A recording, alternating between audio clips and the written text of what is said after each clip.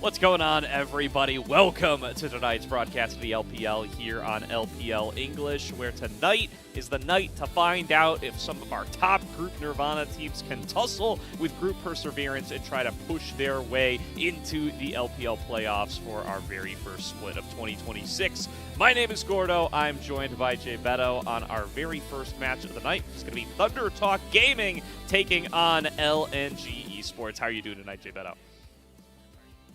I'm doing good. I'm excited for this series. I've been excited watching LNG over the start of the split. You know, some members coming over from the LCK, and they've done a really, really good job in Group Nirvana. They've been almost lossless. They've lost 2 singular games, and series score you can see here, 6-0 up against the 0-6 of Thunder Talk, who have had a bit of a rough start to this season start, but LNG were in Group Nirvana, Thunder Talk were in Group Perseverance, so based on how we rank the groups, Thunder Talk are the higher seed.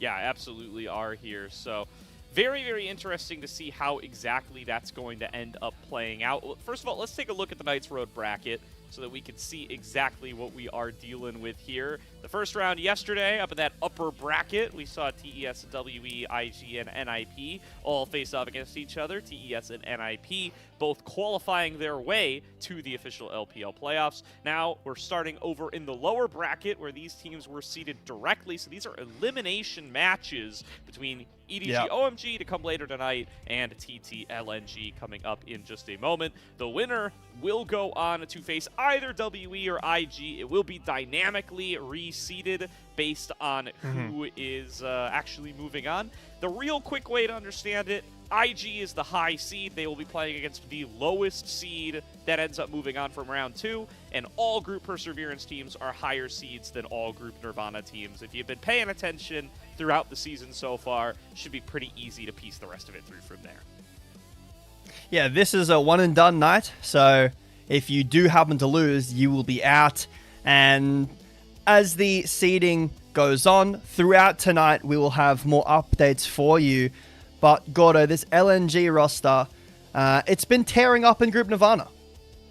Yeah, it absolutely has here. So before we get too into these two teams, I want to play a game to talk about our format a little bit here. Let's get a little Would You Rather going to kick off the night. And I think this is going to be a great way to talk about the teams as well as to talk about the format. That's a little bit of a new invention for this winter split here so far with the 3 different groups. So I got some questions for you here, Jay Beto. First question, would you rather be Thunder Talk and play in Group Perseverance where you get to face off against some really well-accomplished teams from summer 2025? You get to play against teams like NIP and EDG who won play-in matches at the LPL Grand Finals.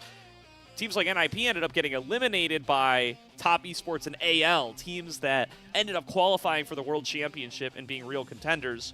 Or you could be LNG, you could win all your games in Group Nirvana, you could have yourself a really solid regular season, but you're going to play against teams like OMG that were not even in the LPL in summer 2025.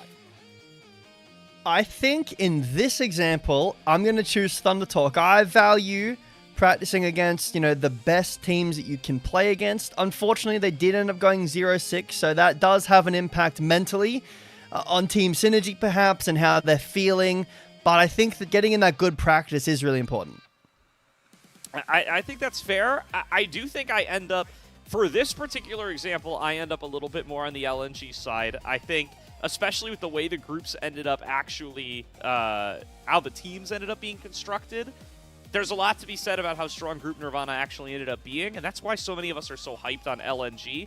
But, coming into it, I think there's really a case to be made that it definitely was a lot more of a boon to be seeded into Group Nirvana. But with that, let's move on to our next Would You Rather. I want to see a little bit more of something here, because if you like being LNG in Group Nirvana, how does that compare to being a team like Top Esports or IG, who got to play significantly more series against significantly better teams over in Group Ascend, even though they ended up not having too much success?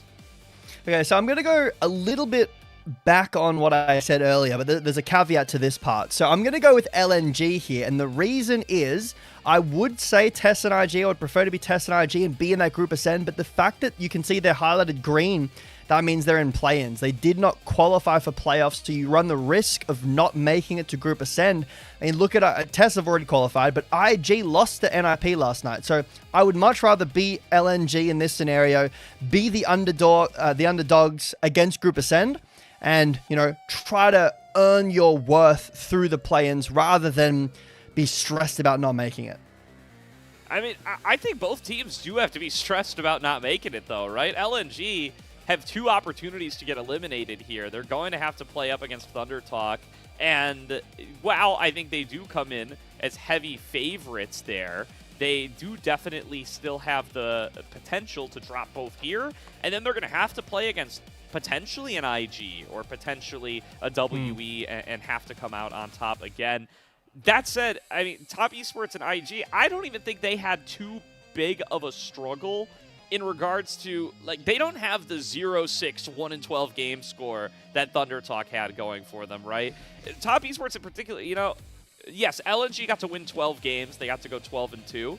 Top Esports still went 11-14. They got to win a pretty close number of games. They just got a bunch of losses in there, which loses definitely improve, and you do give yourself the opportunity to get those reps against the big boys, AL, BLG, etc. But I got one more who would you rather here for you, Jay Beto. Would you rather, if you're somebody like Thunder Talk, or even if you're LNG, would you rather lose immediately today, or would you rather move on tomorrow, lose later, and have it mean absolutely nothing for next split, where you end up in Group Nirvana regardless? I think both hurt. I think I'm going to pick lose later. Win tonight feels good. You know, you get further up, you become more in the conversation, and then you get your heart broken tomorrow by some very unfortunate losses there. Yeah, definitely. Well, let's talk about tonight's teams. Let's start off with Thunder Talk Gaming. They do end up with first selection today, and it's going to be Keshi, Junhao, Haru, Ryan 3, and Feather from top to bottom. Been a tough split for them so far. They do come in as the higher seed. They do get first selection, and they do use it to pick blue side, Jay Beto. Interesting. I've seen a lot of teams have different opinions, you know, sometimes picking red side, sometimes picking that counter pick, but it seems that Thunder Talk know what they want. They are down multiple wins, right? I think it's one individual game that they've won, so definitely on the back foot, but coming in as a first seed, getting to dictate how the first game starts in terms of first select, that's a good start. Absolutely. And then on the other side, it is going to be LNG. Certainly most folks' favorites for the night after their 6-0 regular season. Sheer, Croco, Bulldog, 1XN, and Missing. Yeah, this team has been on a tear through the Group Nirvana.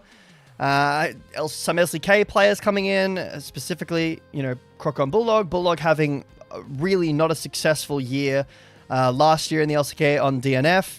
But this is a team that we want to see to get into, or I want to see at least, get into Group Ascend. I think that they can really match up against these Group Perseverance teams.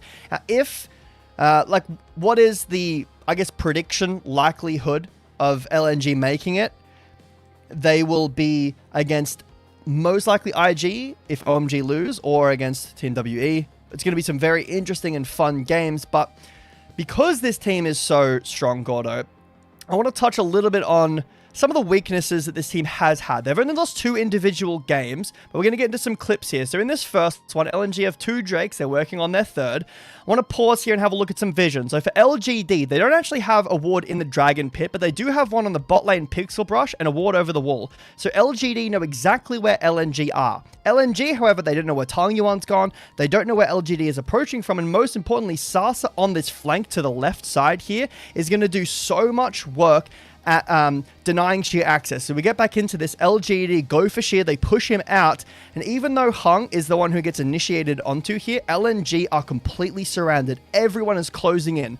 Hung used his punch, so he is the target of this LNG engage, but he flashes out of the damage, and then YCX goes in. Xiaoya turns LNG into complete mincemeat in this fight. And unfortunately for LNG, this is going to be a theme across these clips of not the best vision and not great team fight positioning. So again, in this clip here, they have some decent vision, right? LNG know where LGD are, but look at Sasa on the left again. He's zoning Sheer away once again, and Missing is going to pull himself away from where Bulldog and Croco are playing to deal with Sasa. Now LNG's backline are out of position. They snap onto Bulldog and one-shot him and Croco. Xiaoya unchecked in this fight, completely destroy LNG again. In our third and final clip, it's Vision again, Gordo. No Vision in the pit. LNG are late to this objective, and they have no idea of where LGD are playing. So as we get back into this clip, Hung is going to put the Herald down. Tong Yuan on Yone is going to stack up his Q3. Keep your mind on that. But we're going to take a look at 1xN on the top left here. He's not sure where he wants to go. He's going to teeter up and down around this wall, and that's going to separate him from his team. Sasa and Tong Yuan are going to both ult on top of 1xN, who's forced to flash away. Now his flash is down. Missing is going to use his ult onto Sasa. Sasa goes on to the Herald at the last possible second here and drives the Herald at 1xN, and Hung links up with Sasa at the end and takes down this virus. I think that sometimes this LNG roster can have issues with positioning, issues with their vision control, and if ThunderTalk want to walk away with a victory or any kinds of victories in this game, that's a good place to start.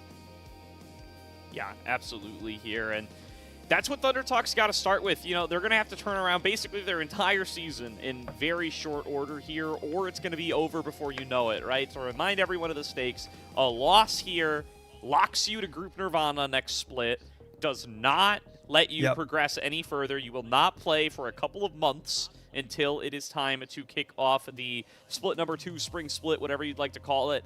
And yeah, as we've kind of been making reference to, but maybe haven't explicitly described, there's only going to be 2 groups next split. No more Group Perseverance. It's going to be 8 teams in Group Ascend, 6 teams in Group Nirvana. So both groups expanding to absorb 2 more teams.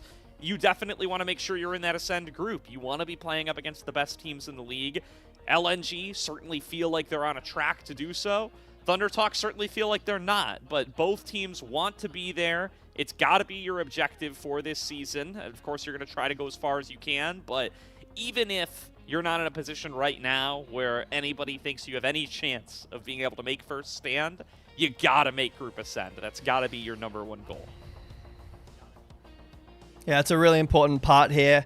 And you have to get a win tonight. You have to get a win tomorrow as well up against that remaining match. That best of 5 will put you into Group Ascend. And Gordo, we've had some banger best of 5 so far already. I mean, the Top Esports WE series went to 5 games. That was crazy. And then NIP upsetting IG in a 3-1 fashion. I think the game 1 as well was nearly fully in control, and it was of NIP, and IG came back. And the gold graph was ridiculous from that game too, which we've seen a lot of this year so far. But it could have been maybe an NIP 3-0 even. So a lot of things happening around the LPL, a lot of shakeups. Some teams not happy about those shakeups. You know, I'm sure Tess would have been a bit more happy to get an easier victory in IG. Would have loved to be in Group Ascend right now, but we're in draft already. Some pretty standard ban here. The Nico, the Rumble still left to be banned. Yeah, definitely. So it does look like, as we said, first pick going over to the LNG side, blue side being the selection for ThunderTalk. So kind of breaking the mold a little bit there by showing a preference for blue side. Maybe really wanting to emphasize those grubs, those top side objectives. And that has kind of been their play style so far this season. Not that it has been the best for them, but I mean, you got to focus in on Keshi if you're going to look for hope for ThunderTalk here. I think this rookie been a bit of a breakout star for them, as much as you can have a breakout star with your 1-12 record. And he's been performing excellently, right? He's still #2 in damage percent for all top laners. He's #1 in gold percent. He's at a positive gold difference at 15, which is pretty shocking given how far in the hole ThunderTalk regularly find themselves. He is going to be who they look to play through, and he gets to counterpick this Rumble for game #1. Very strong start from LNG. I'm surprised the Nico is left untouched. The Rumble first pick is very, very strong from LNG. The Rise has been rising up in priority quite a ton. And Bulldog answers that with the Cassiopeia. The Jarvan a bit early too, I think. I'm not convinced that this is the necessarily best Jarvan angle. I don't love Jarvan and the Rise altogether. And the Nico still will go down to get most likely banned in the 4-5 here. I think that Rumble Nico is a really, really good combo. Being able to have a massive AoE CC on top of the equalizer. Zinzabo has a ton of space, but both teams here waiting on their ADC. Sorry, the support.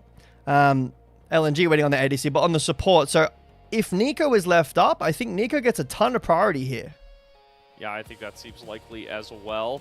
We'll find out if it does end up coming on through. Thunder Talk, not really been a Nico team throughout this season. They have frequently been the one paying the Nico tax. Feather has no games on it, and it's not a pick that gets particularly heavily banned against Thunder Talk. I don't know if they just don't show it in scrims, or if it's just something that they really heavily prioritize on the ban list, but I'd be surprised to see it end up coming on through here. And they are instead going to prioritize a strong solo laner for Keshi here. He hasn't played the Kennen yet, but I do think this is an underexplored, powerful top lane pick, given its power to be able to actually play out in lane. The fact that it gets to play in these kind of one-on-one matchups a lot more frequently, been super, super good, and can really show up to team fights as well. But this very well might just be a Kaisa Nico angle. Yeah, I think that's really good. The Kalista Renata potential, or just the Kaisa Nico. I think both bot lanes are very strong, but I like your point about, the top side being left alone a lot more will mean that the Kennen can kind of isolated play that 1v1 out. Takeshi getting a little counter pick for himself, happy in the Kennen matchup. It's Corki, the option here for 1xN, and the Nico will go through. LNG aren't really concerned with the Nico so far, or I should wait, because I'm getting baited by hovers a little too much in this champ select auto. I would be really surprised to not see Nico. I personally think this is still the best support in the game. Missing will lock it away. It's going to have to be some kind of range champion here, unless you want to go for... I think that if you don't go a range champion, the lane is going to be almost impossible to play out. I think Nico has such a strong lane. The Nautilus, if you go something like the Nautilus or the Rakan, you have some decent engage, but there's a Xin Zhao there, right? There's a Cassiopeia to deny your engage. I'm not really sure that this is the angle I would love to see from Thunder Talk. They've got enough engage, in my opinion. They've got a Kennen for some backline flanking. They've got a Jarvan to initiate onto not full immobile carries, but it's the Alistar. So the lane is going to be incredibly hard in bot lane, and the matchup against like a Xin Zhao and a Cassiopeia, a bit tough too. And they're playing against one of the most aggressive laning duos in the LPL, right? 1xN and Missing, #1 in gold difference at 15 for bot lanes in both of their positions. 1xN leads the whole league in damage percent for 80 carries as well. Like, this is a guy who really likes to take the ball into his own hands and really push these individual advantages, and Missing is perfectly happy to assist him in that. These guys have been leading the charge on kind of these range support duos that have become such a big part of the meta in 2026 so far. They've been playing, the Lulu Inara duos. They've been playing Renata with whatever you can get your hands on. They played the Renata Kalista duo a little bit as well. And, this Nico Corki is going to be right up that alley. I expect to see 1xN and Missing playing very aggressively in this bottom lane, and that's been a point to exploit up against Thunder Talk all season long. Ryan and Feather going to have to show something different than they've shown most of this season, going to have to turn their fortunes around now that they face off against a team from Group Nirvana for the first time in 2026, and show that, hey, all these reps up against higher rated teams, they've been worth it. We're ready to show up and play up against LNG. And team fighting is the name of the game here. You've got the Rumble, you've got the Nico, and on the other side, some Kennen action in these team fights as we jump into our first game, Gordo.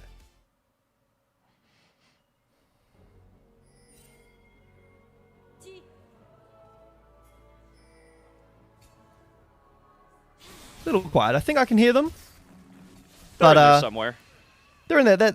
Oh, I can hear some yelling. I can't hear a ton of loud gyos, but I'm sure that there are fans nonetheless excited for this series. It's an important one. LNG, 6-0 in their standings. Thunder Talk are 0-6, but some of these players, Gordo, on the LNG team here, some of them are really stars, Missing, obviously. 1xN has had some good times too, but we've got some other players who, this is the first time that they have left a regular season in first place. Sheer, Crocker, and Bulldog getting their first ever first seed out of a group. Big accomplishment for these guys. I mean, I think Croco and Bulldog going to be a big point of focus here for this LNG team, especially if they end up making it as far as a lot of folks believe that they can. This Korean mid-jungle duo really, really showing up in their first splits in the LPL. Croco especially, I think, is like a clear MVP candidate for that group Nirvana. He was just so impactful in each and every game. I think this is a really important first series for LNG out of Group Nirvana.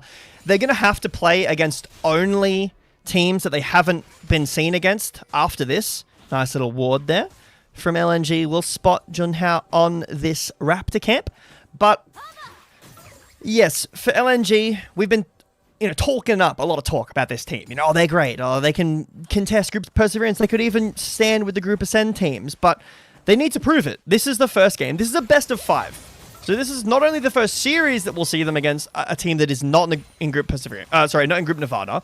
But it is a best of 5 as well. Best of 5 Fearlesses 2026. I'm super excited to see how the picks end up going. We've already seen, another Varus top. And even before that, the Varus top, Nefiri top, Ansar. There's a lot of spice being cooked up in the drafts right now. It's a lot of fun as well. Absolutely is here. And yeah, you kind of made reference to it earlier. As much as we want to talk about their regular season records, these teams were playing against completely different pools, right? The Group Perseverance and Group Nirvana had no crossover with each other. So LNG and TT have 0 opponents in common so far in 2026. So it'll be very interesting to see how these groups look as they actually clash. We got to see Group Ascend up against Group Perseverance yesterday. Now we're going to get to see Group Nirvana up against Group Perseverance today and start to really get a clear feel for what exactly the strength of competition ends up looking like. We have ideas from having watched the games, but we haven't actually gotten the reps up against each other. As Junhao looking to be the first one to make a move here. He's deep behind Bulldog, who is really close towards the enemy turret. He's not going to have a clear path out, but Heru already waiting to catch that wave. I don't know that there's an angle in for Junhao. We'll have to see, but I think the matches last night are a lot closer than what a lot of people might have expected. A lot closer than I would have expected. Top esports and WE going to 5 games, NIP winning against IG pretty convincingly. So the gap between Group Perseverance, there was a lot of discussion in the LPL team about Group Perseverance being even potentially the weaker group out of Perseverance and Nirvana if you just match them team for team. But having the top 2 seeds from Group Perseverance come out and do that well against the bottom teams from Group Ascend means that the gap is not as big as we might have thought. So despite ThunderTalk being 0-6 in their group, there isn't a chance, a future here where LNG do struggle against ThunderTalk because of how well Group Perseverance has played up against Group Ascend so far in play-ins. Definitely.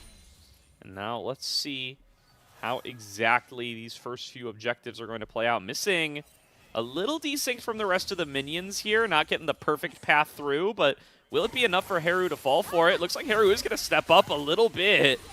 Just to have his wits about him, facing off against this Nico, takes a little bit of a chunk of damage. As Sheer going all in on Takeshi, finds the solo kill against the breakout top laner from ThunderTalk. Keshi was level 6 as well. It looks like the ult is on cooldown. I didn't see the ult get used, but Sheer was not level 6. He did not use Equalizer.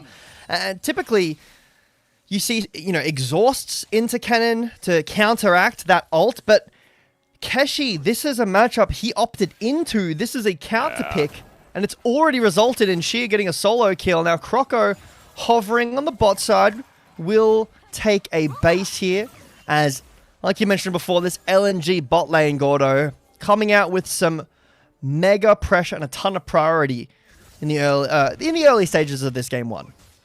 And I feel like I've said this in a lot of ThunderTalk series this season so far, Jay Beto, but Keshi was doing so well. He was winning out, had a decent CS lead, had pushed Sheer out of lane once, should have had a good position to be able to, push a lead, but he just overstays, gets solo killed, and now that lead is all for naught. And I mean, ThunderTalk need this guy to hold these leads because you can already see The other lanes are not generating them on their own. Haru's starting to fall behind in his counter pick. His being counterpicked by Bulldog. Ryan and Feather struggling in the bot lane, as we predicted. You need a winning lane to consistently win games of League of Legends, and Thunder Talk want Keshi to be that guy. Sometimes he can be, but he's got to clean up those kinds of mistakes. Especially because of how the game is right now, Gordo, with this, you know, the third Scuttle Crab that gives the junglers level 6, the Dragon Stack in the team fighting that we were talking about in LNG of sometimes. Had some mismatch positioning or some unfortunate... Can he knock that away? Does he have another W? Will he get it? Give it over? Hey! Oh, nice. Nice Argons. But lane priority is super important in this matter because we've seen a ton of games where teams have just had no access to the Dragon, period. Like a lot of the clips that we were talking about beforehand with LNG are because they don't have great priority before the fight starts. Keshi will take an equalizer to the face. Going to get hit by both harpoons as well. Rough trade for old Keshi there, but will be able to get out with his life this time around. The first dragon is up for grabs. 30 seconds to go on those grubbies. It does look like both junglers are interested in this bottom river. Don't want to give up that first dragon for free, and Junhao does have a 1-level lead. LNG with his bot prior, like I was just talking about, will have access to this Drake first. Both junglers have their level 6. Missing and Feather do not have theirs. But it is a very simple bot lane prio. Walk into Dragon with your, strong mid-game jungler with his Xin Zhao. And even in this 2v1, 1xN is completely safe. There's just nothing that Ryan and Feather can do in this matchup right now. 1xN has flash barrier, he has that W dash, so the first dragon easily over to LNG. Junhao is around, but there is a ward. I imagine LNG will be able to get out of here pretty easily. Yep, Junhao going to be spotted as he sweeps that one away. Krako making his way back over to his own blue buff. That was kind of the largest percentage, making up that level difference earlier on. The grubs are up for grabs, and top lane still, despite sheer solo kill, Keshi is kind of pulling it back to about even. He has been winning out in the CS war with his range advantage throughout the laning phase, and perhaps could be a point to play through, especially with Haru having that Realm Warp. Thunder Talk want to try to get themselves on the board somewhere earlier on. Instead, though, Junhao still hovering around this bottom side as Ryan and Feather continue to get chunked out. Feather going to go in for the engage. Missing, going to channel the Pop Blossom. Finds the knockup, flashes away. Junhao on top of him. Gets in there with the Cataclysm. And that kill will go over to Ryan. 1-1 on the scoreboard, but Krako re-engages. A flash win becomes lightning. Gets him onto Junhao and makes the 1-for-1 trade. It's a really nice attempt from Thunder Talk. The lane gang, because the equalizer will hit Keshi, but I assume he's going to be fine here with his own ult trade.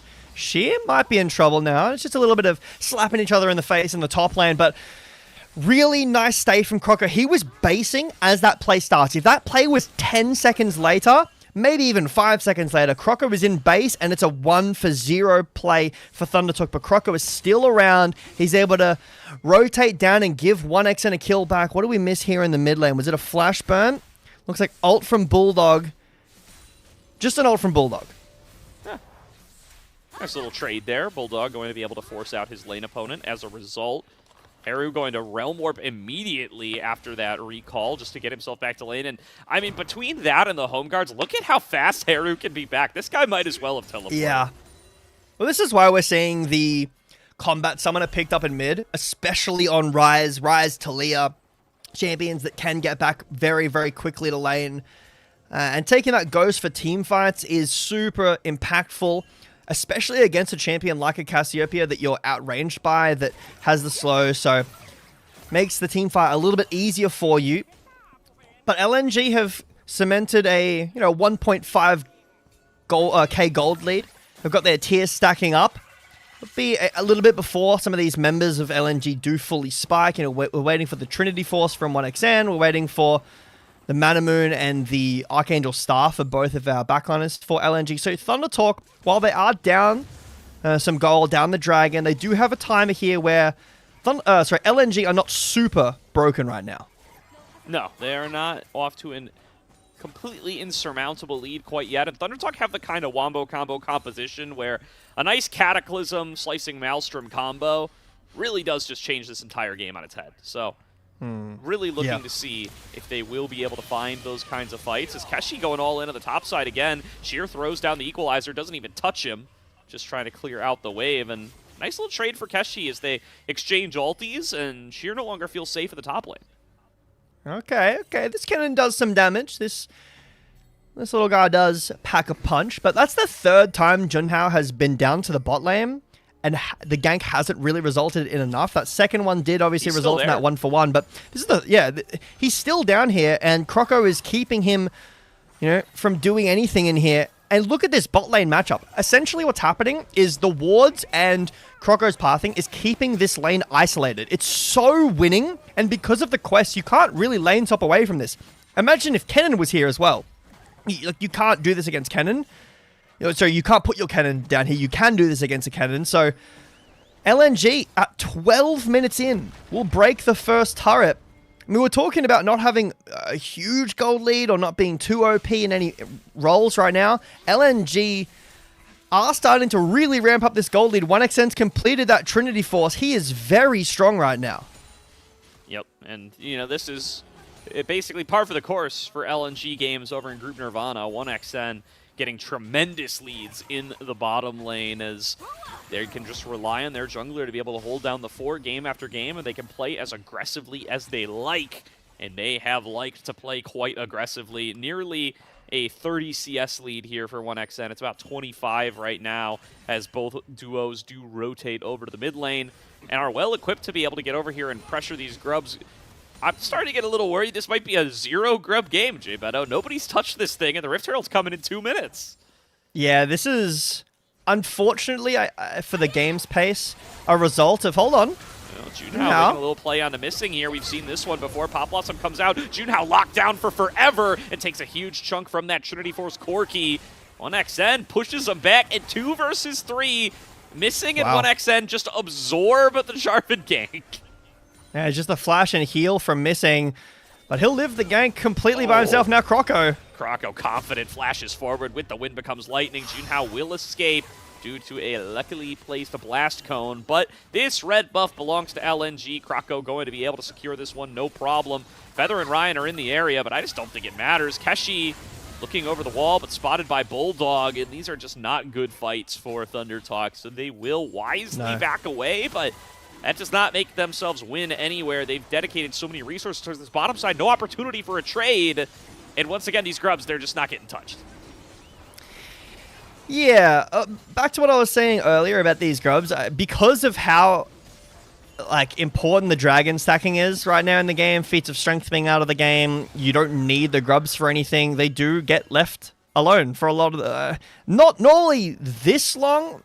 Looks like we will be getting Junhao going for the grubs now, as Missing is being pretty sneaky. Can we count? We can. Well done, Haru. Learns from the first time. Gets himself out of dodge.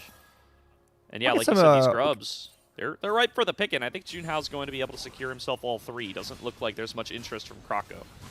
I mean, LNG had full control over the bot side jungle. You can see the wards. They're fairly deep around there. So LNG...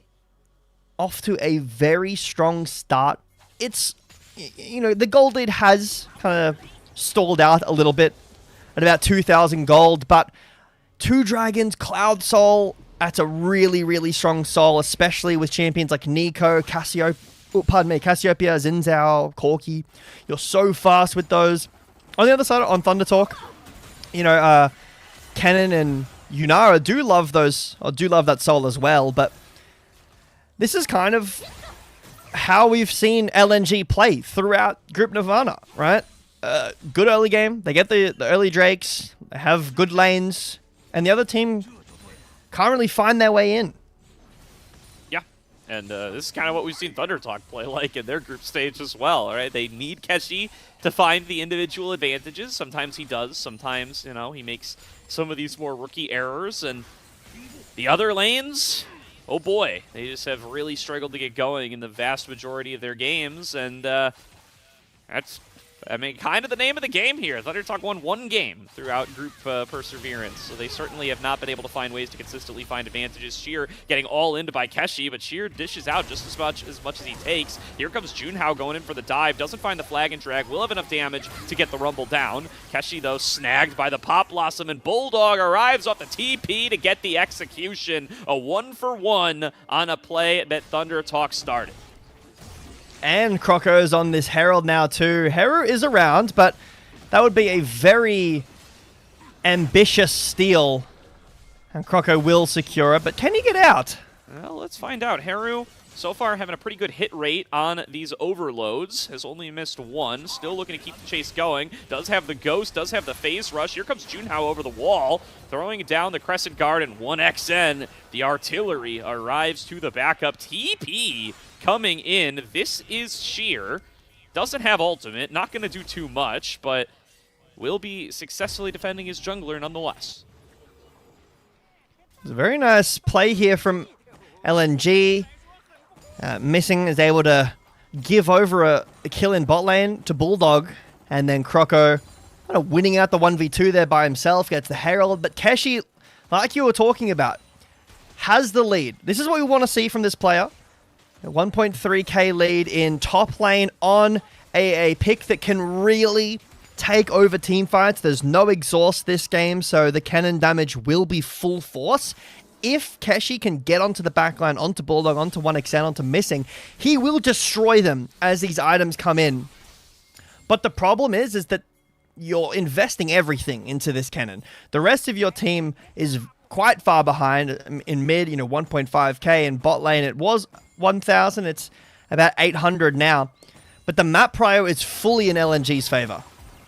Absolutely, and this 1XN lead, it's definitely being felt. The fact that he can just play so aggressively against basically anybody that they send a lane against him is a big thorn in the side of ThunderTalk at this stage, as they're going to continue to just pump out damage into this mid turret. They might get the whole thing here, and they will. Yeah. Rift Herald doing its job. Croco claiming the credit on that second turret. Opens up the map a little bit, and he's going to try to take it on a ride up towards the top side. I think he's going to get it, too. He's going to get a decent more plate goal. Well done, Croco. How's that driving? Bulldog should be fine. He's so fast with these boots. Now Keshi's dead. Yes, he is. Nowhere to go when Croco drives the Rift Herald in behind you. Bulldog now going to have to survive what is likely going to be a dive. Does blow the miasma nice and early, but that clears out the wave so fast. They have to wait for Feather to arrive. Here he comes. The aggro goes over to Heru. A little bit desynced there. Petrifying Daze lands onto 2, but Ryan's here for the backup. And 4 versus 1. Real hard to mess this up. ThunderTalk managed to pick up a kill onto Bulldog. Feather has the cleanse there. He spellbooked over to the cleanse so that even though he instantly uses his ult to become tanky under the turret, he's able to cleanse himself out of the Petrifying Gaze.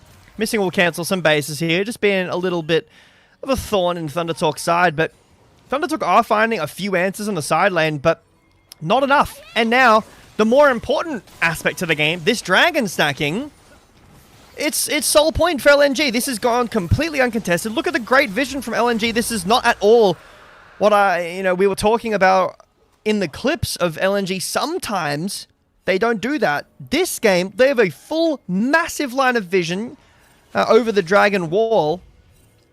So Feather uses the ult immediately so that he can't cleanse away from the Petrifying Gaze, but he has cleanse. So then he can continue the CC chain, and Alistar ult makes you very tanky, so he tanks the turret for the entire time and does not die. Turret for ThunderTalk, the gold lead, hasn't really continued going forwards, but Gordo, I really want to see this cannon impact a fight. You are one dragon away from Soul, and cannon hasn't been in a team fight yet. Hasn't even been a team fight. Yeah, that was going to be my immediate follow-up there, Jay Beto. It's been tough to even get everybody on the same screen for ThunderTalk without somebody getting picked off en route, and their attempts to make some of these mismatch plays have not been successful. Missing getting caught in transit, though. He flashes away from the Cataclysm, and that should be all that she wrote for Junhao's attempt to get a play started here. And once again, I mean, they're just getting pushed and pulled around the map. They've lost all their outers. Yeah. They lost the mid lane inner. They've lost all 3 dragons, and they don't have much of anything to show for it. I mean, that play is more inconvenient for missing than anything. Oh, guys, I don't have heal, I don't have flash, but it's fine because it's 4 minutes until Dragon. I mean, the flash won't be back up, but still, it doesn't really matter. You can't really capitalize on that aggressively because, shit, do we win this? Well, they at the very least win the trade. I don't know if he's going to get the full solo kill. Stun comes through, Kenshi flashes away, and I spoke too soon. Sheer with a solo bolo, his second of the game against Keshi's counter pick Kennen. He's a full item down. Keshi has Gunblade and Shadow Flame, and I said Flame Horizon, different term. Shadow Flame, and Sheer still wins it. Is this a 21-minute Baron? LNG, this is a bit risky. You are down a top laner on Thunder Talk's side. Is there an answer here? We'll find out. Junhao still without that ultimate, too, from the earlier pick attempt onto the Nico. Sheer trying to zone him out, but won't be able to stop the flag and drag. They catch him onto the control wards. Junhao pushed further back away. He's going to have to get in here at some point, trying to make it a 50-50, looking for the Baron. Cannot find it in time. It's smited down by Krocko, and LNG picked themselves up a 22-minute Baron buff. LNG are making Thunder Talk look dizzy. They're playing bot side, a solo kill for Sheer, then they just pull Baron, run Junhao around in a circle. He goes in too early. Whoa, Krocko, be careful. Falling a bit low here as Heru pumps out a fair bit of damage off the Spell Flux Overload combo, but once again, LNG, I mean, they're playing with house money here. They can just keep on pushing all day long with this Baron buff, and as long as nobody actually dies, if they get forced on a recall, hey, it's empowered, and they're going to be right back out there. For Thunder Talk, no real Realm Warp to side lanes have been used, and that's partly due to the Cassiopeia matchup. The Kennen is now, even though he's up gold, losing on the side lane. Bot lane is, this Corki has Trinity Force, full Mana Moon, and a Collector with tank boots. Ryan 3 can do nothing in this fight right now until maybe he gets his Infinity Edge online, but the Dragon's going to be up in a minute and a half, Gordo. Thunder Talk have to find something to do now. Missing has no flash. Maybe there's an option there, but if you keep waiting around, the game is going to end before you even start.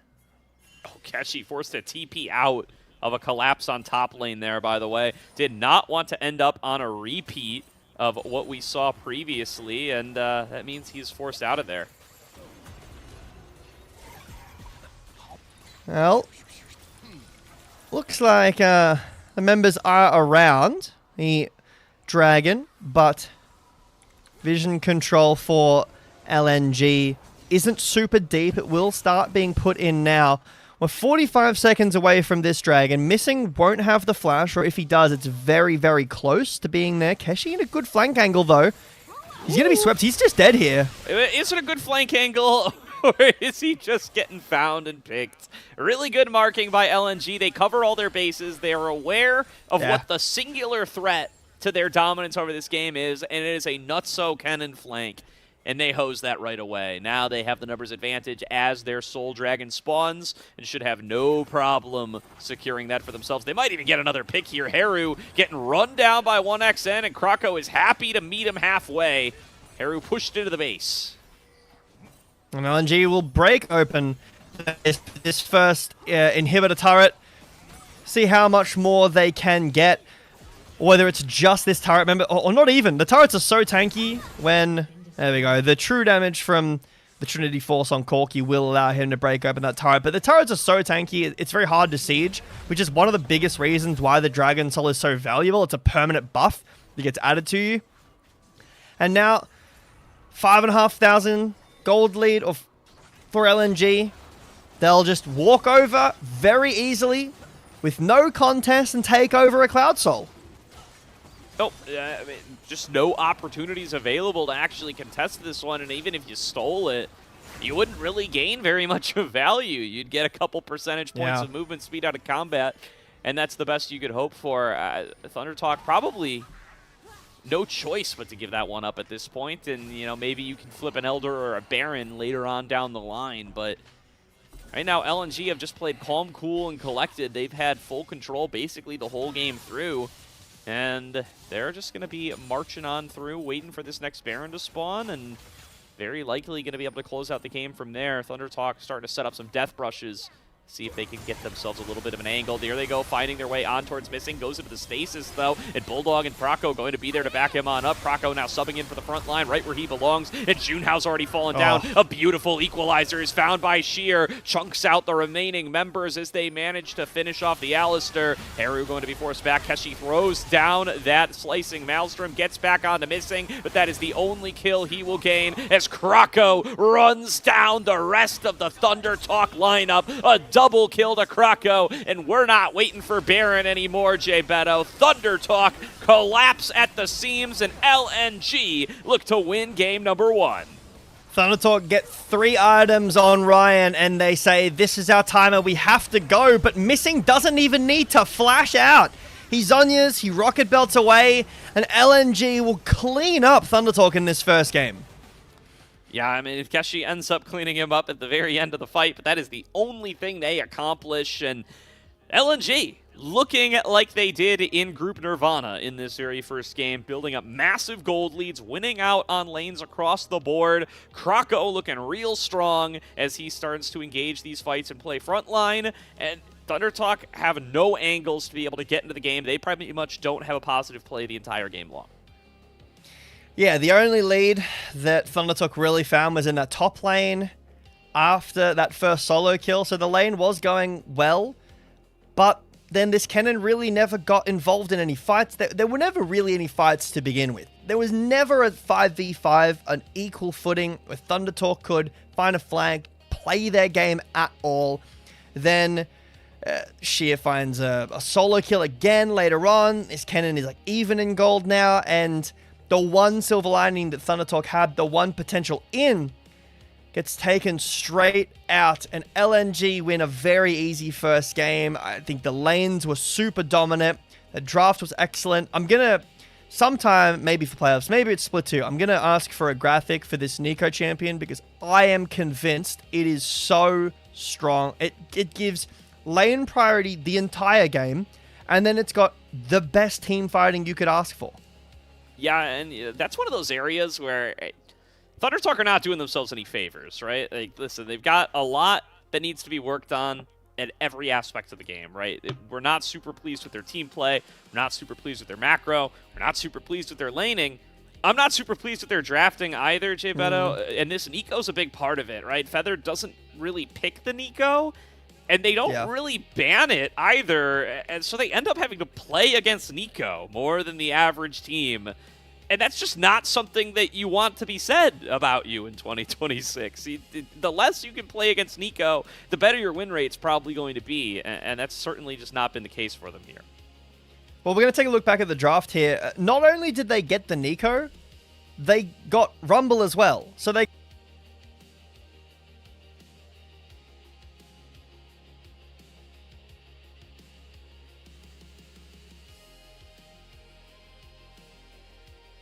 as well, but it got counterpicked by the Cassiopeia. I think that having both Rumble and Nico, it's in the Big 26, like we've seen what these champions can do. It's probably time to say you can't have both of them. Outside of getting, like, the Nocturne was banned by LNG, outside of getting Rumble, Nocturne, Nico, that's probably one of the best drafts you could ever hope for team fighting wise. Croco bought so much space. LNG made no mistakes that game. There were some cross maps that Thunder Talk got kill-wise, but outside of that, it was just LNG from start to finish. Certainly was. I think the other thing to look at here is, you know, we praised Keshi a little bit in the pregame. I do still think he is the point that Thunder Talk are going to try to play through. I do have to give some props towards the decision to draft for Keshi. But it really does seem like, at this point in his career, Keshi's got, like, his champions. He's got a couple of picks that he's been able to perform consistently well on. I think the Ambessa's at the top of that list. I think the Gwen has looked pretty good. I think he's had some solid Renekton performances. As he's tried to get cuter with the counter picks, though, I think they've mostly fallen flat on their face. I think this Kennen going to join that category. He played some Yasuo into Hoya's top Varus back in Group Nirvana. That did not look very pretty either, even though it's supposed to be this, like, hard-winning matchup. It just seems like not everything is in his wheelhouse, and listen, it's hard to play with those sorts of restrictions, but we're just getting more and more evidence that it does seem to be the case. I think like going for a counter pick is or can be exciting and good for a team when you've got like a player that needs to turn up like that. But despite having, we were talking about this a bit in the game, Gordo, despite the game being slower through top, so you get a lot of time alone, the counter pick hasn't been as important because there have been a few games here and there, some Nara into Renekton games where they get like 6,000 gold leads in the side lane, but there are some picks like the Rumble that don't really get countered that well, and it's more important to have the team fight there. You know, it's not a Fiora middle split push side, I'm better than you kind of meta where you can get both towers, you're up 6,000 gold, I rotate in and one shot, or I split push until the game's over. There are a few champions that fill that, Gwen, Nah, like I was talking about, but for the most part, it's these team fighters, and Kennen does fill that role, but he hasn't really landed in a spot this game where it felt that great. I think mostly the part of that is because of how the solo kills went, because of the fact that ThunderTalk had no prio as well. The lanes being always pushed in meant this Kennen could never be at objectives where he wants to be. Yeah, absolutely. And it looks like Sheer's going to pick up a player of the game off of those solo kills. And yeah, I mean, this is one of the most successful top laners in the LPL Winter Split so far. This guy, #1 in gold difference at 15 himself, playing in his own group. He's been able to have a lot of really dominant lane phases. I think if you were to pick a featured matchup tonight, it would be Sheer facing off against Keshi, and whether or not Sheer's going to be able to keep that up. I think Keshi did a good job of holding him down in CS, but finding those solo kills, finding those angles where he's overextended and where you have the opportunity to torch him, it was absolutely crucial to being able to keep that Kennen down and make sure that LNG were able to have the clean, easy game that they did. Well, for our upcoming games, remember this is a best of 5, so ThunderTalk do have minimum 2 more drafts to go through before it looks like fairly unanimous in favor of Sheer as well. So big ups to Sheer. Great performance on the Rumble. Some really nice ults there. But, you've got minimum 2 more drafts to go through. Are you going to look for some agency in top lane like you just had? Are you going to go for something more like the Cassante weak side and try to draft some more priority through the bot lane, through the mid lane, have maybe a better jungle matchup? What is the option here for ThunderTalk? Because that game, it wasn't like we can really point to a macro decision, a team fight. It was plain and simple. LNG were better. They had better lanes, they had better vision, they had better macro, and they played better League of Legends. Yeah, we'll have to see. LNG certainly looking like the better team in game #1, perhaps on ThunderTalk to try to introduce a little bit of chaos. We're going to throw it to a little break in just a moment, but first things first, if you'd like to support LPL English, consider becoming a Coffee member. Coffee is the best way to support the LPL English project, since the vast majority of your contributions will go directly to the show. A lot of the initial payments go into upgrading the broadcast, but a huge bulk of it pays on-air talent and content creators. Subscribe to our Coffee, linked in the chat, to unlock perks like early access to content and the ability to ask interview questions for our unique on-site interviews. Thank you to everybody who subscribes, and think about subscribing if you're not already in there. We'll be back after another quick break, but we will see you all for game #2 in very short order.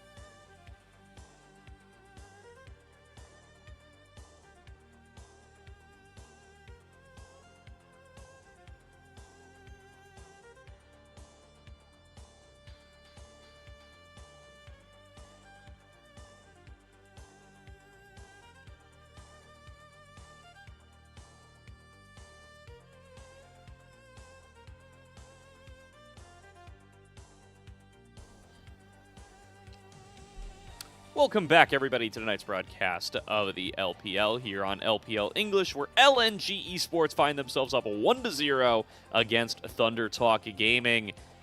We got to see if Thunder Talk can try to introduce a little bit more chaos in this draft for game number 2, Jay Beto, because felt pretty stock standard for game number 1, and it was just LNG running circles around Thunder Talk for most of that game.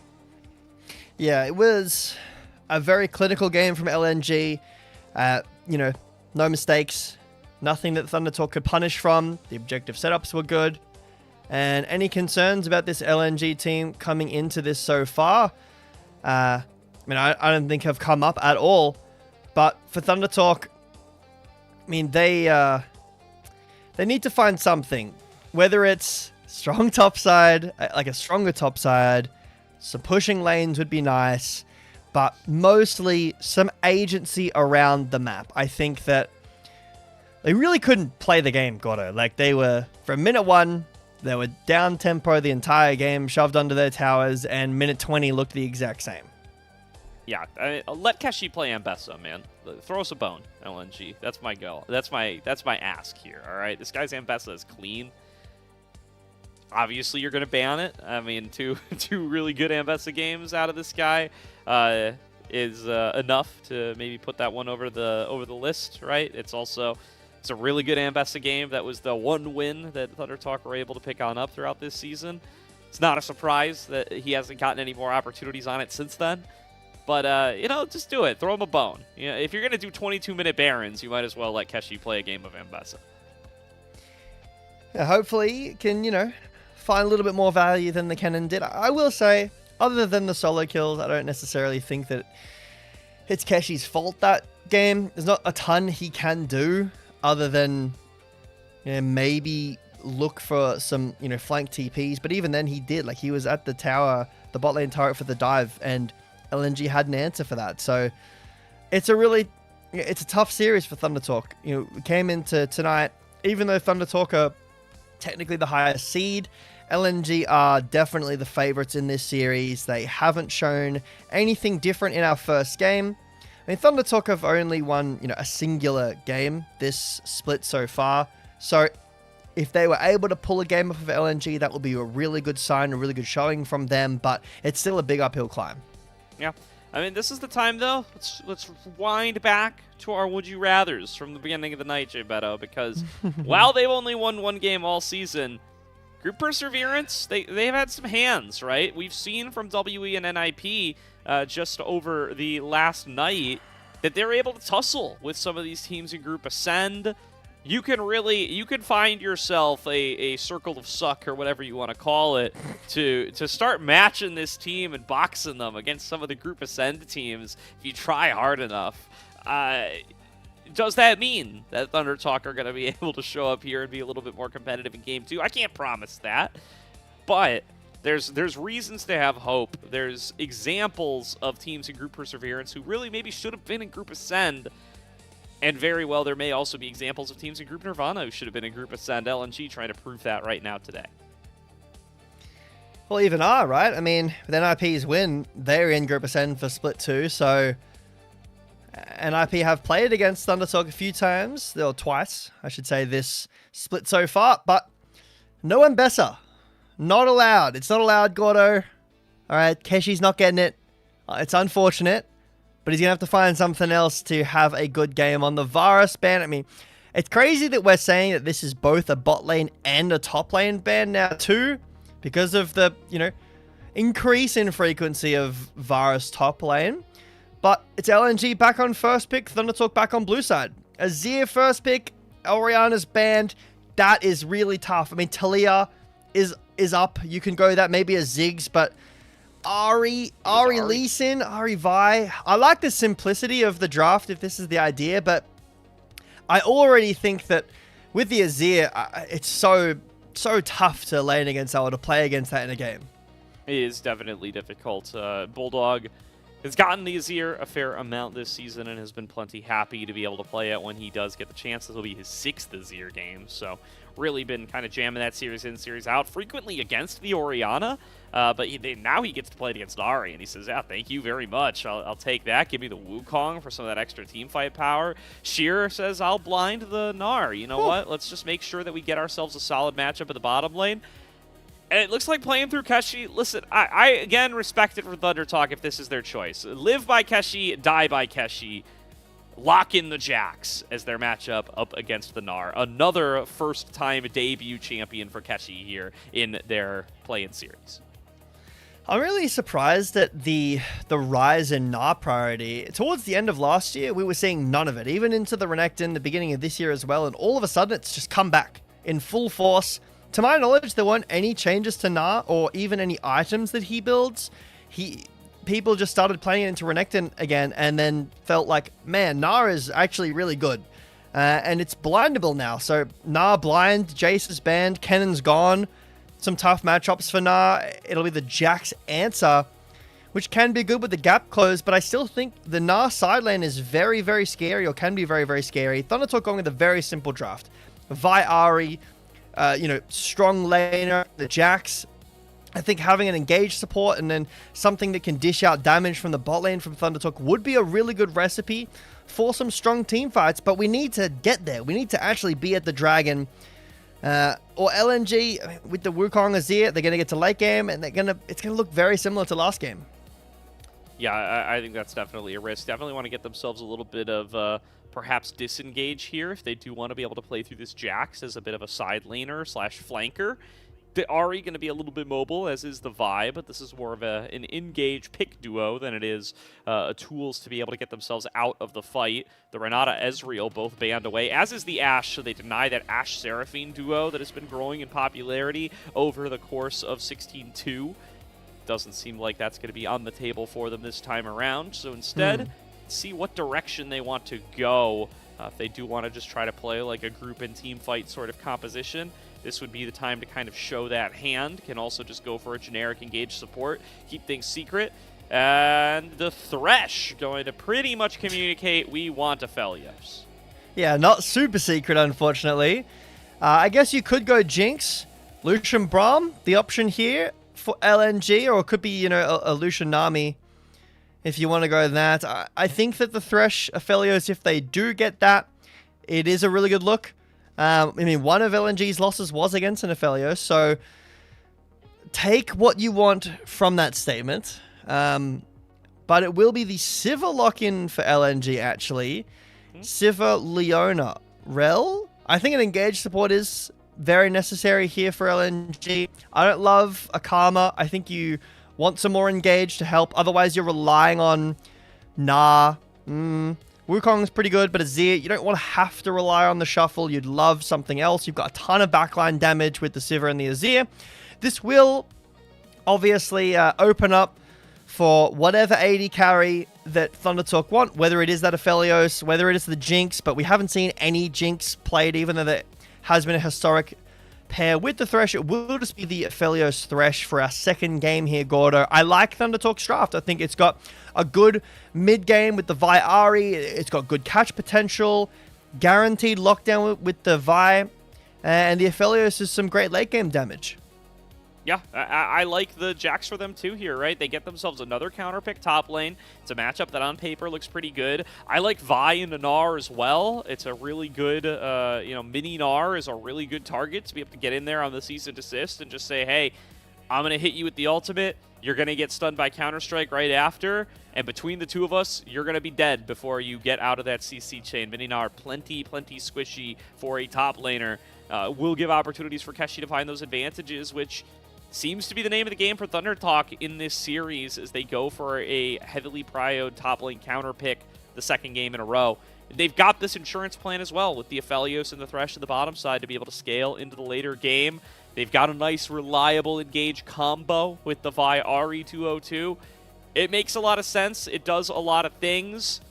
But LNG, certainly plenty happy with their draft as well. It's a lot of picks that they've been tried and true on throughout the season, and you know that Wukong Azir is a really steady team fighting duo alongside that Sivir as well that are going to be able to just win you out team fights if you play them out front to back as you draw it up. Yeah, the Azir is super strong as well. One of the highest priorities in the meta right now. Siva's been rising as well, mostly against the Varus. But let's jump on the roof for game 2.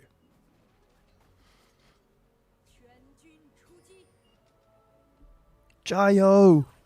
Let's go, LNG. Jayo, LNG, Jayo, Thunder Talk. There. Done? There we go. I guess that's as I hope they know. As far as game There's an number 2. Australian color caster on a fan broadcast. I hear some, but you know, I'm cheering. I'm cheering over here. I'm like closer than you are to them right now, like location wise. Maybe if I, maybe hopefully they'll hear me and you know get boosted by that cheer. I'm about as far away from them as they make people. So yeah, that's you're gonna hold that credit over me, Jay Beto, and you know, at the very least, getting a little bit of excitement on out there. I'm sure some fans are cheering there as well. It's just it's got to really kind of hit that threshold. As we take a look at, you know, maybe why this might not be the most hype matchup in the world for fans in person. LNG, a dominant season. Thunder Talk, hoping for better things in the future. Yeah, one singular game, like I highlighted before, for Thunder Talk, and 2 singular losses for LNG. They haven't lost a series yet. This is the 6-0 versus 0-6. So, you know, you can see how Thunder Talk season has been. It's been, you know, not the best. I think that outside of them really coming online, finding some insane synergy, it is likely that Thunder Talk will be in Group Nirvana for Split 2, which is not necessarily, you know, that's not a bad thing. The Group Nirvana will be bigger, so they'll have more time as well. There'll be more matches, get some more wins online as well. It is a bit unfortunate, you know, -1, when you're playing against, you know, EDG, WE, NIP all season. NIP just qualified for Group Ascend, so that doesn't feel good, you know, for Thunder Talk. But LNG have been off to an absolute tear so far throughout the first split. It is only 6 series, but they did secure that first seed as well coming into this play-ins. Yeah, and been looking good with it so far. Ooh, nice little route, though, found by Ryan. Going to allow Feather to follow on up with the hook. And Missing going to face some punishment for his misdeeds here. Forced to flash. Does not want to get blocked away by that lantern and stutter step back into potentially being killed by Ryan. Yeah, I think, Ryan could have flashed in there for the auto and then taken the lantern back. So good respect flash from Missing, but already got off to a different start in this game too. Okay, it is push for mid and bot for the first levels, but we've found some fight back in the bot lane, forcing Missing's heal and flash out early. Means that potentially there is a look to find a hook on him Missing, and he's not super tanky in the early game, although he does have the Aftershock, which is actually a really nice pickup. Missing kind of identifying here that he is going to be the primary target for a lot of the engages. Junhao is around again. That's how we saw the game 1 start, and similar to game 1, he'll be spotted out, and he'll have to walk away. Yep, just looking to make sure that Ryan and Feather are not going to fall victim to what many teams have fallen victim to, which is Krako arriving and making sure that 1xN and Missing can play as aggressively as they want, at least try to push them into some sort of pseudo 3-on-3 territories, and also creates an isolated 1-on-1 in the top lane, which is exactly what you want when you are getting the counter pick. Second game in a row that they have given that over to Keshi. First Dragon going to be up here very, very shortly. The first spawn of the Scuttle Crabs will be exchanged 1-for-1. I mean, Junehouse just setting up a tent down here, brother. I mean, it's nothing to do other than to be on the lookout for his bot lane and waiting for his camps to respawn. I mean, the camp's not too bad so far, but Junhouse spending a lot of time down in the bot lane. Vi does have really good ganks. You know, some of the best pre-level 6 ganks out of any jungler. And it does really like the level 3. Her level 1 is really weak. So in past times, it's been very difficult to blind pick Vi because of the invade potential. You know, if there was like a Graves in the meta or a Nidalee, you just get run down at level 1 and there's just nothing you can do about it. But Vi in recent times has been fine. So despite her very weak, like level 1 and kind of weak level 2, Feather maybe looking for a hook. I do think that this Sivir matchup, if the hook I don't actually know about this matchup, so I'm going to have to look. If the hook stays after the spell shield and she just doesn't get pulled, then Feather can just go to the hook and E her, E the Sivir. But if the spell shield blocks the hook completely, then it's really tough for Feather to do anything in this matchup. Oh, it does block it. Perfect. Thank you, LPL. We now know it does block the hook, so there's nothing Feather can really do about catching 1xN out. It's going to have to be missing. Yeah, definitely. Or you're just going to have to, catch 1xN on a poor reaction time or on a cooldown for that spell shield. So, limited opportunities here. It's going to be a fight over this dragon. All 4 members of Thunder Talk already in the area. Missing going to start off with the CC onto Junhao. Here comes Bulldog with a big shifting sands back on towards the rest of the team. First blood going the way of Kroko, but he will fall back on the opposite side. Junhao now flashing after, trying to finish 1xN. He'll be able to make the trade happen onto Ryan. And Bulldog and Missing will chase Junhao down to try to win this fight for the side of LNG. It's already a 3 for 2, and Junhao forced entirely off the play. He's on the wrong side of Summoner's Rift, and Bulldog will make it 4 for 2, doubling up our LNG. Thunder Talk do find a little bit more than they did in Game 1, but it ends up being a very similar outcome, Gordo. LNG up 1,000 gold, 4 kills to them in 6 minutes off of one fight here. It's a lot of people dying very, very quickly. The summoner spells are all pretty burnt as well. Flashes decimated for Thunder Talk. They show up for this level 6 scuttle. Really nice hook from Feather. But the level 6 is taken by Kroko. That's the Scuttle Crab that gives the junglers level 6 that we've been talking about so much, and it does a ton of damage to the members of Thunder Talk. 1xN does end up falling down to Junhao, but the damage has already really been done. Junhao will fall after a little bit of ring around the rosy here. Give the kill over to Bulldog, but no flash, no cleanse for Ryan 3 here. No flash for jungle and mid lane for Thunder Talk. Similar stories for LNG, but this Aphelios is a little bit volatile here, even with the Thresh. The Dragon, however, is going over to Thunder Talk. They're the ones who show back up. They're the ones who claim the prize. Cloud Drake #1 going the way of Thunder Talk, but yeah, certainly going to be a lot happier about getting those 2 early kills on the Azir. Our LNG Bulldog off to the races here. Definitely been a really strong performer for LNG throughout this season. He and Kroko have been one of the strongest mid-jungle duos, of course, that we've had in the Nirvana group, and they've been able to consistently find ways to have huge impact in these dragon fights, pairing up together, pairing up with their bottom lane, and this is yet another in the history books for them. He's got 6 stacks on Dark Seal now, by the way.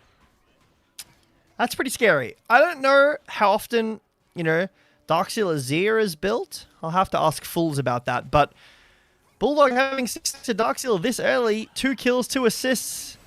Here's the combo. Bulldog flashes, dashes, still gets charmed, still gets finished off, does manage to shuffle Junhao back away, and that will be a KO onto the jungler. Now Haru trying to kite away, can't do it. Kroko finishes him off, and that's LNG's jungler for you. Always where he needs to be, makes it into a 2 for 1. Well, the stacks did get reduced there, but Junhao did die, so a kill went over to Bulldog. So he got some more stacks, and unfortunately, that wasn't an assist for Bulldog on the Heru, so he didn't get more stacks back, but he's still only at 3 now. But a Kroko, it's a very similar idea to what happened in Game 1, where Junhao ganked bot lane for the 1 kill, and then Kroko was there waiting, pathing over to the bot side it was in Game 1 to make it a 1 for 1. In this game, he makes it a 2 for 1. In favor of LNG, despite Thunder Talk being the aggressors on the play. Uses the ult from 1xN. I'm guessing he didn't have Spell Shield there, so forced to use that ult to get away. Absolutely there. Well done by the team to get on out of dodge. Keshi takes a big combo from Meganar there, going to end up losing a solid chunk of his HP, and Sheer doing a great job laning into the counter pick once again here. Finds himself up a couple waves worth of CS. Not going to be dissuaded by this Jax at this stage of the game. Will, of course, be a major scaling threat. So they do manage to knock the crust off that bot lane tower, get themselves a plate worth of gold. They're going to even get themselves a second one here while 1xN is still en route back from his recall. So Ryan gets a little bit of additional gold. Flashing from Keshi on the top side. Thinks that he can take a fight out of this Mini-Gnar. Gets a decent chunk of damage on through. Gonna keep the pressure on. Almost finishes him off with one more Empower, but Sheer is able to hold on as he transforms. Can't believe Sheer didn't flash that. I mean, if Keshi goes for this play, Croco is around the corner. He just got ult back available, but Keshi instead will go down to the grubs. ThunderTalk have had a much better game on the objective front, and I think it comes off the back of this Vi, Gordo, being able to fight aggressively and take some of these trades. The lanes aren't necessarily winning outside of bot lane. I mean, that was a really nice all-in from Keshi that gives Prior over to the Dragon, but the mid lane is very favored for Bulldog right now, but Junhao's found in, 3 grubs to ThunderTalk. The first Dragon to ThunderTalk. I will say, I am a little... Oh, hold on. Hook down in bot lane. It'll result in Feather just walking away. Croco's here, but I don't think we're diving.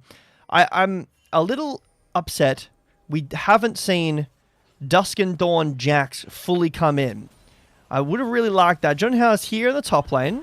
She has Flash. Ooh, flash in from Junhao, going to be able to get the lockdown, but it is Mega Gnar, so Sheer tankier, still had the flash from earlier, gets himself out of danger, and absorbs the gank. Now Missing flashing into the bottom side, gets right on top of Ryan. Ryan going to be able to fight backwards for now, but will be finished off by Croco. It's a 1-for-1 trade, but 1xN going to make sure that they clean house. 2 to LNG for 1 to ThunderTalk yet again. That was very difficult to do. There's no minions under the tower, and LNG make it work. And Sheer lives in the top side. That flash save from earlier really mattered so that the repeat visit from Junhao doesn't get the kill, and then LNG execute the dive on the bot side. Ryan did get a kill on his own right, so we're still very even in terms of items on the bot lane. But LNG, I feel like they have the tempo vibes, if you know what I'm talking about, God. If you know that LCK phrase from last year, they have the tempo vibes in this game. Yeah, definitely the ones starting the plays and the ones finishing the plays. They are able to avoid pretty much everything Junhao's gone for so far, despite the 2 kills in his pocket. It's always ended up as a positive LNG play at the end of the day, and now they find themselves behind in basically every lane. As LNG rolls up to the bottom side, can start off this Dragon number 2. ThunderTalk not going to be able to keep that stacking going despite their success on the first one. Will they be able to show up here and try to contest? Junhao not even going to be able to get into the pit, and now they're looking for a fight. Missing finds the Zenith Blade, forces the flash out of Feather, going to throw down that Solar Flare, but here's an engage over the wall. Missing going to be the target. Haru dashes in with the Spirit Rush, already down to only 1 charge, can't land the charm, and Bulldog's just auto-attacking him to death. Haru forced over the wall, going to be able to dash back away. Hook connects onto the Wukong clone, not much to be done with that thing, and LNG, they just force back ThunderTalk again. Yeah, they push them back. You can really see that Missing knows what his role is this game. He has Aftershock, and he rushed Zeke's Convergence.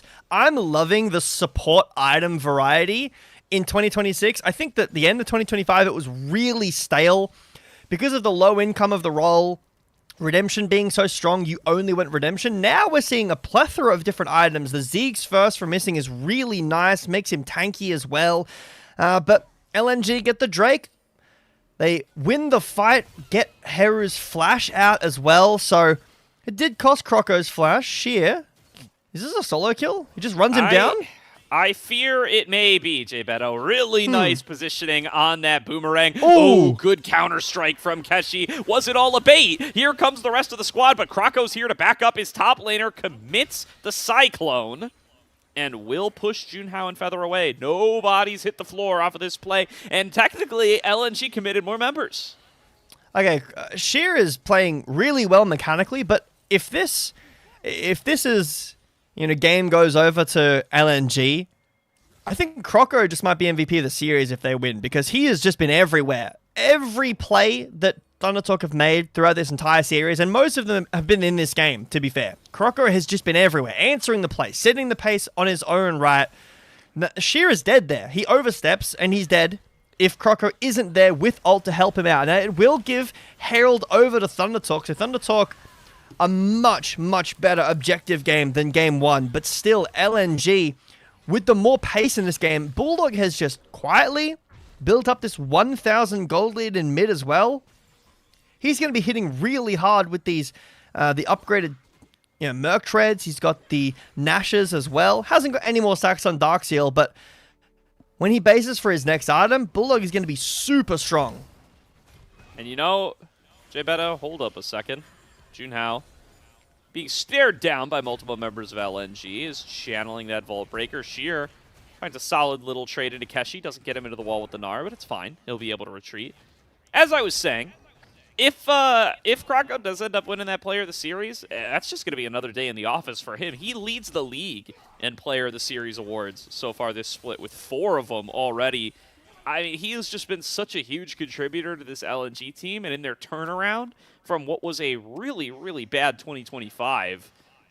And this new roster, led by him in many ways, has just started to look like they could be, at least a top 8 team in the LPL.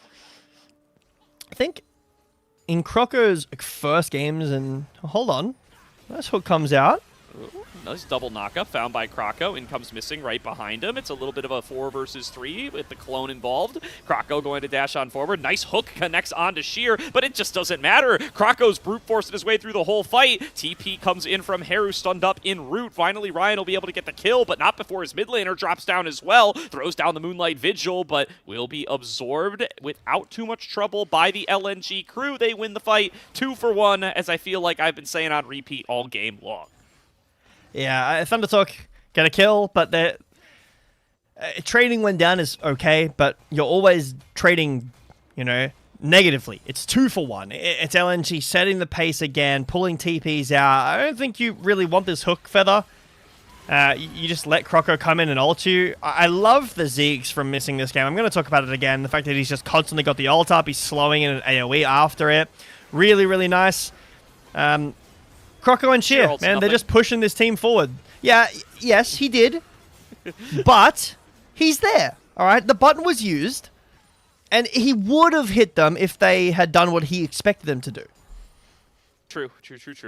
And, yeah, I mean, it just goes to show you, that was an even-numbered fight. I think he felt pretty good with Jax coming in with ultimate available and everything. It was still mini-Gnar. And it just doesn't work. Croco is too strong, right? The Trinity Force Wukong is a hell of a drug. Does so much damage to you, and getting those 2 Cyclones on off is just enough to turn the fight when everybody's all grouped together. Dragon's up. Looks like Thunder Talk have priority around that.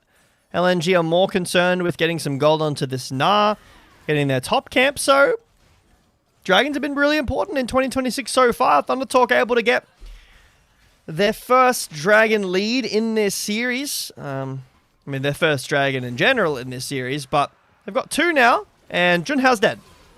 Yeah, Junhao gets found here, does get the Dragon, sacrifices his life for it. Croco claims the kill credit.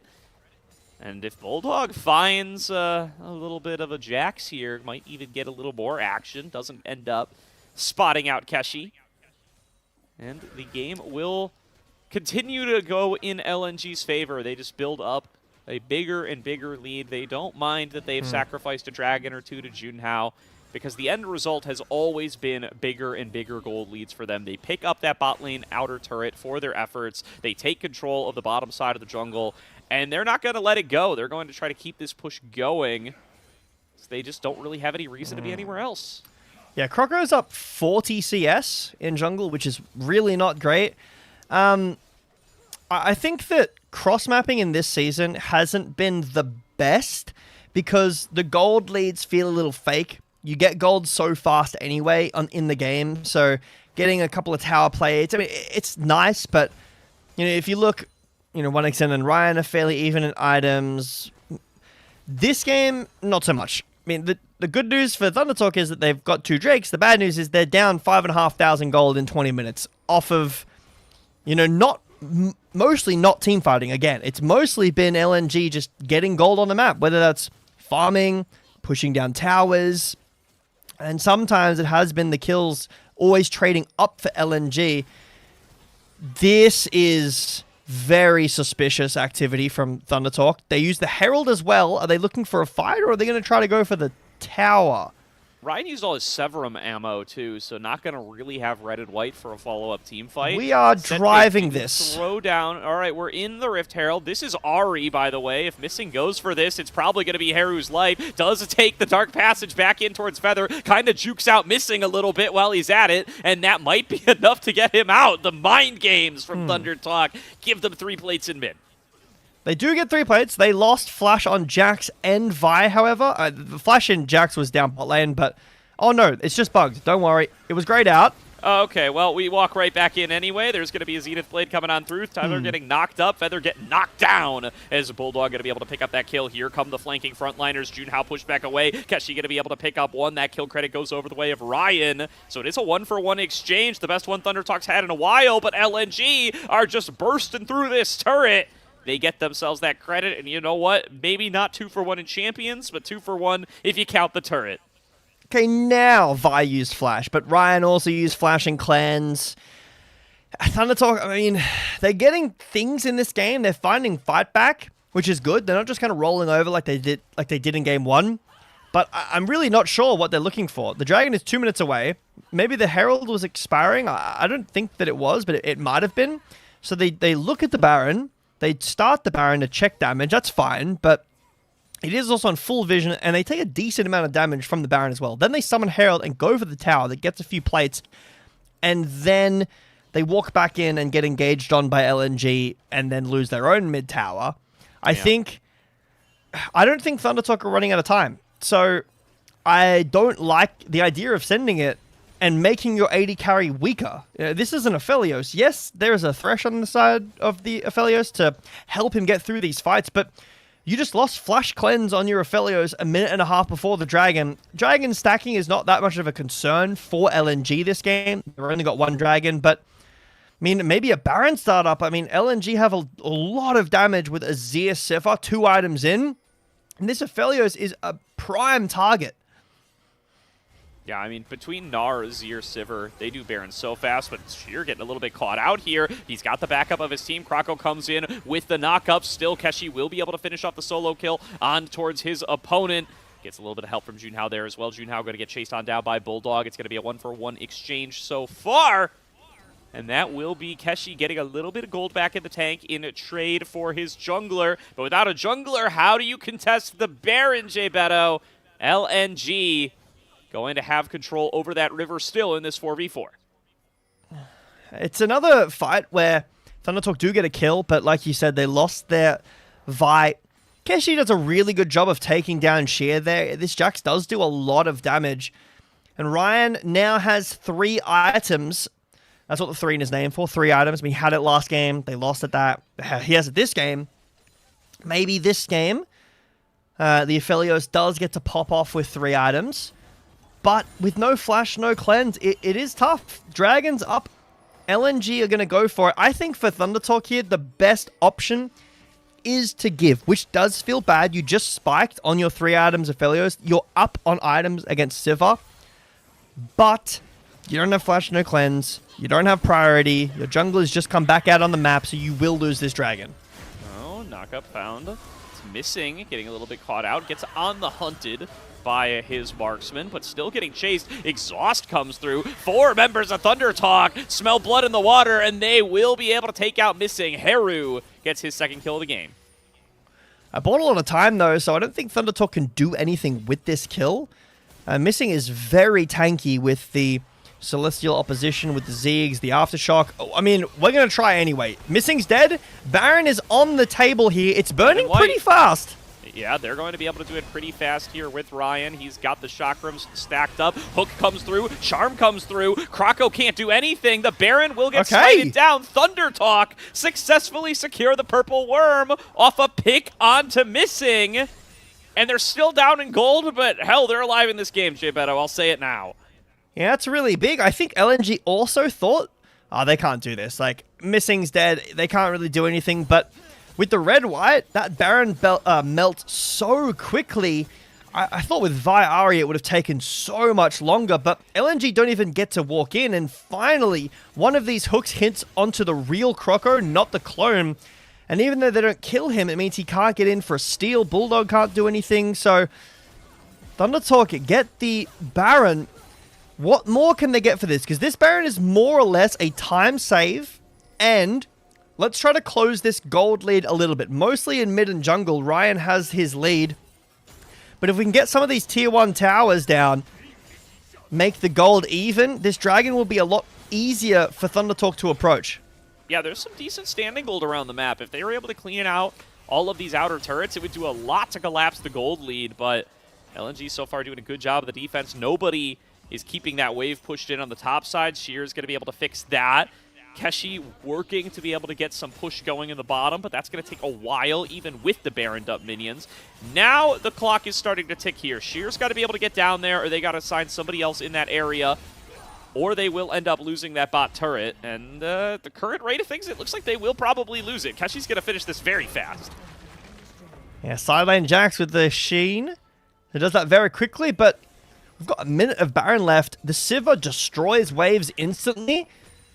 You got Baron, sure. You've gotten one tower from it. No, not even a plate after that so far. On the mid lane, you didn't have anyone on the top side. There will be Heru in the top side now to push down that turret. And if LNG overstay their tempo in mid here, they will also lose the top lane turret. And it looks like they are just willing to give both side lane turrets to keep mid control. Right, there's an engage found on towards Feather, but the backup's not quite there. TP's being channeled by both parties. Here come the top laners. Hook connects immediately onto Sheer, and he's going to get blown up as he shifts back into mini form, missing the next target. Keshi knocks him down with a mighty swing. 2 kills back over to Thunder Talk with 30 seconds of Baron left. Now, I don't know what LNG are doing.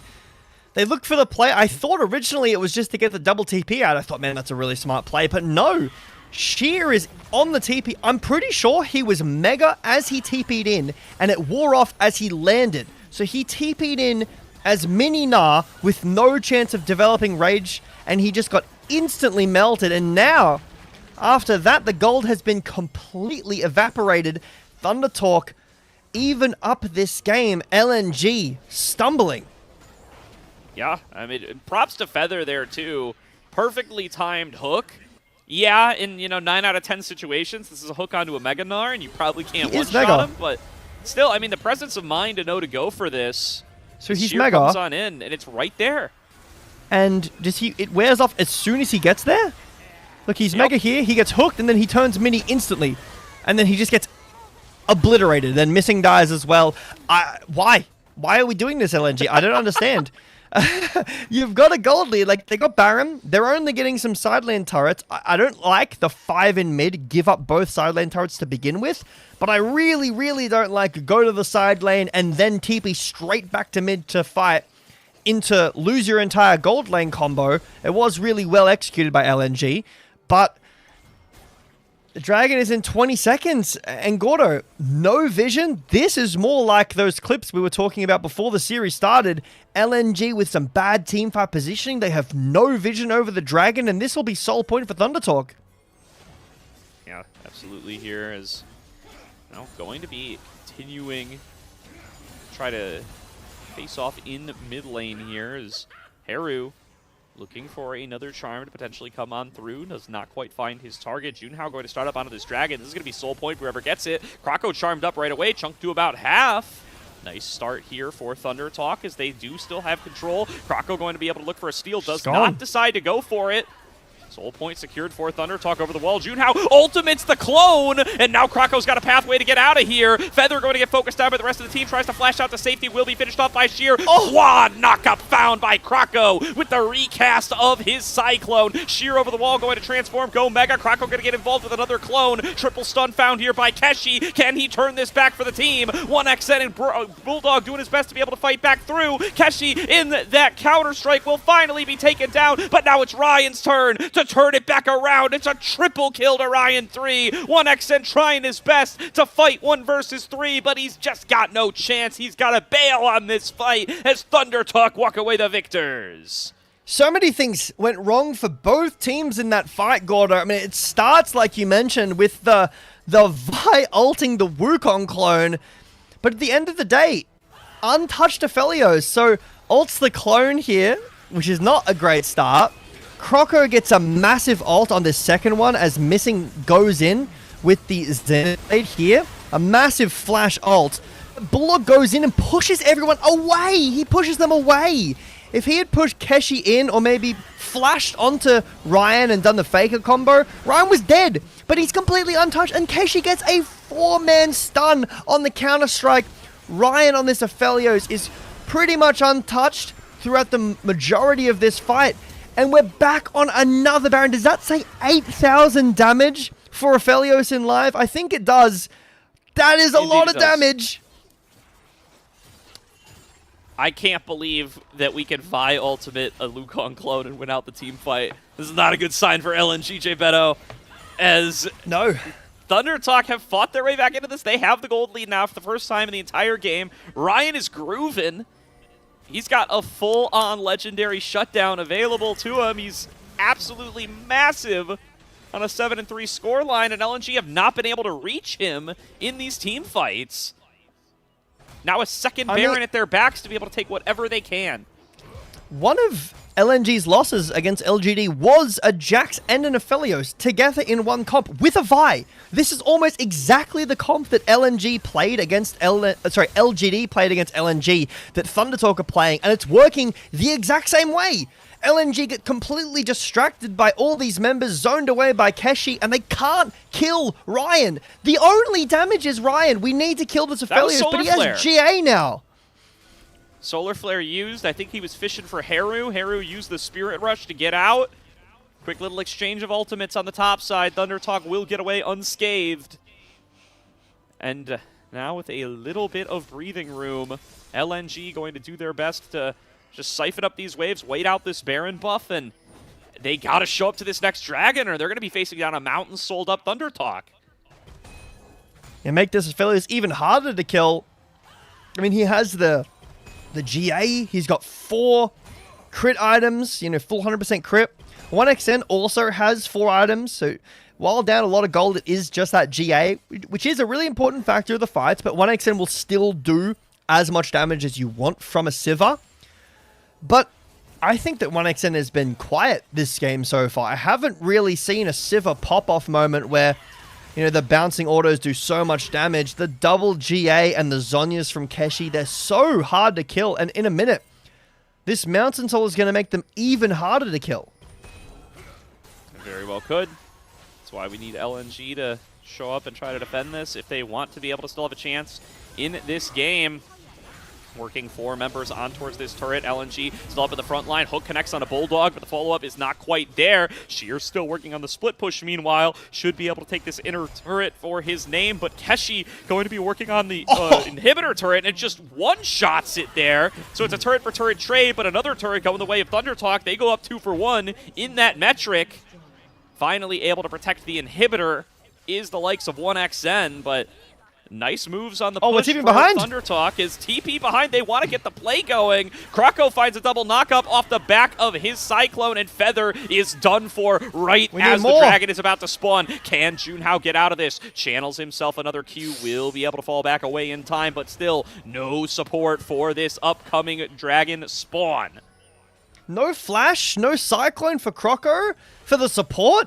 I think you take that as Thunder Talk. LNG needed to go more. They needed Bulldog there as well. If he has TP, they needed... I mean, Sheer missed his jump over the wall. But it will be Thunder Talk actually giving the Dragon. So that is enough. I thought that maybe Thunder Talk could rally a fight together with this 3,000 gold lead Aphelios, but LNG will make the Dragons 3-3. The Baron has worn off. There's a 2,500 gold lead. Most of that is on Ryan. If he dies, there is no more gold lead for Thunder Talk. So this game, Gordo, from how this series has started, has gone down to one singular Dragon for Soul. Whoever gets the next Dragon has Mountain Soul. and a hero game from Ryan. He needs to stay alive and pop off throughout the rest of this game if Thundertalk want to even out this series. Absolutely. This is a player who has just not been able to get out of laning phase basically all season long, but now showing up crucially in this game that is going to very possibly determine whether they can be competitive in this series. That's going to determine whether or not they can stay alive in the winter split. An excellent Aphelios game from him so far, but he's got to be able to get it across the finish line. Got to be able to execute on at least one more team fight. And we know that LNG are so adept at syncing up and performing in these clutch moments. The Azir Sivir comp not to be scoffed at. They need to be able to keep Ryan safe. Yeah, Bulldog has so much damage. He's got the Rabadons online too. 1xN working on his Bloodthirster as well that I assume Ryan is building into the same item. But it's Baron in 1 minute. LNG, if we can find a pick. They do find their way on towards Feather once again. Sheer is over the wall to be able to finish that kill off, and it's a 5 versus 4 for LNG yet again, picking off the Thresh. This time, it will not cost them an objective. He will be back up in time for the Baron. Yeah, he will, but it will mean that LNG should have priority on the map until Feather comes back. Ryan is a little bit less safe, but he has the best guns. He's got the blue-red, then he's going to have red-white, and then green-white after that. So he's got the 3 good gun sets for this next fight. If you can hold on to that for 30 more seconds, the Baron will be up. Feather will spawn in 10 seconds. And I feel like LNG, that was a pick that I expected them to get a little more off of. Maybe some vision, a little bit of lane prior, and instead they all reset and came back out. No flash from Feather. It doesn't matter. He's going to TP back into the lane. So now it's as if he never died at all. Definitely is. It does mean that another item was completed here for 1xN. He is ready to brawl on this Sivir if he can get his fight lines established. He and Bulldog staying close together with Missing at their back to be able to get anybody off of them who does try to dive on through. 4 versus 4 around here. It is going to be Sheer who's the first one to arrive at this fight. TP in from Keshi, 5-on-5 territory now, but the inside track of the Baron available to LNG. Yeah. They just gave full priority over to Baron. Keshi was on the top side for a pinch, and the TP from Keshi means that LNG just start up the Baron. It's actually a bait, though. They're in this mid-brush. Feather's caught. Oh, Feather first up on the menu once again. Charm dodged away from. Here comes Keshi over the wall, looking for the sun, but 1xN going to be able to spell shield it. Nobody able to get onto 1xN so far. He's chucking boomerangs through the whole team, but Ryan doing much the same. Throws out his Moonlight Vigil, flashes over the wall, going to be able to finish off on a Bulldog, but 1xN, look at him, still firing away through the entire fight. Ryan caught in a 1 versus 3. Keshi going to bail him out. Finishes off 1xN. It's all on Krako and Sheer, trying to finish off Ryan. Ryan going to drop down, but not before he finishes off Sheer as well, and now it's Keshi and Krako, the last 2 left alive, and this is a fight that Keshi can win all day long. 4 members down on either team. Krako is able to juke him out with the decoy, so 4 for 4 is your final fight score. What is happening in this series, Gordo, in this second game? It's a 4 for 4 at 40 minutes as Baron spawns. There is so much damage in this game right now from the Aphelios, from the Sivir, from this Azir. As we take a look back, Ryan is again unchecked for so much of this fight. Keshi finds a brilliant stun into the backline, but 1xN cleanses it with the spell shield. And again, Bulldog shuffles Keshi away instead of into his team. But Ryan is completely unleashed. No one can touch him, but 1xN kind of the same. So it's about these carries, these AD carries, the late game scaling that do so much damage. They both just disappear from the game. As soon as they're touched by either, I don't even know how Ryan died here, but he did. Passive from Nara, I think it was. And then 4 for 4, we're back for round 2. Hyper, baby. It does what you need. 15,000?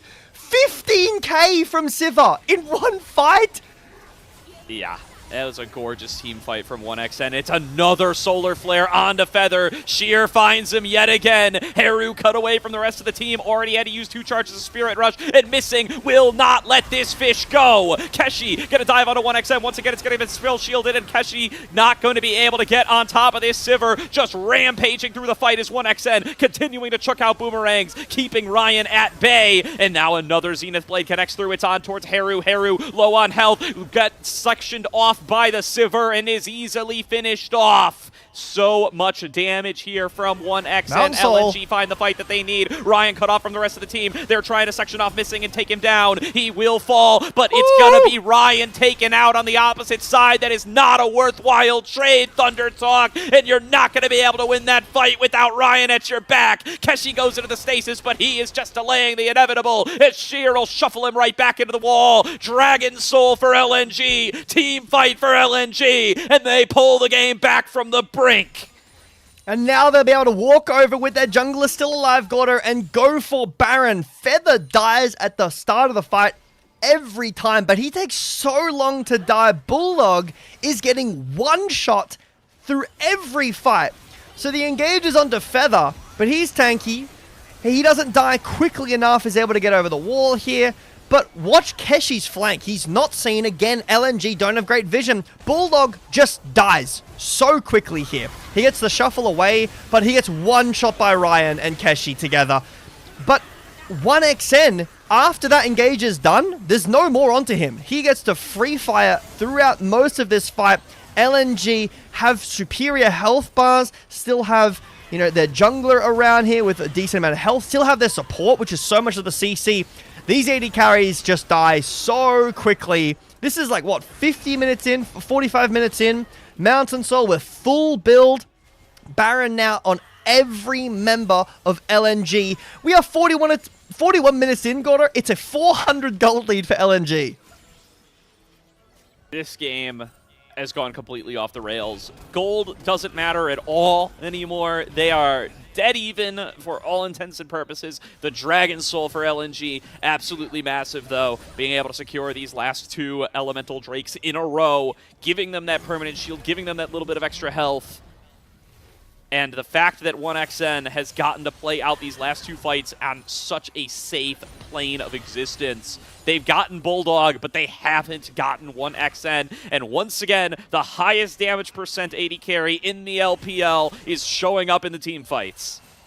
I think that Haru has had a bit of a quiet game from this one too. Even though Bulldog's been dying, I don't think this Ahri has really been doing a ton in these fights. No CC onto 1XN. He has GA now. It's full 7 slots of items for both of our AD carries. I think Ryan's GA has also come back up, but LNG looking to end it. Thunder Talk gotta get in on this fight right away. The Solar Flare stunned up onto Haru. He couldn't get the fight started the way he wanted. Now the first Nexus turret's down. Haru going to flash forward, doesn't find the charm that he needs. Keshi looking to get onto 1XN of the backline. Once again, his stun is going to get spell shielded, and they found Ryan. They shuffled him back into the team. They executed him with another beautiful boomerang blade, and LNG dominate the team fight, take the Nexus, and move on to match point in this series. Not the easiest game we've seen, but a win nonetheless. LNG make it happen. And Gordo's camera's frozen because that was an insane game. I'm doing my best. Bulldog shuffles were not the best that game at all, but it doesn't really matter when your AD carry can do that much in these team fights. I cannot wait to see the damage graphs for these AD carries. That was insane. Indeed, it was such a really strong performance to be able to fight back from the LNG carries. They show up in just the nick of time to be able to execute on those team fights, whether it was Bulldog finding the shuffle that they needed or 1XN staying alive for the amount of time that they needed him. As I'm back. Welcome back. Thank you very much. Such great team fighting on the Sivir in particular. Is able to keep him safe every single fight.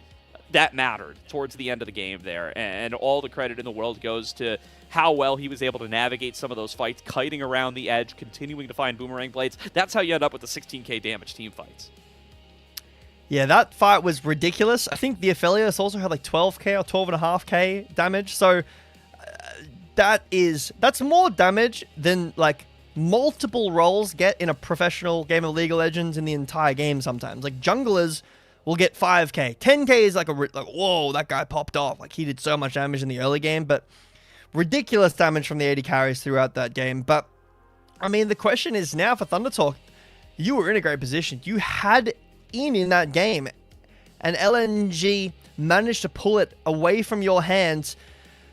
It is good Thunder Talk were able to get to that position that makes this series that much closer now. Because that first game, after that first game, it was looking pretty dire for Thunder Talk. That was a really good change-up, you know. Priority in bot with the Aphelios, the Aphelios Thresh. Pardon me. Some strong late game damage. A good side lane as well. The top lane wasn't getting, you know, solo killed and caught out all over the place. But LNG still make it work. Yeah, I think it was just, I mean, the density of threats ended up making such a big difference there, right? They were not able to get Heru into positions to be able to reset through these team fights, died way too quickly in the vast majority of them, and meanwhile, Bulldog still demanded so much attention on this later game this year. That's part of why this champion has the priority he has, so they were frequently able to get onto Bulldog, but when you blow all your resources on Bulldog, you know, when you use cease and desist on him, when you use your full combo, when you use pretty much everything but the Counter-Strike, that was the only CC that was ever going towards 1xN, and he's got Spell Shield and Cleanse for that one, baby. So, once again, every single fight, it's Sivir stacking up the numbers as she should once she gets to these 5 and 6 item power spikes, and that's what gets LNG over the edge. Yeah, I mean, it's the LPL Gold Graph we see there, but 1xN has more damage than both top laners combined. He has more damage than both mid laners combined nearly. Such a performance on this Sivir. I mean, you have to have a game like that because the Aphelios is pulling back, right? There were multiple fights where Ryan has unchecked him. Funnily enough, I'll have to check in the break, but exactly what the comp was, I don't exactly remember, but this is very similar of a comp that LGD played against LNG and LNG lost against it. It had the Vi, had the Jax, and had the Aphelios as well. But eventually, Ryan is targeted through the fights and does fall down in crucial late-game team fights. I think that Bulldog's Azir, some shuffles are great. This is one of them that is not one of those fights. He had Flash in that fight. Not the best Azir performance, but it's okay. You know, he still did really good damage, necessary damage. I think that Heru had a really quiet game here.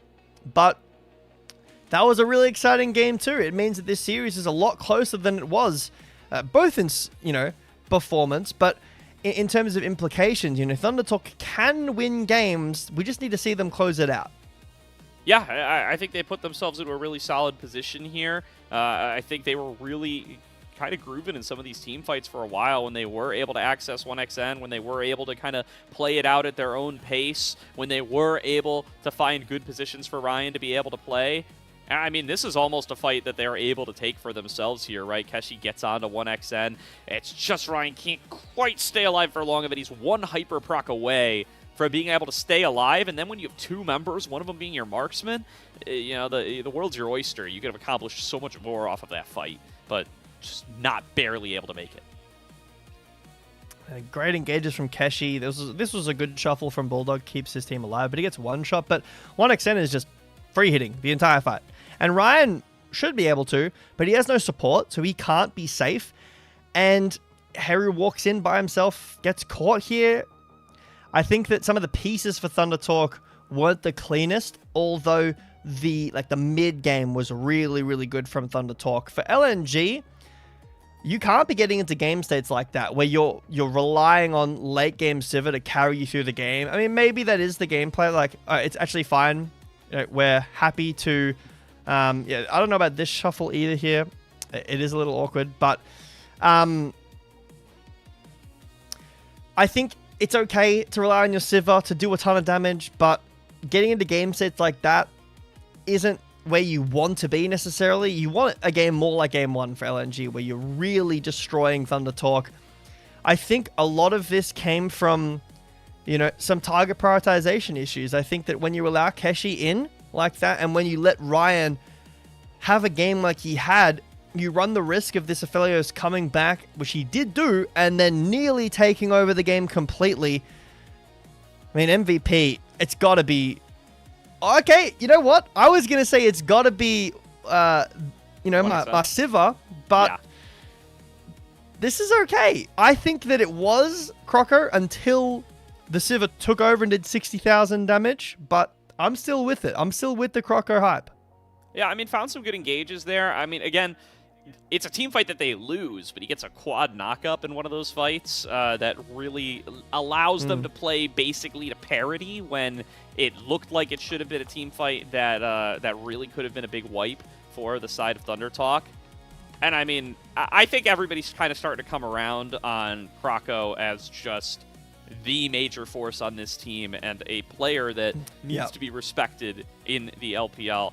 Again, looking like he's on track to potentially being Group Ascend next split. And if he does end up there, I think it's going to be very exciting to see how he's able to match up against some of the best junglers in the league. I mean, he's still going to get through this series and then the one after this before LNG is in. And that series does put, an asterisk next to this team for me. I mean, they've lost matches. They have lost matches. This is not even a loss. But Thunder Talk is a team that won one singular game. So I think that if you put yourself into positions like that against teams that are going to punish you for it, that are not going to let you get the early game like you had in game one, LNG need to tighten up through that mid game and, make sure that they don't make any mistakes that give over these large sums of gold to Aphelios. And even like the early game looked similar for LNG. They looked really good. Thunder Talk got the objectives, sure, but it wasn't unplayable until some of those fights where Aphelios was really unchecked. Definitely agree there. Well, we'll find out if Thunder Talk can show some of that magic and get it across the finish line in game number 3. We're going to throw it to a quick break here, but we will be back with game number 3 draft before too long.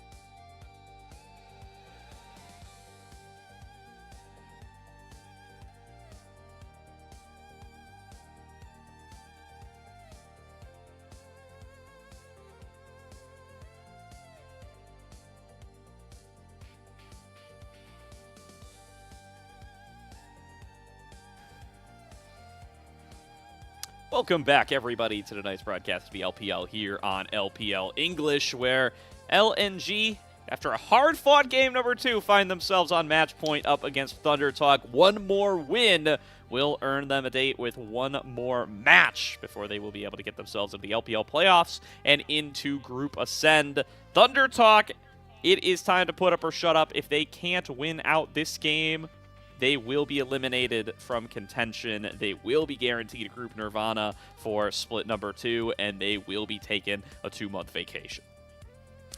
Yeah, that's the largest part there. You know, no Group Ascend, big vacation here. Your season ends until April, until we get into split 2. Thundertalk showed some great signs in that game.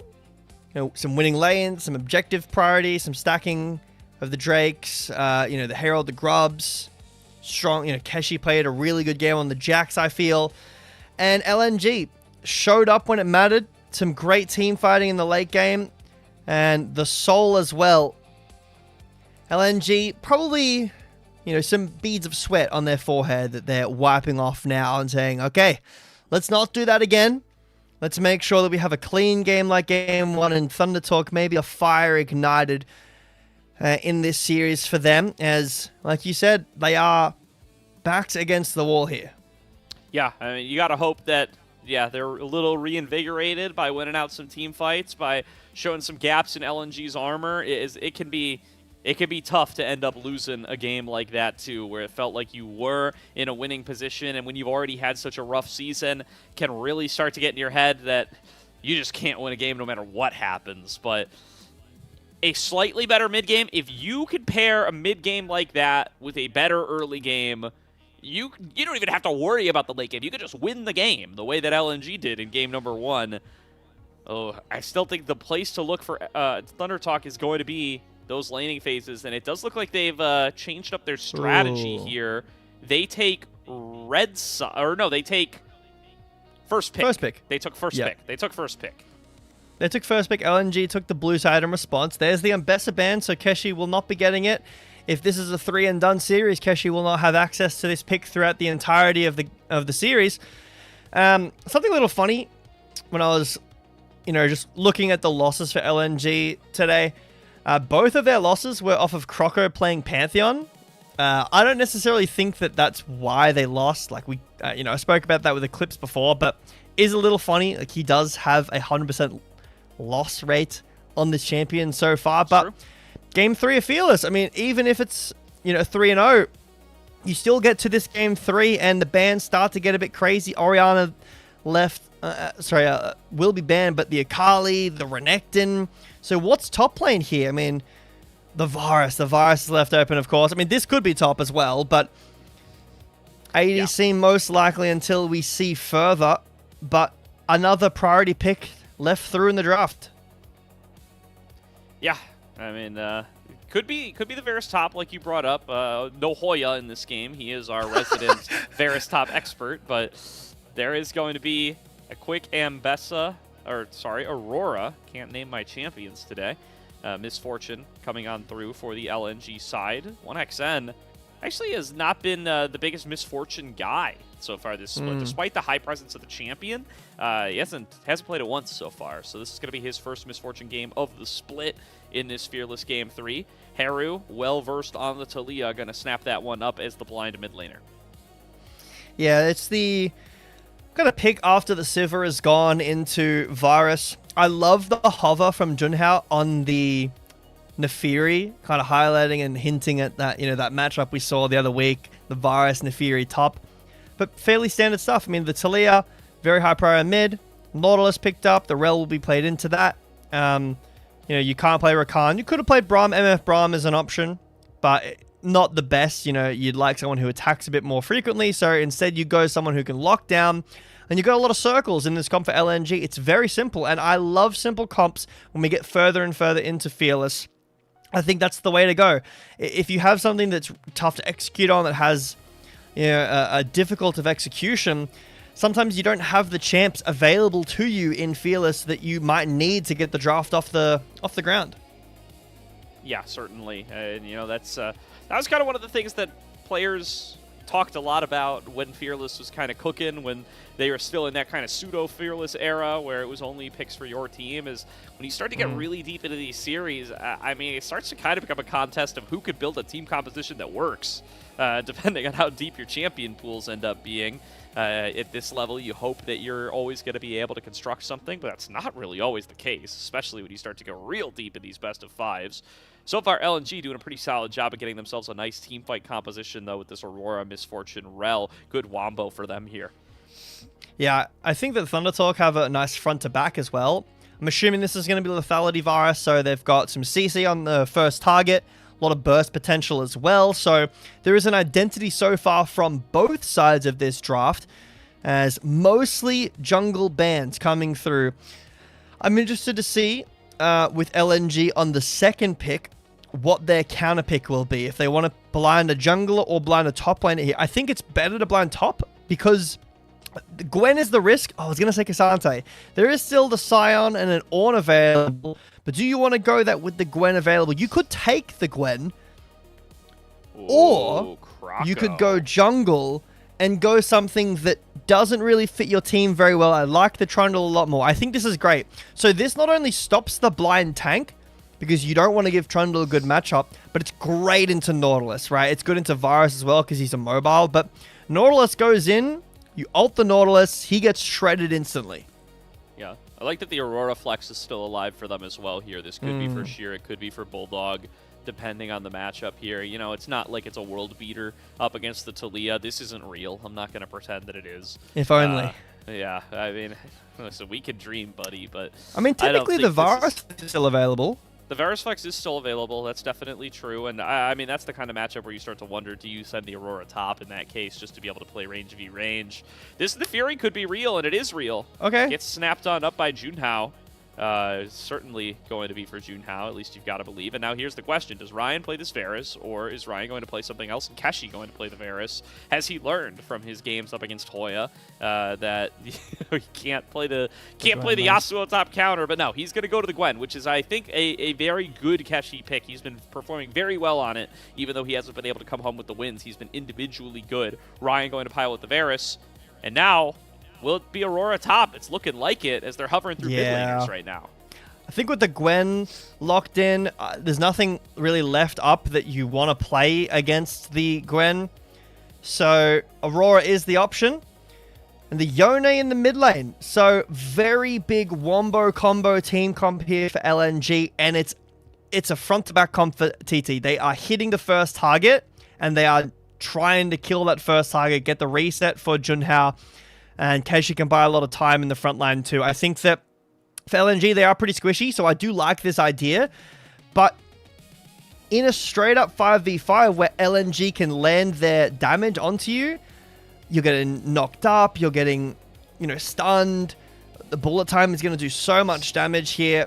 I think that Thunder Talk's backline, it's got range, which is really nice, but they don't really have a full-on tank. They've got a Nautilus who can interrupt the bullet time, but if LNG get their good fight, it's really tough for Thunder Talk to play out their team fight here.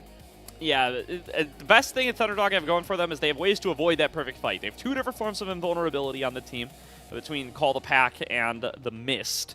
And they're going to need to be able to make sure that they can host some of those opportunities wherever possible. Trying to keep Taliyah and Varus out at a safe range. They do have the range advantage as long as they can avoid these big engage angles from coming on through. And it's not like it's the most reliable point-and-click engage in the world either. It's going to need to be flanks from missing on this rel. It's going to need to be, big pillar combos found or something like that. It's going to need to be really well-placed Fates sealed. I'm going to say Fates sealed. I'm going to say it that way. To be able to find themselves these kinds of team fights that they need. Well, someone's the rift for game 3. Hang on. LNG. Jayo. Jayo. Jayo. All right, Gordo, you do Thunder Talk. I can't bring myself to do that, man. Oh, wait, there's somebody in there. There's somebody. I hear them. I hear them. There are Thunder Talk supporters out there. Or maybe they're for LNG. I can't tell. But they're in the background. Well, Thunder Talk backs against the wall here, Gordo. They bring out this front-to-back comp. We've got the roaming mid from Heru. the strong side top with Keshi, who it is a tough matchup into the Aurora, but it's a carry nonetheless. And this Varus, to be honest, I'm going to have to get the stats up because I'm really interested on this. I feel like in the LPL, we've seen Varus through a couple of times, and yes, twice it has been in the top lane, but it hasn't really found the success that it has in the beginning of the season. It doesn't have as high win rate as it has in the past. So I'm wondering, will the Varus prior fall off? I know it's getting nerfed in the next patch. Missing takes its tower shot. Yeah, I mean, I think he has Aftershock and absorbed it. It didn't take nearly as much as I expected him to. But, ouch, buddy. It seems like it's not going to have anything to do with whether or not they're going to be able to keep this wave pushed in, though. Just trying to use the love tap power of the Misfortune to put the side of Thunder Talk on the back foot. He does have Aftershock. That's just another nice pick of that one from Missing. He just loves the ability to kind of sub in his frontliner whenever necessary. So in the LPL, Varus is by far and beyond the most picked region with 42. The next closest is the LCP with 18, LEC with 13, LCK with 14, but 42 games of Varus that have been not banned in the LPL, and it's won 50% of games. So for the amount of games it's played, it actually still does have a pretty decent win rate. Globally, the top is 50% as well, with only 4 games, and 2 of them are in the LPL, but it is like it's settled around globally at around a 50% win rate. We saw it really high early in the season with like a 70% win rate. Nice hook on the Missing. The stun back will mean Feather takes a bunch of damage. Yeah, that's a lot of pain on towards Feather there from those double ups and love taps. And Ryan get a share in on the love a little bit as well. As 1XN really just trying to play out this Misfortune as aggressively as he can. Again, a first-time pick for him, which is surprising given how much 1XN and Missing have liked to play these sorts of aggressive early game bottom lanes, but I mean, he's looking like he's got no shortage of reps on the pick, playing it out pretty well so far and kind of finding himself up almost a wave of CS here just about 3 minutes in.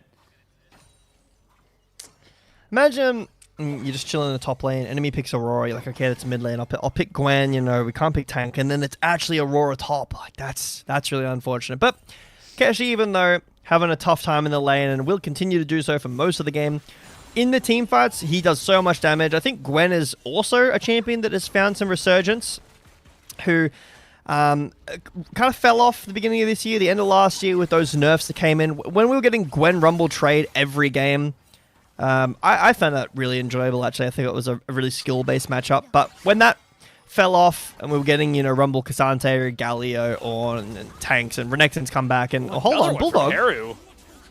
Bulldog going to have to take a couple more autos here. He might even be forced to flash. Nice flash. The exchange between Haru and Bulldog will not result in a kill.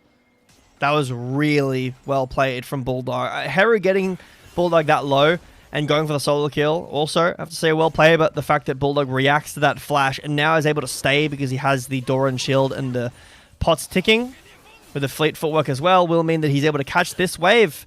And even though that looked awkward, he'll be just fine. Yeah, definitely. Haru, a player where... Ooh, wait, hang on a second. Ryan forced a flash there as a nicely placed crash down from Missing. Threatened his ability to stay in lane. He did opt for the TP this game, but has already used it after being pushed back earlier on. And that lack of a combat summoner certainly being felt here. So now no flash either, and that is a dinner bell over his head for Mr. Krocko if he does make his way down here. Yeah, here's the thing about Rel as well, is that Rel can constantly, like Missing can constantly look for Q flash baits, right? Where he can force the flash out as well. Hold on, in top lane, nice trade on Keshi, but there is a dog and his pack in a brush here. Will she be caught by this? Junhao cancels his base and restarts basing. Nice hook found by Feather in the bottom lane, going to result in a great trade for Ryan and Feather. Still not quite able to get the job done, but it will force 1XN out of lane. No return kill to be found. Well played by the Thunder Talk bottom lane, as Ryan having himself one of the better series we've seen from him this season, despite the 0-2 record. Yeah, what I was going to say about the matchup in bot is that like you can bait the flash right with Rel Q, But the flash is gone, so anytime Missing wants to go for a kill, he could just Q flash on Ryan and he will guaranteed be hit by it because it's a virus, but that won't happen until 1xN gets some actual damage online. Oh, knockup from Bulldog. Krako in position. First blood goes the way of Bulldog. Junhao arrives, but it is too little and it is too late. Those dogs will slink back into the jungle. It's LNG with Bulldog off to the races. It feels really bad for Thundertor, for Heru here, when you use your flash aggressively to look for a solo kill, and then it ends up paying negatively. Now, Kroko, it looks so easy. He walks in, gets a perfectly placed pillar, Heru has no flash, Bulldog ults, and that's an easy first blood for Bulldog in a matchup that he was kind of losing earlier, nearly got solo killed, and now you blink and LNG, you're up 1,500 gold. Yeah, definitely a big loss for the mid lane, which was going well for Heru for a while there, to end up having to give up that kill. Krako ahead of the jungle matchup as well, and now just camping in this bottom side. Spotted by Feather by that ward. They do throw down a nicely placed pillar, but just going to get rooted back on in. Pulled underneath the turret is missing. Good damage returned there by Ryan with the piercing arrow, but they will be able to retreat no problem here. Now the real question is, can Junhao find an opportunity to do anything with Krako on the bottom side? He's already gotten himself quite a bit of health back. I think he's looking for the kill, actually. Kroko no ult. Junhao knows this. No flash as well. Maybe just the Raptors invade. Kroko will see this as soon as he rounds the corner that his Raptors will be gone. And the dragon is up but won't be taken. Well, Junhao straight into mid, actually. Just paying a little visit there. Knife Dog does just rip through those Raptors, no problem. So picks them up without too much trouble, returning over to his own Raptors to, you know, do it all over again. But Missing, making no flash mid. Towards mid. Yeah, like you said, Heru, no flash there, but keeps a safe distance and shouldn't be having too much trouble from this realm. Missing just walks in, procs his Targons on the cannon, says job's done, walks away. I like it. Sometimes it is the support's job. Just make sure your team gets cannons. Good damage from 1xN. Ooh, bullet time coming through onto Ryan. Missing coming in on the flank, wow. And that will be enough for 1xN to get the job done. And that is the LNG duo doing what they do best, getting kills onto the opposing lane. Yeah, in Game 2, we had Ryan actually find some pushback against the bot lane from LNG, but in this game, it's a lot like Game 1.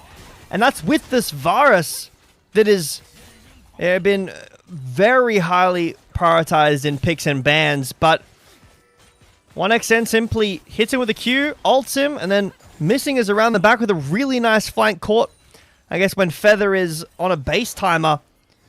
And even though LNG aren't able to start up any of these dragons, they will get these 3 grubs on the top side, which with a Trundle feels pretty nice, and 2,000 gold lead for themselves. But the whole comp, it feels kind of nice. I mean, Aurora going to be pushing on the side lanes. Yone probably going to be in that category as well. It's a great 1-3-1 comp that they've got for themselves. And they're going to be happy to have these grubs at their backs. Krako hunting this is frustrating. for Keshi. Process of elimination. Doing big work here as they do find him and push him back away. Interrupting that recall. It's going to cost him another wave. Krako's going to try to interrupt him again. Krako, a menace. That's dastardly behavior. Can't be doing that. Yeah, no, that's... I like Kroko, but, like, I don't know. Like, all the damage from 1xN, but that's pretty painful for Keshi. He lost a lot of farm. This is a CS, like, 900 gold lead off of CS and plates alone. Yeah, no, that's... that's just going to cost you a little bit of ethics points there.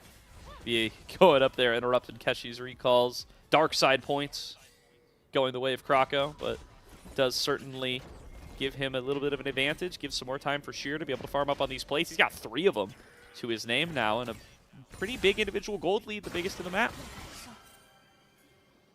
Sheer continues to do very well in this lane. I mean, no first art. Oh, hold on. That's the ult out from Keshi, onto Keshi. It's just a push out. I don't even know. Does Sheer need to do that? Probably not. Maybe he has first item in base, but maybe we'll just use an ult for Prio. Ryan! Stop taking the bullet time, He's my just dead. man. He's gonna just get dead. solo killed 1 versus 2 because my guy would rather hit minions than step out of the misfortune ultimate. Are you kidding me? I don't know what I'm watching right now. Alton top lane for the wave, I guess. He doesn't base, nothing's up. And then, yeah, Ryan just stands there and says, I wonder how the bullet time tastes. And he finds out it doesn't taste very nice when it's hitting you in your face over and over again. LNG, they feel like we're back to game 1. It certainly does feel that way. And 3K gold lead at 11.5 minutes feels plenty good if you are LNG. Krako found over the wall. Junhao looking for the battle. Does have himself a level advantage. Good damage found out of the Trundle, but Subjugate certainly doing as its name would imply. Junhao pushed back away. Haru arrives to the scene, though, finishes off the kill, and puts Thunder Talk on the board. Keshi already low, though. Haru and Junhao, all with ticking health bars, have to get themselves out of here. Feather TPs into the fray just to back up his boys. Gets a little knocked up by Missing, and now Missing going to get shuffled back in. Could be a little bit outnumbered for a short period of time. Bulldog going to be here to be able to back him up. Dashes on forward. Bulldog kind of likes this fight. Sweeps across the team and returns back to his soul. Does look like both parties going to back on away from each other, but Sheer has found himself a low-health Keshi and will take his flash. I can't believe after all of that, it results in back in the top lane, they're already just winning the matchup, getting the flash trade. But Junhao looks for the 1v1 on Crocker, and he loses the 1v1 down a level because of how good Trundle is in 1v1s, and it's only saved because a really nice ult from Haru buys Junhao some time and is able to rotate off and do some damage to Croco as well, or else that play would have been very winning for LNG. I mean, the second Drake is up soon, Gordo. We've got Ocean and Chemtech, so we're a high chance of rolling like a really high-value soul this game. And Thundertalk do have the first dragon. That's some good news for them, despite being down the 3,000 gold. But we nearly finished our role quests. I assume that Ryan is fairly close. I assume that Croco is fairly close to his as well. Actually, he's just finished his now. So we're just waiting on support from Feather and the 80 carry on Ryan until the quests are all finished. And then we're looking at this second dragon spawn and the Herald. Yeah, it's rough for Ryan how little time he's actually gotten to spend in lane and how much he's down in CS for having taken teleport in this matchup, right? He prioritized getting back and staying in lane over pretty much everything, and he still hasn't gotten to do it very much. 1xN been keeping the pressure on and been able to create a couple of kill angles alongside Missing here. Big cash out for him, and I got to apologize to Ryan. I think I've caster cursed him a little bit here. I was saying at the beginning of this game how well he was doing this series.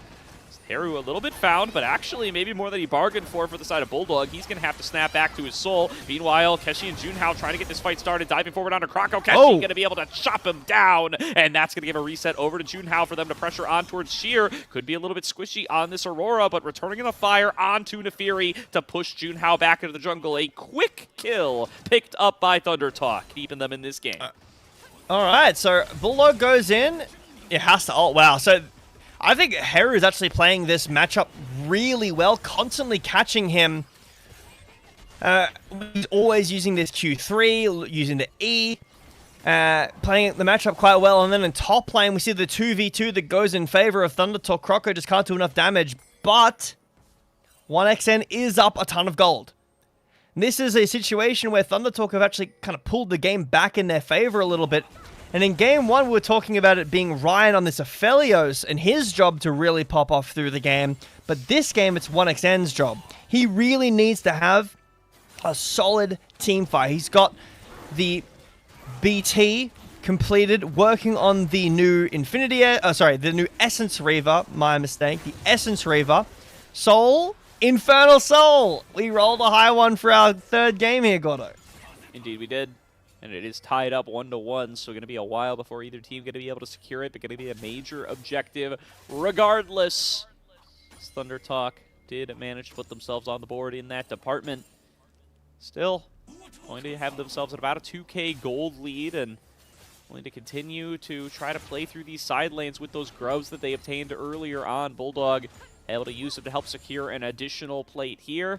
Rift Herald up for the taking, and few more members up towards the top side here for LNG to see if they're going to be able to try to secure it. Missing, holding that river for the time being.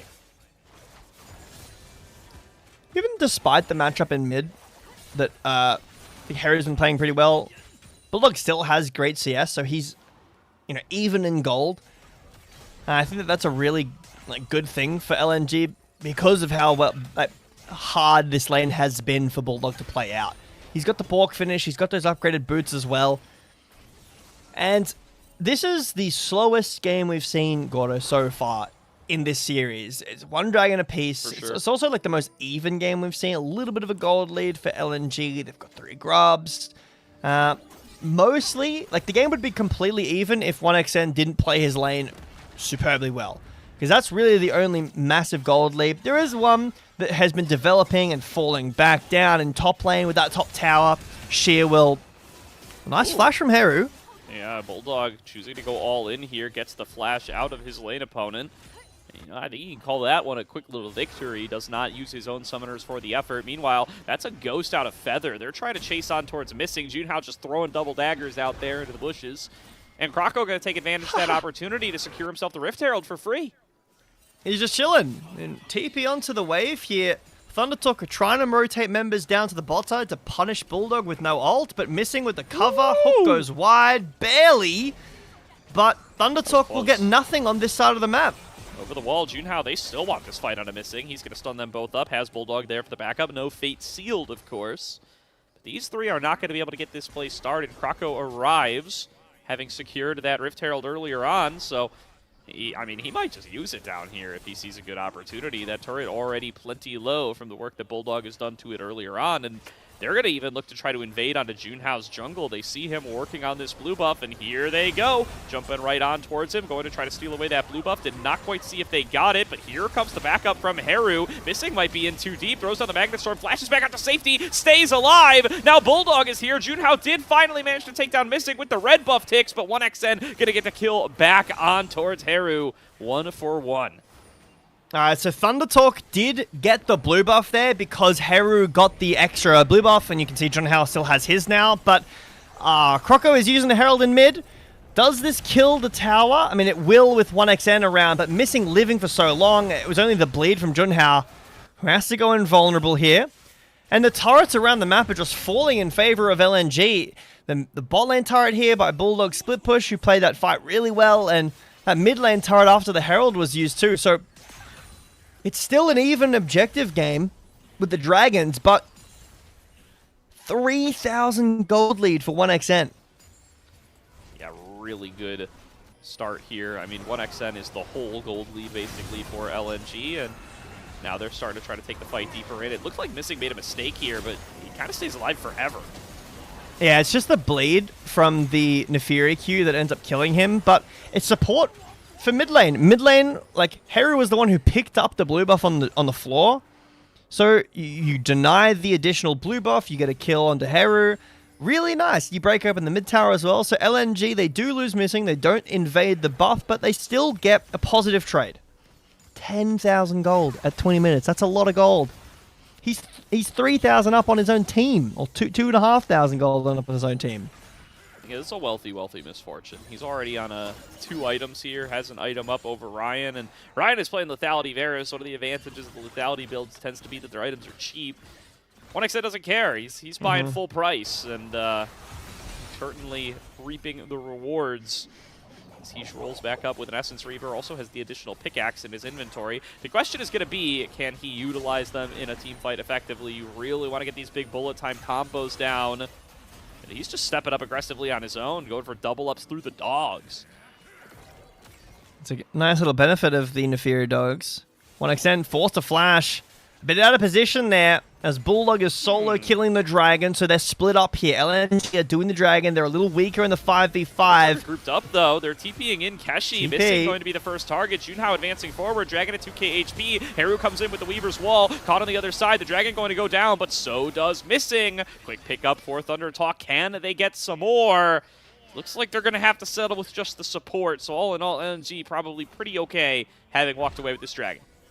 Yeah, I think you take that for sure. Yona has to use ult, but other than that, you lose nothing. Keshi coming on forward. Keshi going to stay alive, actually. Gets a lot of work out of the mist. And now here comes Haru up the back of the teleport. Going to be able to punish Bulldog's teleport, who has to flash away in order to stay alive. Gets that summoner out there in the even exchange of TPs. All right, well, that's a little bit more favored towards Thunder Talk. The bullet time doesn't really do anything. Bulldog is forced to TP and flash. But LNG still now with the Dragon lead, still with the gold lead.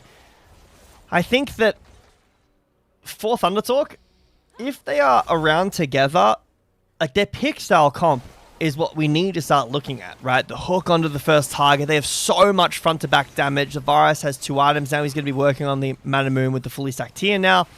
So when that comes through, there will be a ton of burst damage to chew through this rel, and especially to be able to kill Bulldog. I think that he is very vulnerable over the rocks. He can't really find these easy punishes on side lane. Most of LNG's comp is very squishy. So if Thunder Talk can group up around an objective and find a pick, you know, wait for cooldowns, do it again, they have enough damage to chew through LNG. They certainly do.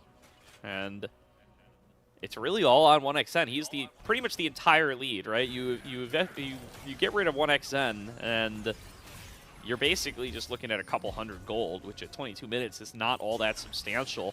You've seen that Haru's going to be able to pump out the damage. You've seen that they've been able to deal with Bulldog without too much trouble. Keshi is a big threat, especially once he gets his second item completed on this Gwen.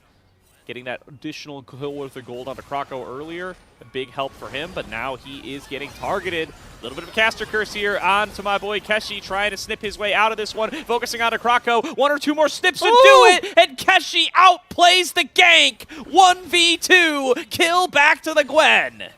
She is going to have to TP, I assume, because Junhao is on the way. He's too late. He's dead. On the hunt, call the pack, baby, is in comes Junhao, choosing to hold on to the ultimate for now, scans him out, actually can't get vision of him, finally does it, and a dash into a reset for Junhao. 2 kills to Thunder Talk as they reach too deep into the cookie jar for Keshi.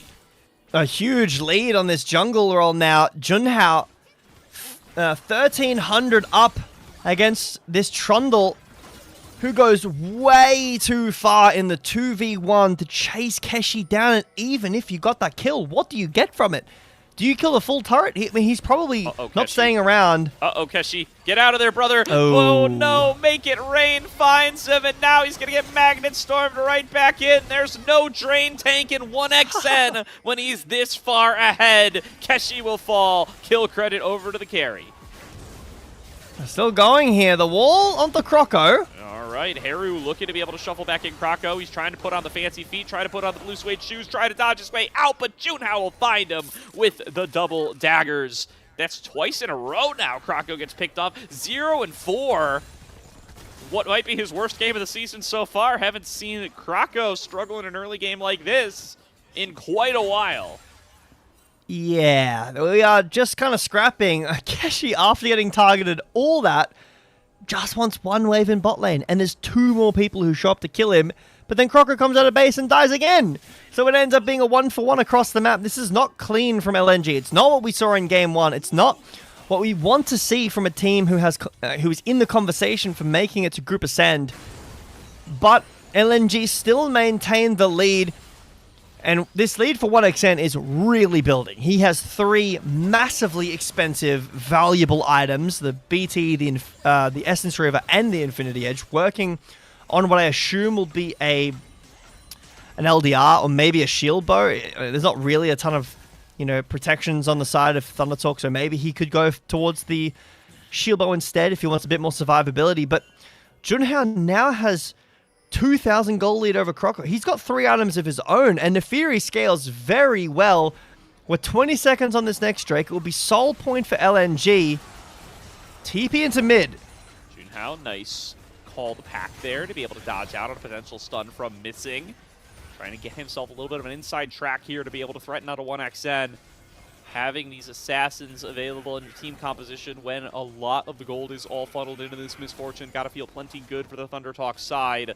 They are the ones with control over the river as this dragon is alive, but the fight gonna get started. It's missing, dives back onto Haru. Ryan gets one shot before the fight really even starts, and now Sheer hunting for Haru on the backside, able to connect that twofold hex, looking to be able to finish off the Talia. Still can't quite find the damage to be able to do it. Keshi arrives, but is it too late? He's looking for missing. Dive forward for Junhao. They want to be able to make this a 1-for-1, but the stun comes right back, and Keshi just gets eviscerated by the full LNG lineup. Krako stepping forward to be able to execute on a feather. 3 kills to LNG for nothing back to Thunder Talk.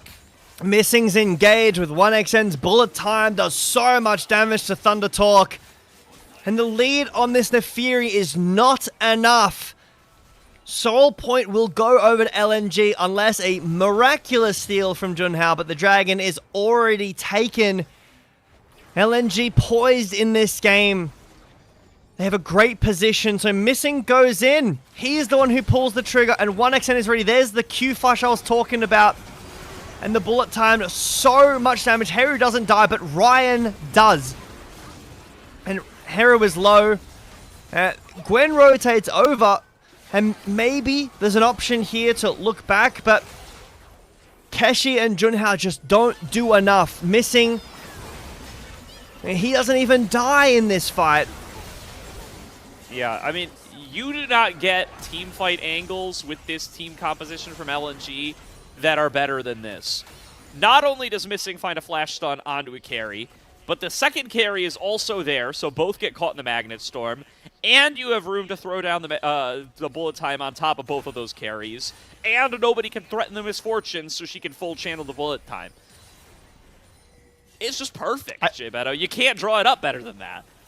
Yeah, I really think for Thunder Talk, I don't think this or the last game have realistically been draft diff. I think in game 1, it was a really big draft gap. Like the Rumble, the Nico, like how did LNG get that comp? But in these last 2 games, I don't think it has been. And in this game, I think that Thunder Talk do have a good draft. Yeah. I haven't really seen any pick potential though. Like, no looking on a side lane together, no hook target, first target, try to burst that person down. And now Keshi's been spotted on the bot lane. This TP is blind too, so they won't know Bulldog has left. So Keshi does have TP. It's late. The Baron is nearly gone here. Yeah, Junhao going to get spotted out here. Needs to be able to get in here to be able to pulling off. Steal. And LNG, they pull off. They do not want to 50-50 this. Probably the wise choice. Junhao could have contested on that one. And now Junhao might be up too far, going to have to dash his way out to safety. They do get the inside track on the mid. They will be able to take down the mid outer. Keshi stepping forward, thinks he can snip away at Krako with the rest of the team still there. And Krako's now so low. Missing gets caught in the Dragon Pit, or the Baron Pit rather, and they will be able to finish him off. Junhao claims that kill credit. It's a 5v4 on the map. Thunder Talk, all 5 members right on top of the Baron. They just picked the engage. And now Thunder Talk on this Baron. No jungler around. He had to reset. There is a bullet time and a fate seal from the backline. Oh, Ryan takes a lot of damage from that bullet time, but now 1xn going to have it's to just cancel gone. The Baron going to end up going down. Smited successfully by Thunder Talk. Kill on the Bulldog. 1xn trying to step on up, but he's got to be cautious with this shutdown gold that he holds in his inventory. But look at that damage. Feather and Junhao take a big double up to the face, and they're looking to chase them down even further. Krako still here on the front line. Sheer looking around on the flank. Pillar comes out. The recalls are being channeled, but they're getting interrupted by Make It Rains, and finally LNG just going to say, hey, we're playing with fire. We've got to let these guys go. It does waste a good chunk off of the Baron, so there is that for LNG, but I don't really know what the idea is for this Baron start. You TP Bulldog off of Vision, and then you get... There's Gwen's TP in response, but the play would have been great if Bulldog hadn't TP'd, if you had gotten Keshi's TP and then walked away. But instead, you give over priority. Missing is completely out of position. Thunder Talk is still in the area. I don't really know whether he's looking to de-ward or thinks that this is, you know, a position to flank maybe. But with Missing dead and Crocker in base after that, Thunder Talk walk in and get the Baron basically for free. They only have a minute and a half left of this Baron though, so LNG have done a good job of wasting Thunder Talk's time. How much can Thunder Talk get with a minute until the dragon spawns? They will still have Baron for 30 seconds after the dragon spawns. Absolutely. And that is the moment of pressure that they will need to be able to deny this soul. LNG, with much of their gold lead stripped away here. Junhao so wealthy on the Nefiri. And now push back away. Here comes the Weaver's Wall. Sheer going to barely be able to jump over to the other side, but they will claim their prize of an inner turret, which will push the gold lead over to the Thunder Talk side. But now what about LNG coming in from the flank? Missing already lost most of his HP. Krakow still seems to want a little bit of action here because he's got 1x down on the other side. Sheer coming in on a big TP flank. Going to be able to find a big between worlds. There's going to be the opening up of the bullet time. Keshi takes a huge chunk of damage. Ryan going to get melted down as well. Bulldog's already been able to finish off Haru. Down go both carries. Keshi going to be up next on the menu. He snips down missing, but he will lose his life in the process. Junhao getting chased down by Krakow, and just like that, LNG snap a trap shut and take the lead right back from under Thunder Talk's nose. And they'll continue going forwards. Feather might get out with this blast cone, but the damage has been done, Gordo. The Infernal Soul is being done by Bulldog, and a Baron does not stop the bullet time from killing your entire team. There is nothing that Thunder Talk can do when 1xN presses are in the right direction on the right target with this 4-item deep MF. He just tears them apart. Yeah, I mean, literally has no CC for it, but it doesn't matter because they are stuck. They can't continue to walk upwards. There's a wall right in front of them, so they've got to walk through. Keshi and Ryan lose so much here. Yeah, Ryan gets basically one shot. Even though he flashes, Haru is caught and dies as well. And that's enough. Now, even though they have Baron, even though, you know, Thunder Talk have some good items completed, when your health bars are just lower than half because enemy AD carry pressed R, there isn't a way to win the fight. This is why I think that simplistic comps in Fearless just do so much better, because 1xN doesn't need to worry about any, you know, difficult of execution comp. He just walks in and presses R and Thunder Talk die. Yeah, I mean, no real way forward as there's a fight breaking out on the other end. Haru going to be the focus of that potential pick, and really great flank by Sheer there. It gets kind of overshadowed by the bullet time, but Sheer is what really creates the opportunity for that battle by coming in and cutting off the escape route, finishing off Haru basically on his own. Even though the extra damage does come on through, obviously Sheer doesn't get the kill credit, but a lot of that damage, a lot of that pinch comes through from the Aurora on the flank. And now LNG find themselves right back in control. They have the Infernal Soul. They have the extra damage. And they're going to claim themselves inner turrets right back. Yeah, they have Infernal Soul with a ton of scaling here with the Yone, with this working on 5 items MF. It'll be the RFC, I assume. And, I mean, those love taps are going to do so much damage, especially if they ricochet off of anything. Like, if he kills a dog and it hits Junhao, it'll take so much of his health away. Even the base ones hitting, you know, Ryan, if he doesn't have Spell Shield, will do, you know, half of his health. Haru probably the same. I mean, with this Infernal Soul, it's such a scary combo because, like you were talking about before, how do you get onto this MF? How do you cancel the ult? Like, does Feather have to flash in an ult? But even then, the damage is probably already done. This is a desperation bush bait with Ryan fishing himself as bait here. But Thunder Talk will get nothing from it. Yeah, Ryan, I mean, hey, at least he's embracing this role in life.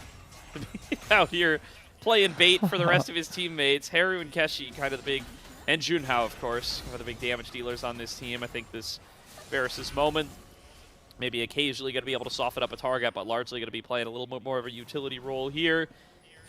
And now, not going to be able to find anybody to catch for the rest of this squad. Just going to end up pushed in pretty much across the board here. Keshi trying to threaten on the bottom side, but it's going to be a long ways away before he's able to touch that inhibitor turret. Hook goes wide from Feather. Baron has spawned. Well, there's the W from Junhao to avoid one of the double ups there, but how many more can you avoid?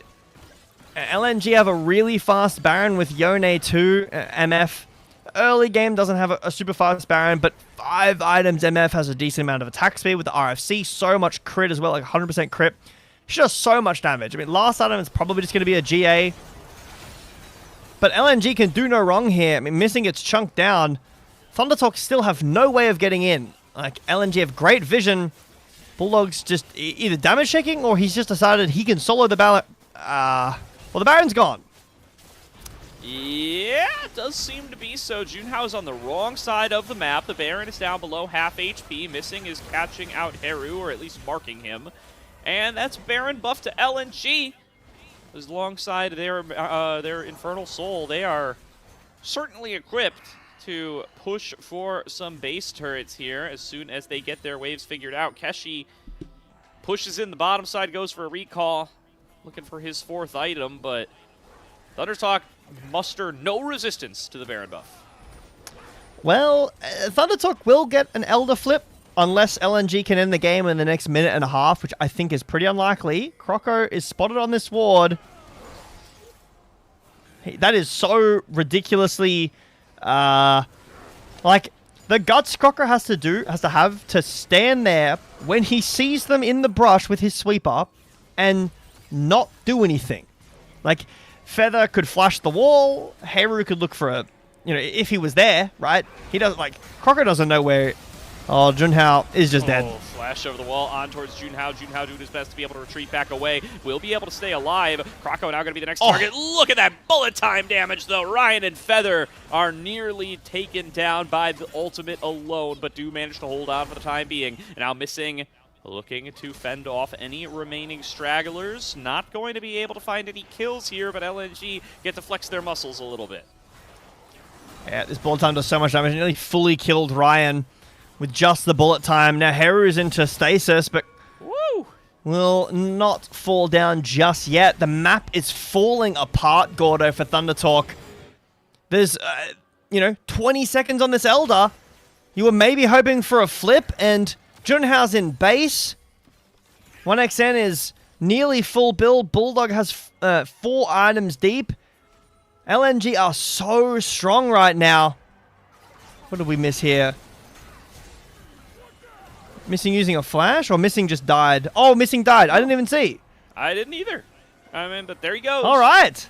Bye-bye, well, Missing. Elder's up, and ThunderTalk are doing it. Bulldogs force a TP over. If we could find a good wall from Heru here, but even despite the numbers advantage, ThunderTalk don't feel confident.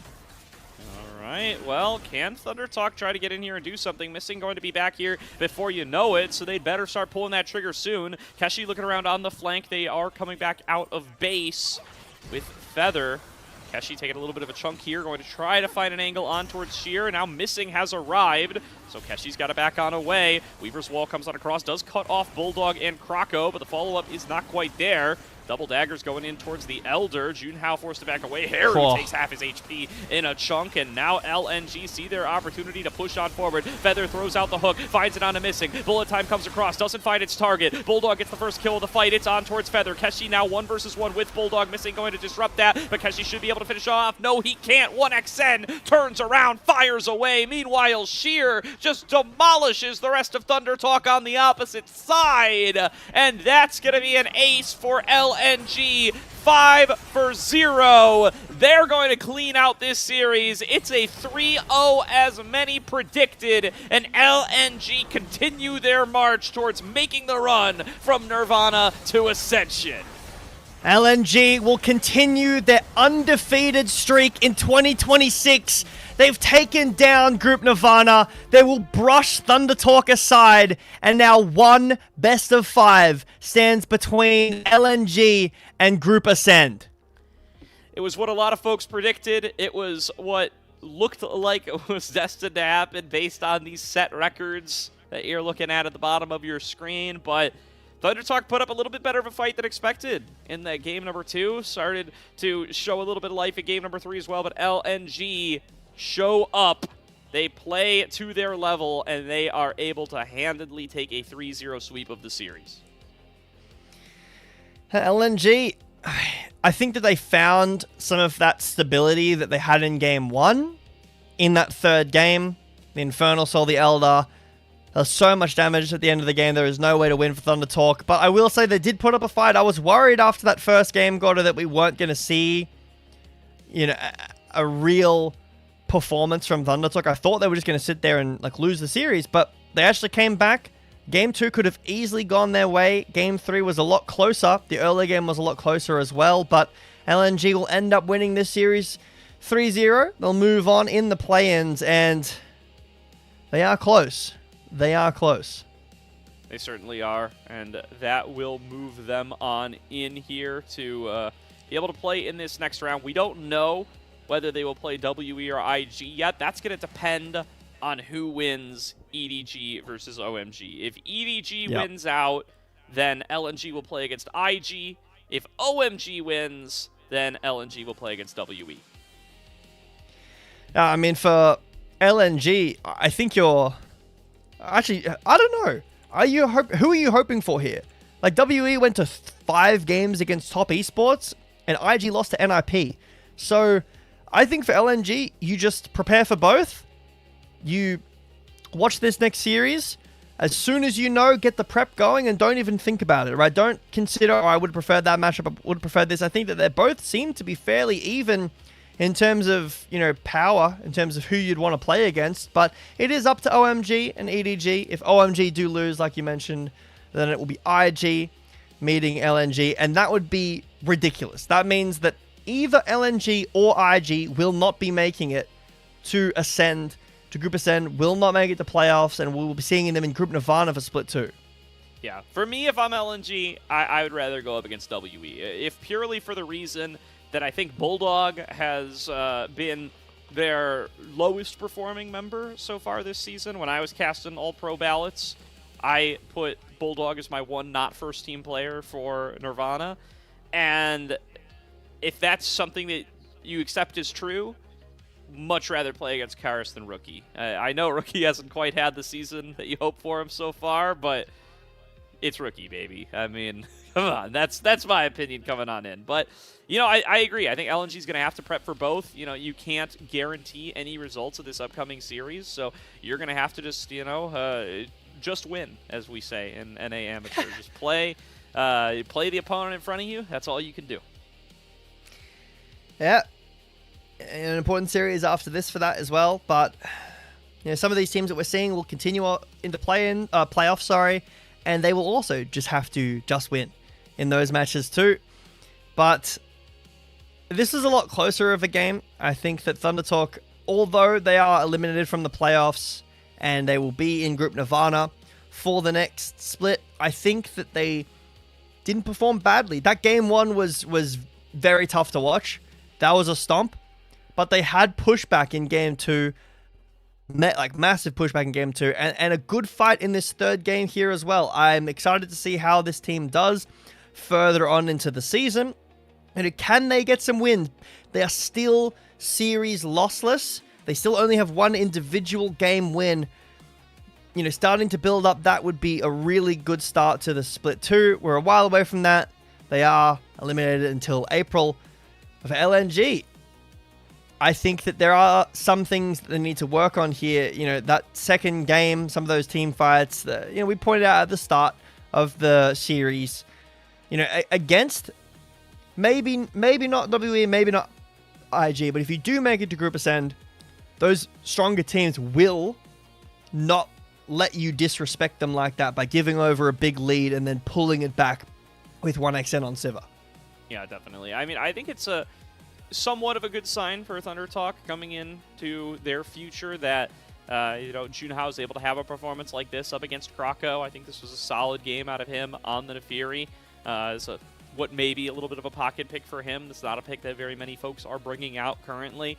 I think it is somewhat a good sign for LNG that Krako can have a game like this, and you can still, you know, find success, find good engage angles, play around 1xN, and just execute via your Fed members, even if your jungler isn't kind of styling the way that Krako has for so much of this season. Again, you know, this guy has so many player of the games. He is the most player of the series in the league. LNG lean on him very heavily, but the fact that he can have a down game and you can still show up and you don't just lose by default, a good sign for them, despite the fact that there was definitely some stuff to clean up in this series. Series MVP. Crocker didn't have the best game this game. It's definitely not an MVP this game for him, but I could definitely see 1xN for the series. Yeah, I think he had 2 real good games. I think that's He did. enough. I think that's enough. That's more than I anybody see else it. had. Sheer did also have like a really, like you mentioned him in this fight that That's we're watching right now, like one-shot Heru. He had a really good game on the Gnar. I think Sheer could be a possibility too. I think that's fair. I think that LNG did, you know, they played very synergistically. They played really well together, and oftentimes, because of the meta, that's what wins you the games. It's constantly dragon fights. That's what is happening so many times in the LPL and other, global regions as well in Tier 1. These objective fights are super important, and having great team fighting is kind of paramount to having your team perform. Yeah, absolutely is here, and I think that's somewhere that LNG have really stood out. Yes, they are frequently ahead at 15 minutes. Yes, they have had really strong laning phases, especially through mid and bot. But also, Sheer over the kind of the back half of this season really started to put up some really good numbers for himself as well. But it's always been these team fights. It's always been these skirmishes, the ability to collapse together, the ability to, just go in on one call, whether it be Missing or Kroko finding the engage. They've been very, very good at the snap follows from their main frontliners, from their main engagers, and that's been true basically all season long, and it held true in this series as well. Yeah, and, going forwards, your opponents are either WE or IG, and I think that mid lane matchup is going to be an important one. I think that if it is IG, you're against Rookie. That it's hard. I know, like you mentioned, not everyone has been as excited. Like, Rookie hasn't performed to maybe the level that he can, but I think that you're either it's got a very interesting mid lane matchup with the IG one, or you're hoping that Bulldog can really take over the series if it's a WE matchup and have a bit of a better performance. Not a better, a more impactful. I think that he was very quiet in this series. The Azir was quiet. The Yone, it was good. He kept the game even, found some good ults, but for the most part, it wasn't really Bulldog's name we were saying throughout this series. And I think that to get into Group Ascend, we're going to need to say his name a little more. Absolutely here. We'll find out if they're going to be able to do it. Looking forward to the upcoming LNG series as we bid farewell to Thunder Talk for the Winter Split. Going to be able to say that at least one more time tonight for one other team, as we do have the upcoming OMG versus EDG series. You're going to have 2 new casters for that one, so Jay Beto and I are going to bid you all farewell. Thank you for joining us for this first one, and stay tuned for EDG OMG coming up in just a couple of minutes.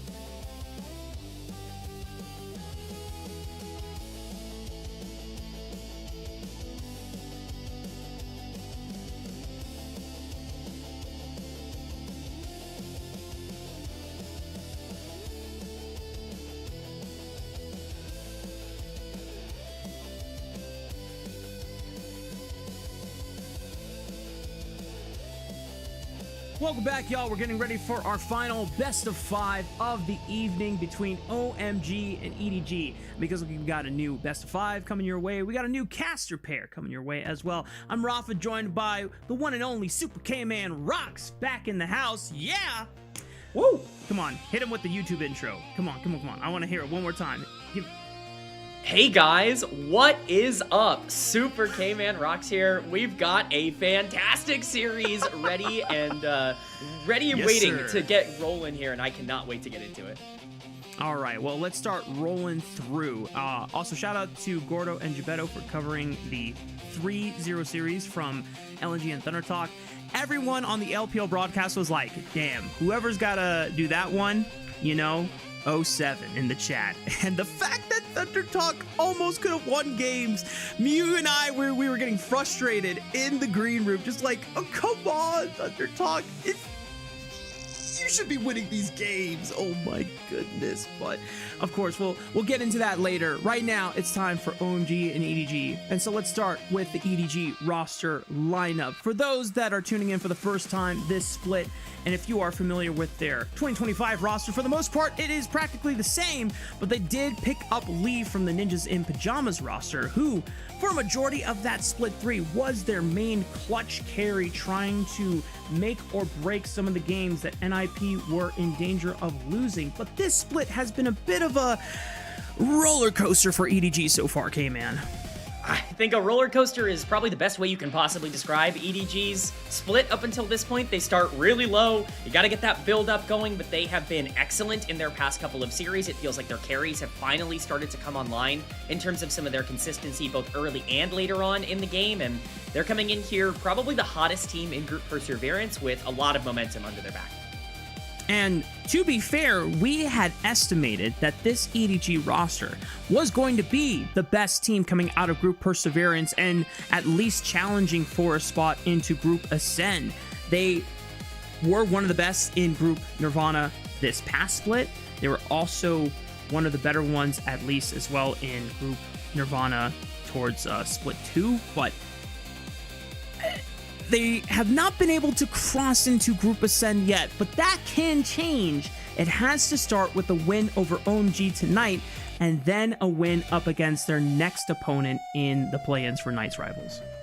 Yeah, unfortunately getting third in Group Perseverance overall means that they do have to go through 2 different series instead of 1 to qualify, but right now they're looking pretty good. The problem is, as you said, EDG feel like they're cursed in terms of Group Ascend. They've had good teams over the past couple of years, and they've just not been able to find a way to actually get to where we all consistently say they should be. The talent level has always been there for EDG. The pedigree of the org has always been there for EDG. We'll see if they can finally put the pieces together going into Split 2 to get themselves into that top 8. Speaking of which, and one of the ways that we're going to look at how EDG can get there is based on some of the champions that they've been locking in. You and I, K-Man, there have been some drafts that have come out. Now, normally, things like Malphite, you would imagine, hey, this champion has pretty reliable engage, it's simple to play. But I think when you look at Xiaohao, who has been the driving force for EDG alongside Angel,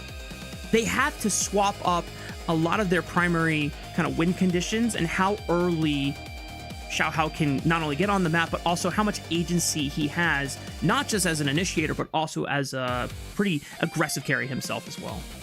That's exactly it, is you want him to be aggressive. One of the things that Xiaohao has always been really good at is tempoing out games and snowballing them very quickly. That's been the case throughout his entire career, going back to the Anyone's Legend days, even at times on Weibo Gaming. He's been capable of really making a big impact on these mid-game skirmishers that can take over the map and, you know, go from 1k to 4k gold leads in 5 minutes. That is his bread and butter. You can see that on things like Xin Zhao and Nocturne. When he has to play more passive, when he has to play more scaling, like Dr. Mundo, like the Malphite, you know, there are other picks as well, but like these more passive-minded champions, they're just not a fit for what EDG want to do, and that's the case for the Rise as well here.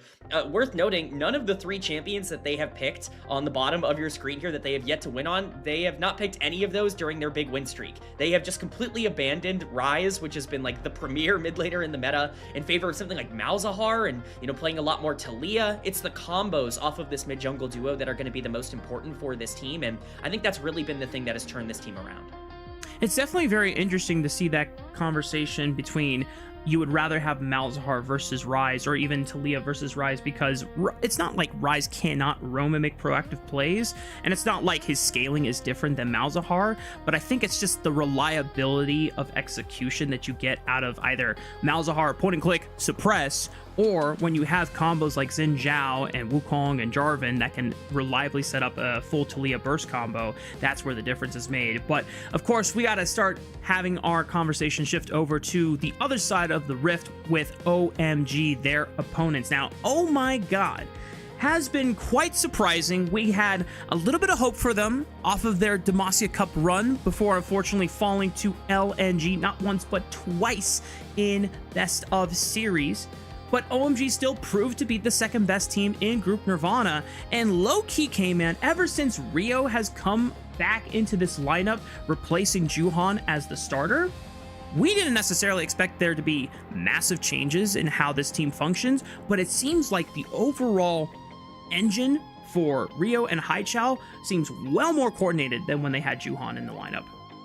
Absolutely. Rio has immediately raised the floor of what this team can do. He's much more of a carry player as opposed to Juhan, who was much more of a, tank initiator, somebody who really wanted to facilitate the rest of the team. Having somebody who can more consistently generate resources in the jungle has been fantastic for OMG. They've only lost one game since Rio came in as the starting jungler in Split number 1 here. And if they're going to be able to keep their hot pace up against a very white-hot EDG team, this could be a super fun back-and-forth series.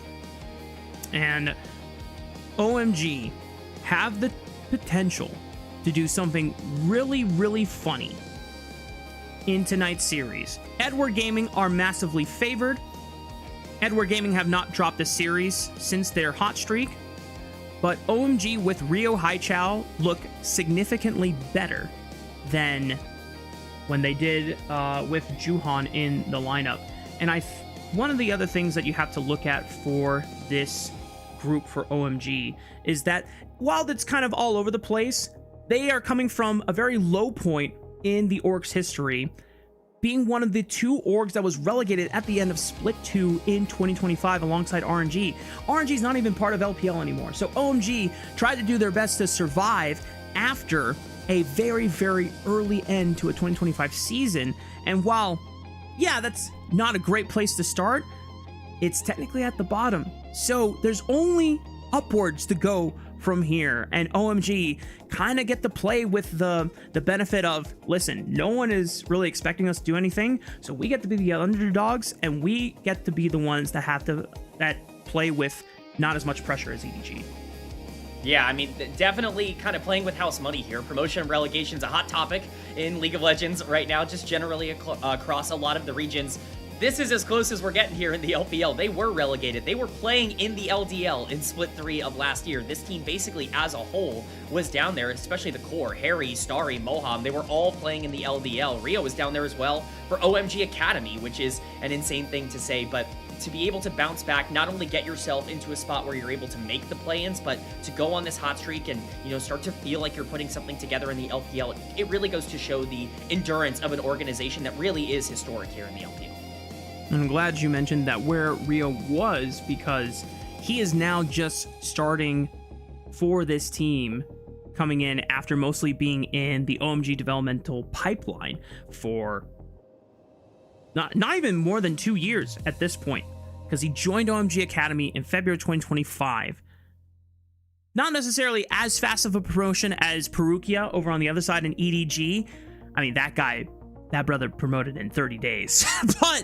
but this is still an impressive trajectory to go from tier 2 and then a year later now being considered potentially OMG's savior, as they have won many more games with him, and the overall look and direction for this team seems much more grounded with him in the lineup. Yeah, it was really funny. In the LDL last year, you had OMG, of course, as the #1 team in the regular season. You would expect that. They're an LPL team. Who was second in the regular season standings? OMG Academy. And it was really because of Rio. He was pushing them forward in split number 3. A lot of people were saying that he should have been on the main team all along. And he's come in and really proved that to be correct. Again, he is a big carry player. He's somebody who's going to come in and be more aggressive. He's going to challenge Xiaohao. And if he's going to be able to generate some leads, I mean, if you're getting consistent gold leads as OMG in this meta, they've already shown that they're pretty good at being able to capitalize on those. You certainly can't count out OMG, even though they are the lowest seed here in the plans. Right. So now this leads into a broader picture for both of these two teams. Jungle is very important, which doesn't seem like that it's the most novel thing ever. There's a lot of matches we get in the LPL where jungle is pretty damn important, guys, we're gonna tell you. But it specifically, that is the truth for both of these teams, as a lot of their success has come off of when either Xiaohao for EDG or Rio from OMG have access to a champion that allows them to be proactive in the first half of the game to try and get lane states and the map states set up in an advantage for you. Yeah, I mean, these junglers are going to need to really set the tempo, and I think that really starts in draft. I mean, you're looking at two champion pools that are relatively similar. We talked about things like Xin Zhao being really high priority for EDG. It's the most played champion for Rio since he's come in for OMG, the only champion he's played across both of his series so far. In the LPL, I imagine things like, you know, the Xin Zhao, the Vi, the Jarvan, the Pantheon, these champions that really want to fight and skirmish a lot in the early game, they're absolutely going to be the priority. And like I said before, I mean, I know it's cliche to say this, but if you're a jungler and you can get your laners ahead, specifically mid lane here, where both Haichao and Angel have been key pieces to their team's success recently, you know, you can get some pretty big leads in this meta, and that might be too much even for a team like EDG to overcome, you know, even with the talent advantage that they might have. So really, really interested to see how that jungle matchup goes. Does come down to how well one team's macro is versus the other once they get that advantage. And I think that is where there's potentially a discussion for some contrast here in between these two teams, because EDG historically, at least with the core of this roster, when they get ahead, their macro is pretty sound. We're not going to glaze them up and say like, oh yeah, these guys are like anyone's legend with Tabe levels of macro. No. But it's above the average. And for OMG, K-Man, oh, what would you say? Because they've been chilling in Group Nirvana for not only all this split, but also they were gone for split 3. So where do you see this team once they get an advantage? I think the political way to say it here, the way to make it go over as easy as possible, is that today is a big test for OMG's macro. That we will see a lot as to what they turn into today. EDG, the best macro team in Perseverance, I think very clearly. They won multiple games off the back of just making smart and strong, decisive macro calls, even if they weren't in great game states, with things like Nocturne and Malzahar just pulling the trigger on fights that you wouldn't necessarily see good angles for. That's going to be a big test for OMG, because it doesn't really matter if they put themselves into small leads if they're just going to, you know, kind of get out-tempoed across the rest of the map. And that's where I think EDG in particular really kind of separate themselves, and it's why they're favorites in a series like this, is because if they are going to really be better in the later parts of the game at being able to make the decisions around these major objectives, OMG is going to have these gigantic gold leads, which they can generate, but it's going to be a bit more finicky for them. We talked a lot about jungle as the premier matchup between both of these teams, as they have been clearly significant in their team success. But I think mid lane is just as important to look at, because first of all, Angel has had some of his worst performances in the first couple weeks of Group Perseverance, but then once he turned it around and he's playing at the level that we normally expect out of someone who has been to World Finals back in 2020 and has been an above average mid laner in the LPL, then EDG looks completely back to normal. And for Haichao, I mean, there's a reason why Covey is so frustrated and yet so in love with this guy at the same time, because it's like, I know that Haichao has some skills in him. I just need him to lock in and focus. It's really, you can see the talent with Haichao. It's always been there, but you're absolutely right. Like, mid lane to me is where my eyes are on.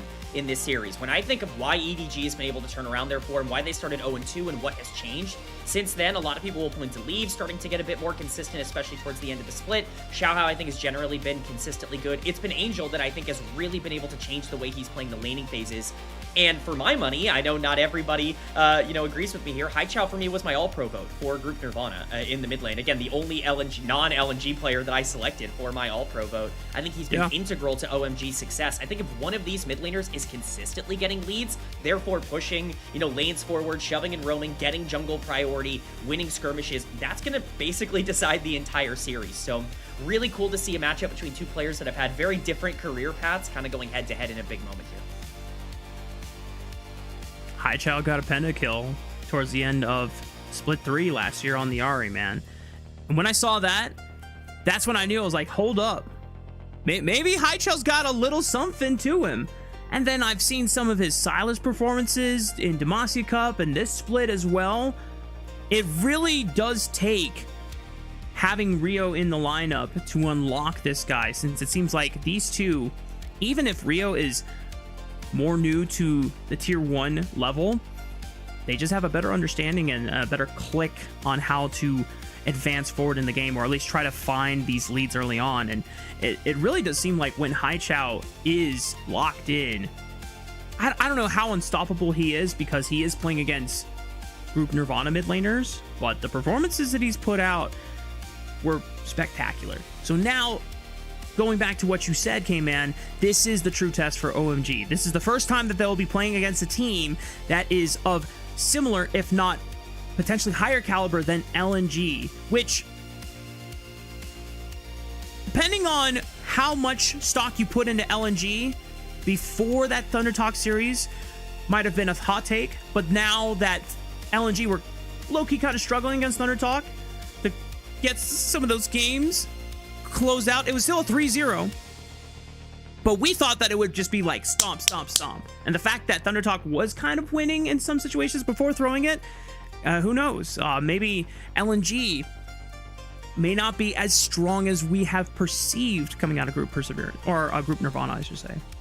I mean, that's the fun thing about this format, right? Is like you have an idea of where these teams are going to land because they've had games against teams that you would think would be around their skill level, but because it's so insular, because you've essentially only played 3 teams this year, the scouting report is really narrow, and I'm sure that a lot of these teams have specialized in maybe trying to beat the exact teams they've needed to, and that's what, again, makes play-ins and Knight's Road here so fun to watch. Is it's 1 best of 5. Like, you have to win here today. It is do or die for both of these teams. If you can't pick up a win on one day, if you can't play your perfect games on one day, it doesn't matter that you go 4-2 in Group Perseverance or on a 4-series win streak. It doesn't matter for OMG that they were able to fight their way out of Group Nirvana and get to that top 2 to get to Knight's Road in the first place.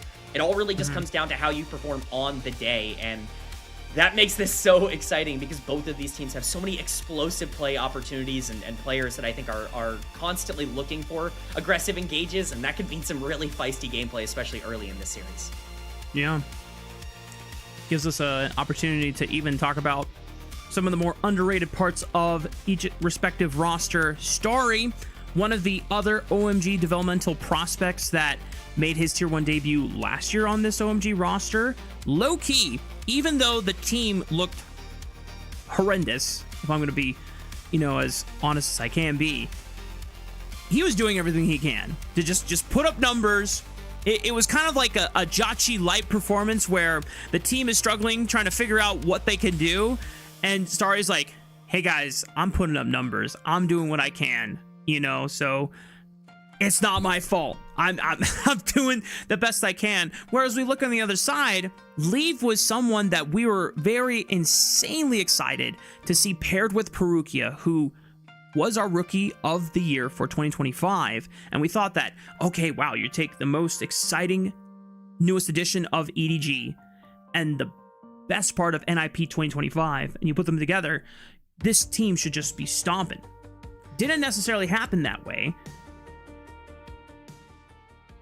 I think it could. Like that's the thing. That's the thing with Leave, and that's why it's so frustrating. Is because it's so almost perfect when it comes to Leave, and it's really just about his aggressive tendencies. We've talked about this a bit before in these overviews with EDG games, where it's just Leave has so much talent. His mechanics are unbelievably good, and he's able to do things that a lot of other AD carries, even in the LPL region, are not capable of doing. If he can start to harness that talent and realize that he doesn't always have to be the hero in every single game, he doesn't always have to be the primary one looking for picks and finding engages, you know, stepping forward. If he can just pull that back, trust that he's now on a team here in EDG that are clearly, you know, synergistic and have good macro and will find those plays, you know, he can be exceptional. We saw that in the final series of the regular season against WE, where he was phenomenal. He stayed back and he was able to pop off in a lot of those team fights. That's the version of Leave that you're looking at. And you're right, they're going up against Starry. That's a huge matchup for OMG as well. Starry, a player that I think kind of pseudo-franchise player here for OMG in terms of the longevity and just what they are building around. He really was somebody that looked incredible towards the end of 2024. Didn't get as much of a chance to show that off in 2025, but now that the team is starting to find its form again, he's going to have the opportunity to step back up and be one of the more interesting young AD carry prospects. Yeah, the fact that you brought up Leave's tendency to try and be the hero multiple times, that's what happens when you play on an NIP 2025 roster that was going through some roster turmoils and multiple shakeups, including having Aki in your jungle lineup, who had a really, really tough 2025 season. And to Leave's credit, there were some quite dazzling series that he put on, some 1v9 performances. The Smolder almost pentakill against Cares Cassidy is still like a highlight that remains to me from the 2025 end of Split 3, I want to say, trying to get into playoffs. But this time around, like you said, Leave has been playing a little too close to the sun and getting his wings melted off unnecessarily, because this team, when it's fully functioning, has the firepower, not just in the AD carry role, but in the mid lane and the jungle pool as well. And you've got Perukia, who we are still very excited about, trying to see how far this kid can go. For those that don't know, Perukia is a player that started watching League of Legends with his dad in 2015, right when EDG took down T1 at MSI, the very first MSI, and he was just completely enamored with Mako and his gameplay, and he was like, I want to be like Mako, I want to join EDG one day. And he persisted and persisted and got his way to playing solo queue at a high level, gets signed by EDG, tier 2, promoted in 30 days to the tier 1 team. 10 years later, what, like, an awesome story. Yeah, and he's been a huge piece for the team. Like, the story is there, and obviously the narrative is great, but it's not been an adjustment period for Perukia. He was great when he came in, basically from day number 1 as a playmaker. Are there obviously things that he needs to work on? Of course, you know, we're seeing this become kind of a pretty enchanter-heavy meta. You want to play for the 2v2 pressure on the bot side so that you can start to snowball the game. That's not really something that Perukia is going to do. He's still going to favor a lot of those playmakers. The Rel and the Alistar are still the two big tank engagers, and then it's the Nico if you want something that's going to be a bit more flashy in terms of finding engage angles towards the end of games, but you're not seeing Karma, you're not seeing Nami out of EDG, and I think that could be something that OMG look to exploit if they're going to draft lanes that are going to be more self-sufficient on their own. If you're drafting a Kai'Sa or a Yunara or a Jinx, which, you know, a Aphelios, these hyper carries down on the bot side with tank engagers, we could potentially see a lot more aggressive picks coming in from OMG. Yeah, I think that will be something that Perukia at some point needs to answer. Can he play the ranged supports? Can he play the enchanters? Can he look comfortable and look competent outside of just engage champions? Because Moham is not a rookie, and he's not even a sophomore. He's been playing for quite some time, coming over from LCK, and while his last stint with DK at Worlds was not the most glamorous look on his resume, he's trying to make sure that he is not looking like a bum, and when he picks a range support, he knows how to control the laning phase, especially when it is something like the Ashe Seraphine bot lane. But here we go, K-Man. I'm gonna dap you up. We've successfully vamped long enough for them to figure out what was going on with the draft, as we had no control over it. But here we are, picks into game 1. Right away, it is the Azir slammed for Angel. I mean, this is one of Angel's comfort picks. We talked about a lot of things that are off the table for EDG. Azir has been his most played champion over the course of this split, 4 games on it already. And we're immediately seeing the LeBlanc answer come in from Haichao. He's really started to pick these assassins back up as these more aggressive counter picks, pairing that with something like the Xin Zhao that we highlighted earlier on. This is already shaping up to be a draft where they're going to need to play aggro, but they have a lot of tools that are already decently comfortable for them. If you're an OMG fan, then you're a happy camper right now. This is how you want to start off the series. Don't be afraid of the fact that EDG is the higher seed coming from Group Perseverance. You need to slam them with the aggression. Xiaohao recognizing that, hey, my mid laner is going to get camped by this LeBlanc Xin Zhao combo, so I need to be able to match that firepower, and Pantheon is going to be at least a nice way to combat against it early on. The utility of Xin Zhao might be better than Pantheon later in those team fights, but smite control will be better, and your global pressure will be something that you can always try and utilize against OMG in the mid and late game. Yeah, I think it's very risky to draft Pantheon without a mid laner that can actively roam to a lot of the plays you're going to go for, but very doable with the Renekton now locked in on the top side for his EDZ. To me, outside of the Rumble, this is the priority top laner in the game right now in terms of raw power. Renekton just gives you so much to work with and is very flexible in the way that you want to use it both early and late. It's going to be the simple Cassante answer over on the other side for OMG, so battle line's kind of already drawn. EDG do have their win condition set up here with the Azir. It'll be interesting to see if they want to go for something more passive, more scaling down on the bot side. I would expect them to do so with the Pantheon here. OMG are going to have a lot of control on the map. I expect they're going to ban out maybe some more engaged type of supports, things that we talked about like the Rel and the Alistar.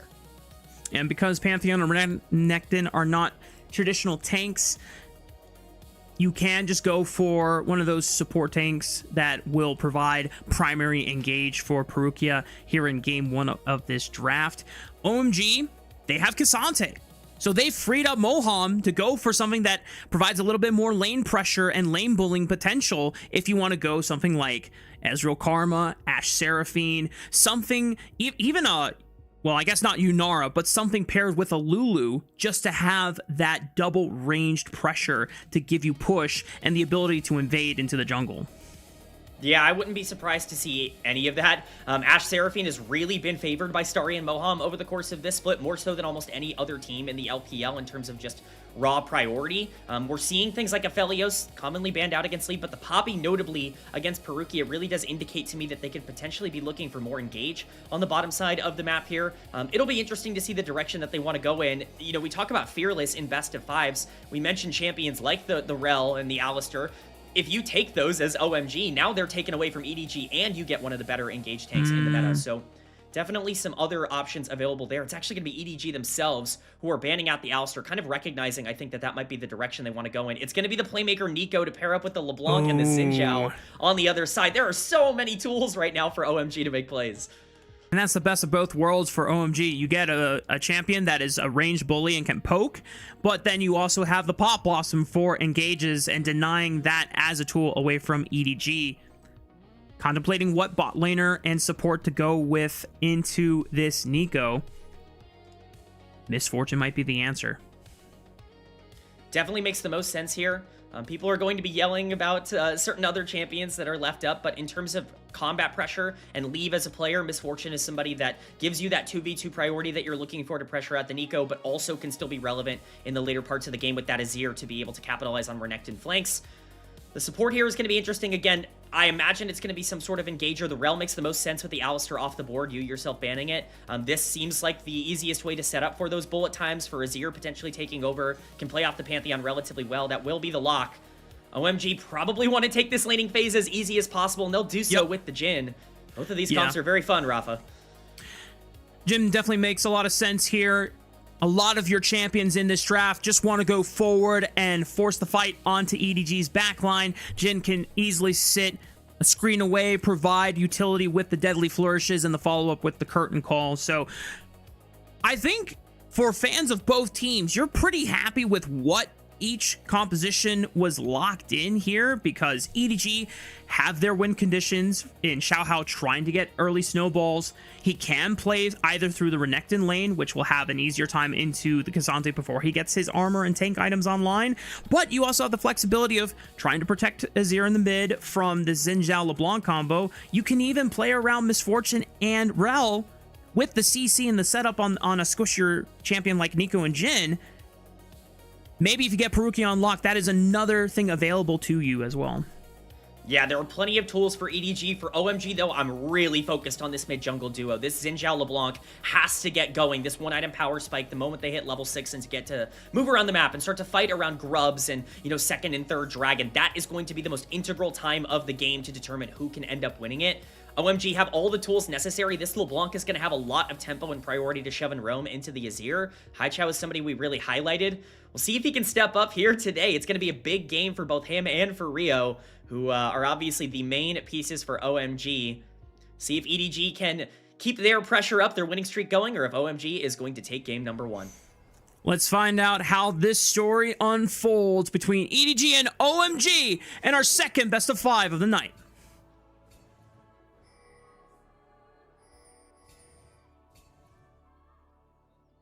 Gios. Bro, Nico, calm down. There's Gios happening in the background. I'm trying to hear the support for these two teams, man. I'm not the excited support for this. Nico. Come on, man. Like, observers, can we get the champion voice lines turned down just a little bit next time so we can hear the fans in the background? You know what? We heard you, Gios. We heard the fans. And here we go, K-Man. First minute already. Both junglers starting on the same side of the map, making their way towards the bottom side. And that pretty much tells the whole story of how this early game wants to be played out by both Xiaohao and Rio. Definitely, as we get a little bit of a trade, this will likely be, I was going to say heal for heal popped. You almost always get that early on in the game nowadays. We can see a lot of people favoring EDG in this matchup. 95-5 is definitely a very strong stance to take on the topic. I think OMG actually have a pretty good draft to be able to play out here in game number 1. Bot lane tempo going their way with the level 2 on Starry is big as the heal is popped by Perukia. Just to make sure they can get out of range of Jin's auto attacks. It's a decent call to just try and preserve as much HP as possible. Level 2's now hit by both dual lanes. Meanwhile, I think Angel actually popped Haichao's clone in the mid lane, already dropped his HP below 50%. It's going to make things a little difficult for Rio to try and look for all-ins on Angel, who is still pretty darn healthy, but Rio's going for an aggressive invade onto the Pantheon. He's going to find him one camp behind, but he'll just jump immediately onto Xiaohao, get some decent damage, bringing him to 50%. He has first move from his bot lane. This is what we talked about. That's the double range, what it can give you access to trying to move in both Moham and this Jhin. He dashes back in, but Perukia is right behind him. Did Rio go too far at this aggressive early on, but it's a flash out of Xiaohao's Pantheon. Rio goes back in on the blue buff and has Smite for the secure. Well played to OMG. Very well played. They have the shove on the bottom side. They understand that with that tempo, they can utilize it to get the Xin Zhao even further ahead. He's going to be able to take this crab and the top crab as well if he wants it. His red side's still up. This is a massive win for Rio, and we talked about that one-item power spike, that level 6 being really important for that Xin Zhao and making sure that you can make plays around that timer. Going to be even easier now that you've essentially set this Pantheon, who needs to be the playmaker for EDG, even further behind. Really great start for OMG, and this has been very indicative of how they played over the past couple of weeks. ZDZ doing a good job on the top side to make that Renekton matchup worth it, but see if he can get a big enough lead to really kind of punish what is a big lead in the jungle right now. Great vision coverage from OMG. They placed a couple wards not just on the blue buff, but also on the Gromp camp as well. They see that Xiaohao is here on the bottom side of the map, so Rio has all the time in the world to farm up some of these camps on the bot side. He's actively leaving his red buff up. This is curious, because now he knows that his camps are respawning, and it's going to be worth more XP, and it'll be quicker to get respawn Gromp, look for the crab on the top side, and by the time he makes his way down to his bottom camps, where Raptors and Crows will be respawning again, that red buff is going to have a lot more value, because that red buff, even though it's not going to give you as much XP as a second respawn red buff, you can have it for skirmishes, and you should have it by the time you're level 5 or even level 6 on this Xin Zhao. And that's certainly not something that you want to contest with as a Pantheon. He's even going for more here with the Raptors. He's got priority in the mid lane, so he can go for this play again. Xiaohao does hit level 4, but look at where the LeBlanc is. There is no way for Pantheon to contest this without just going for a raw steal, like he is attempting to do with the Q here. But there's just no way. Rio's going to be able to secure it, and this Pantheon is even further behind. It's a jungle masterclass right now from the rookie for OMG, and this Xin Zhao, as you said, is just in a fantastic spot. He's going to clear down from the top side of the map here. He's going to hit level 6, and plays are going to be really available once this dragon spawns. This is why so many of us were excited about Rio being on this roster permanently as the starter, because the team dynamic really has changed with this guy coming in. And it's even more impressive that he is a rookie, that he is coming up from the tier 2 squad. It gives him a lot more confidence to show that he is able to compete against someone like Xiaohao, who has been so important to EDG's success. But Xiaohao might look for a bottom lane gank. They have to set it up on the Moham. Q flashing the crash down, but the crash down doesn't land onto Nico. Oh, just a little too far forward on the setup there from Perukia, and it doesn't give Xiaohao the gank that he was looking for. That was the way back in for the Pantheon. That was the way to salvage this game state, but unfortunately, they're just not able to find it. They're not able to lock down the Nico. That is the trigger pulled on the play that, you know, you needed to see from Xiaohao. It just doesn't go their way. Rio continuing to farm this entire time. He's going to hit level 6. Dragon is on the map. Grubs are spawning in 2 minutes. We can start talking about the vision coverage, but these wave states are perfect for OMG as well. The LeBlanc doing everything that she needs to do in the mid lane, continuing to push forward. And now Xiaohao's just on the catch-up game. He might have to give over a lot in the early game right now and just hope and pray that his laners can get back into spots where they can be a little bit more neutral. Look at this. Rio is now level 6, almost 4 or 5 camps ahead of Xiaohao. This is a scary proposition you have to now answer as EDG in these upcoming river skirmishes. By the time we get to things like grubs, both junglers and the level difference is not going to mean that much. Leaf should be fine, has flash and cleanse available, but they're going to unleash the curtain call. And that's ult wasted, because Leave just sidesteps every single bullet. Yeah, really well done by Leave. Obviously, a little bit tough to hit Misfortune in particular with those bullets, but want to take advantage of the level 6 that they hit before the Misfortune is available. Just not enough accuracy to make that worthwhile. Rio going to continue the invade here. He's got to be careful, though. Haichao not in the mid lane right now, so would be a bit more difficult to make that play happen. Just going to clear out some vision. But he called it out. Grub spawning in about 40 seconds here. That's where a lot of this priority is going to come in. Both junglers will be level 6, but the combat power on Xin Zhao LeBlanc is going to be significantly higher than that Pantheon Azir. It's really going to be up to ZDZ on the top side to see if he can really go for that play. So going to have a lot of eyes on this Renekton. Haven't really talked about whether one team or the other would prefer to dragon stack this game, because it's not like one team massively outscales the other, unless I'm mistaken looking at it, because Azir will always feel nicer the later the game goes on, but LeBlanc is one of those champions where if she gets level 16 and she gets 3 items under her belt, she's not necessarily an assassin. She becomes almost a poke burst mage, because she just hops over the walls and she's just trying to chunk you out before big, important objective fights. Yeah, we're seeing that aggression kind of come through here. Ult. Oh, the first ultimate from Xiaohao. It's a hit, and they just repeat the gank onto a flashless Moham, able to pay back the fact that they weren't able to get it the first time, and it's first blood for EDG. It's exactly what they need to be doing. That Pantheon ult was quick and decisive. This is how they've gotten back into games where their gold leads were not particularly good in group perseverance as well. It's just making sure that they can pull the trigger. It might not be Nocturne. This time it is the Pantheon, and it is working out. Rio going to try and get something back. He's a level up here on Xiaohao, who of course does not have that ult available. And he lands the smite! Okay, well, Rio is still level 7, but he doesn't have his support or his AD carry near him. Perukia forces the flash out of him with the Q. Magnastorm locks him down. Crescent Guard pushes 3 members back. OMG arrives, but not in time, because Xiaohao commits his own flash to ensure that Rio goes down.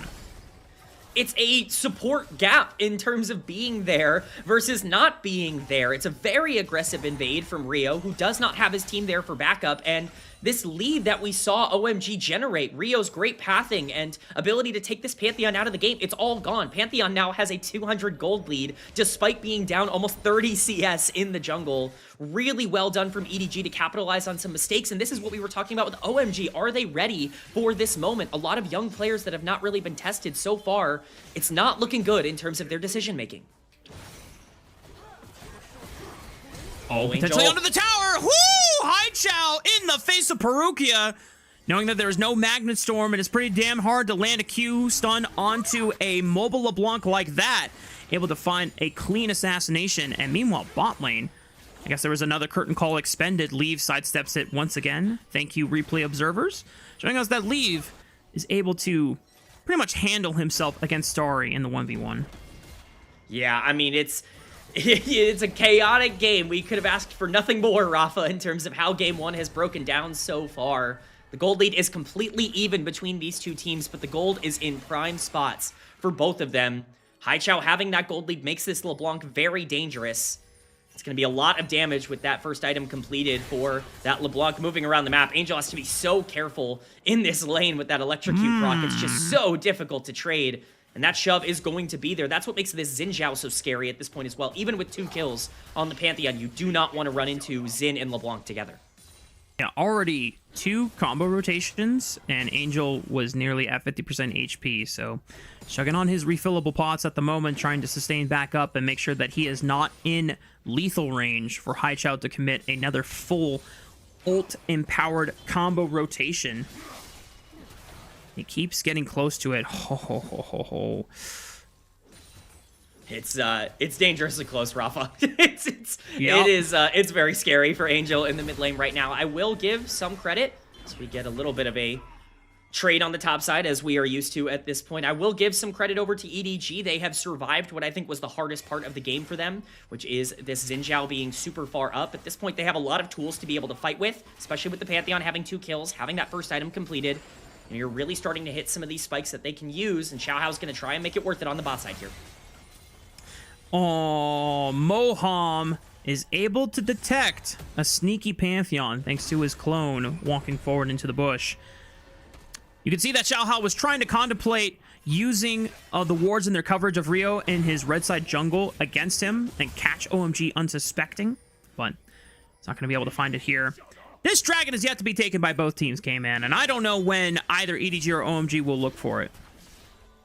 I mean, that's really the question, is like, do either of these teams even really want to throw the game away at Dragon for such a late stacking objective at this point? I think both of them could benefit from it in terms of their late game. When you talk about teams that aren't particularly consistent in the 5v5s, having those extra stats can be really useful, and OMG kind of recognized that. You call it out, Rafa. Looks like Rio is going to be in the area, but with that bot lane pressure right now in favor of EDG, it's going to be more difficult for them to take it. They're going to have to send some resources. Haichao going to make his way down, so EDG should at least be a little bit behind in terms of river pressure. Thankfully for OMG, Xiaohao was over on the top side of the map. I'm not sure if they knew or if they were able to get vision, which is why they felt confident about looking for it. Whoa. All right. Okay. Bullet time used. Now it's curtain call time. But this time, 2 bullets connect. The 4th one does also hit. It's not enough to finish off Leave. And he holds on to both of his summoner spells. Now ZDZ had used the Dominus to try and push Harry around just to see if he could get the wave fully shoved in, but not going to find anything more. Yeah, the cover actually means that it's ZDZ popping the ult and Harry keeping his, which is a small advantage for the Cassante. Has that teleport available, he will be able to go back relatively easily here. The question now is, where is the next play going to happen? Pantheon ult is off of cooldown, so you have to be very aware of your map state. He is on the top side, as you called out. Xiaohao definitely looking to prioritize this for Nectin. But you definitely don't want to over-aggress if you're OMG. This can be very, very scary. Haichao is the man to watch. He's 800 gold up onto Angel right now in the mid lane with this really, really great matchup. We talked about it. He's really been prioritizing these assassins and more aggressive picks in 2026 as compared to previous years. He's going to have the chance to potentially carry this one for OMG.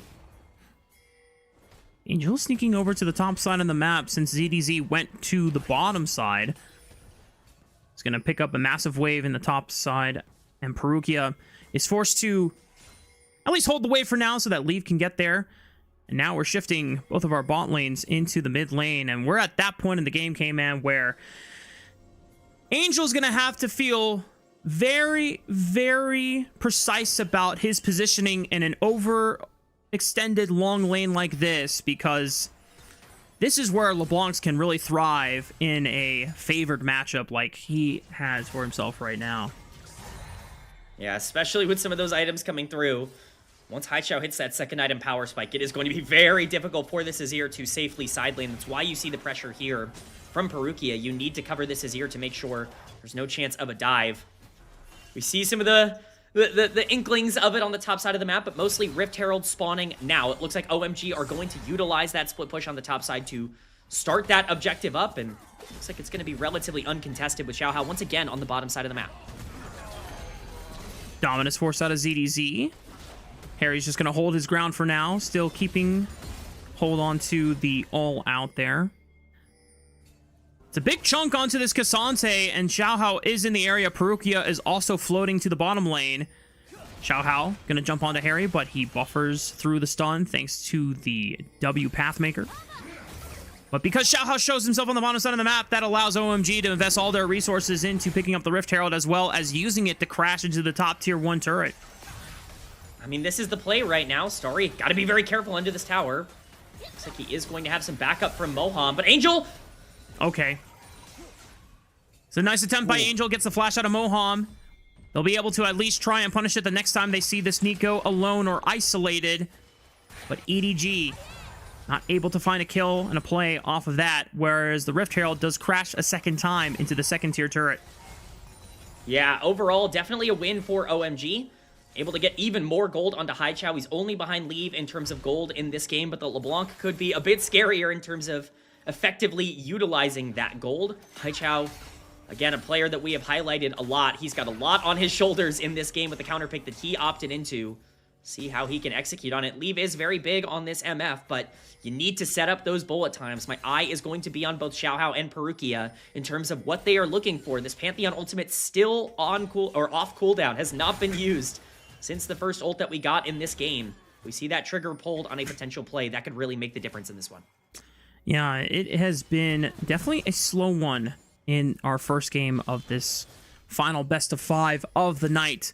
A reminder for anyone that is tuning in, this is a lower bracket play-in best of 5. The winner does not guarantee themselves a spot in the playoffs for Split 1, but it puts them one step closer, where they would have to play against either LNG or IG. Or not LNG, either WE or IG in order to get there. ZDZ gonna get jumped on by Rio, but he runs back to the safety of his second tier turret in this bottom lane. Should have enough common ground to be able to make it back to the tier 1 turret, since a lot of OMG members not able to fully dive and Renekton, especially when he has Dominus at the ready. Haichao gonna take a quick poke, does bring him down to a quarter of his HP, but don't let that deceive you. Dominus is a hell of an ultimate to have. Yeah, they're going for such an aggressive play because the dragon is spawning. They wanted to get as much control over that river and the vision there as they could. Xiaohao just once again saying, I don't care about the objective. I'm on the top side of the map with this Cassante. ZDZ popping the ultimate just to stay alive under tower. That's going to be another free dragon going over to OMG, their second of the game. Xiaohao's just going to take this time to start taking some camps, and this has been one of the most passive Pantheon games you will ever see. No skirmishing happening right now, just going to be yet another macro trade. I'm curious if this all just stemmed from the fact that Rio had a massive jungle advantage from invading onto Xiaohao early on, counter jungling, forcing him off some camps, because Xiaohao has needed to farm back up, and while he's still technically behind around the same number of camps that he was before at the beginning of the game, it's allowed him to ensure that he is not falling behind the curve. Technically, he's ahead by like 300 gold, but this is kind of like the race that we're in, and I'm not sure if you saw the interview with, I think it was Griffin and Sven, but they were talking about just like how jungle in this meta and this year feels so much more farm intensive and farm resourceive. Like, even if you're not playing like a super hard carry champion, if you don't farm your camps, it feels like the game is slipping away from your grasp and you don't feel nearly as strong as the other champion who is just power farming like crazy. Yeah, I completely agree. It's really important to make sure you have gold to actually fight in this current meta. And Xiaohao has that. He's got the 2 items completed, something that Rio has not yet done on the Xin Zhao. This is about a 500 gold lead for the 2-kill Pantheon. This is potentially the time to use it, though. You're talking about a comp that really spikes in the mid game. OMG are just going to be able to walk down and trade these mid lane turrets to get even more gold onto their LeBlanc. Gold is 1.5k in favor of EDG, but almost all of that is on the Misfortune. If you can't find a good engage for the bullet time, still plenty of tools for OMG to be able to win these fights. You know, you talked about scaling a bit earlier, Rafa. I think EDG definitely still have a bit of a scaling advantage, if only because of the Azir. Sure. It's going to get more and more difficult to find those setups if Angel is just sitting off of this side wave down 1.5 thousand gold. So, going to need to see some proactivity come in from EDG in order to utilize the gold they have on their bot lane right now. And while you mentioned 2-item spike for this Pantheon, you would feel that EDG want to do something proactive with him. Haichao is also on a 2-item spike of his own alongside tier 3 boots. This is a lot of M-Pen early on in this LeBlanc's build. Against someone like Angel who went for the Crushers, it's not going to be as lethal, but if he finds Leave, that Misfortune is going to get popped insanely fast. And Cleanse can only stop the root from connecting, at least keeping you locked down, but doesn't stop the damage from one-tapping you. Yeah, that's the problem. You can only cleanse one thing in this comp, and that could be a bit of an issue in the later part of the game. Misfortune not exactly known for her stability in the later parts of these games, but it's all going to come down to execution. Just some trade of side lane towers here. Angel going to get a bit more gold in the pocket of the Azir. I cannot stress how important it is that he starts to close this gap in the mid lane. This counter pick has been working as intended for Haichao with the LeBlanc, but you need to keep the pressure up if this Azir can get back into the game by utilizing that side lane against Cassante. That could really change the fortunes. Dragon's still about 2 minutes away with Baron on the map. So nothing to overextend for right now, but we continue to see a stagnating game state with only 3 kills here past 20 minutes. Yeah.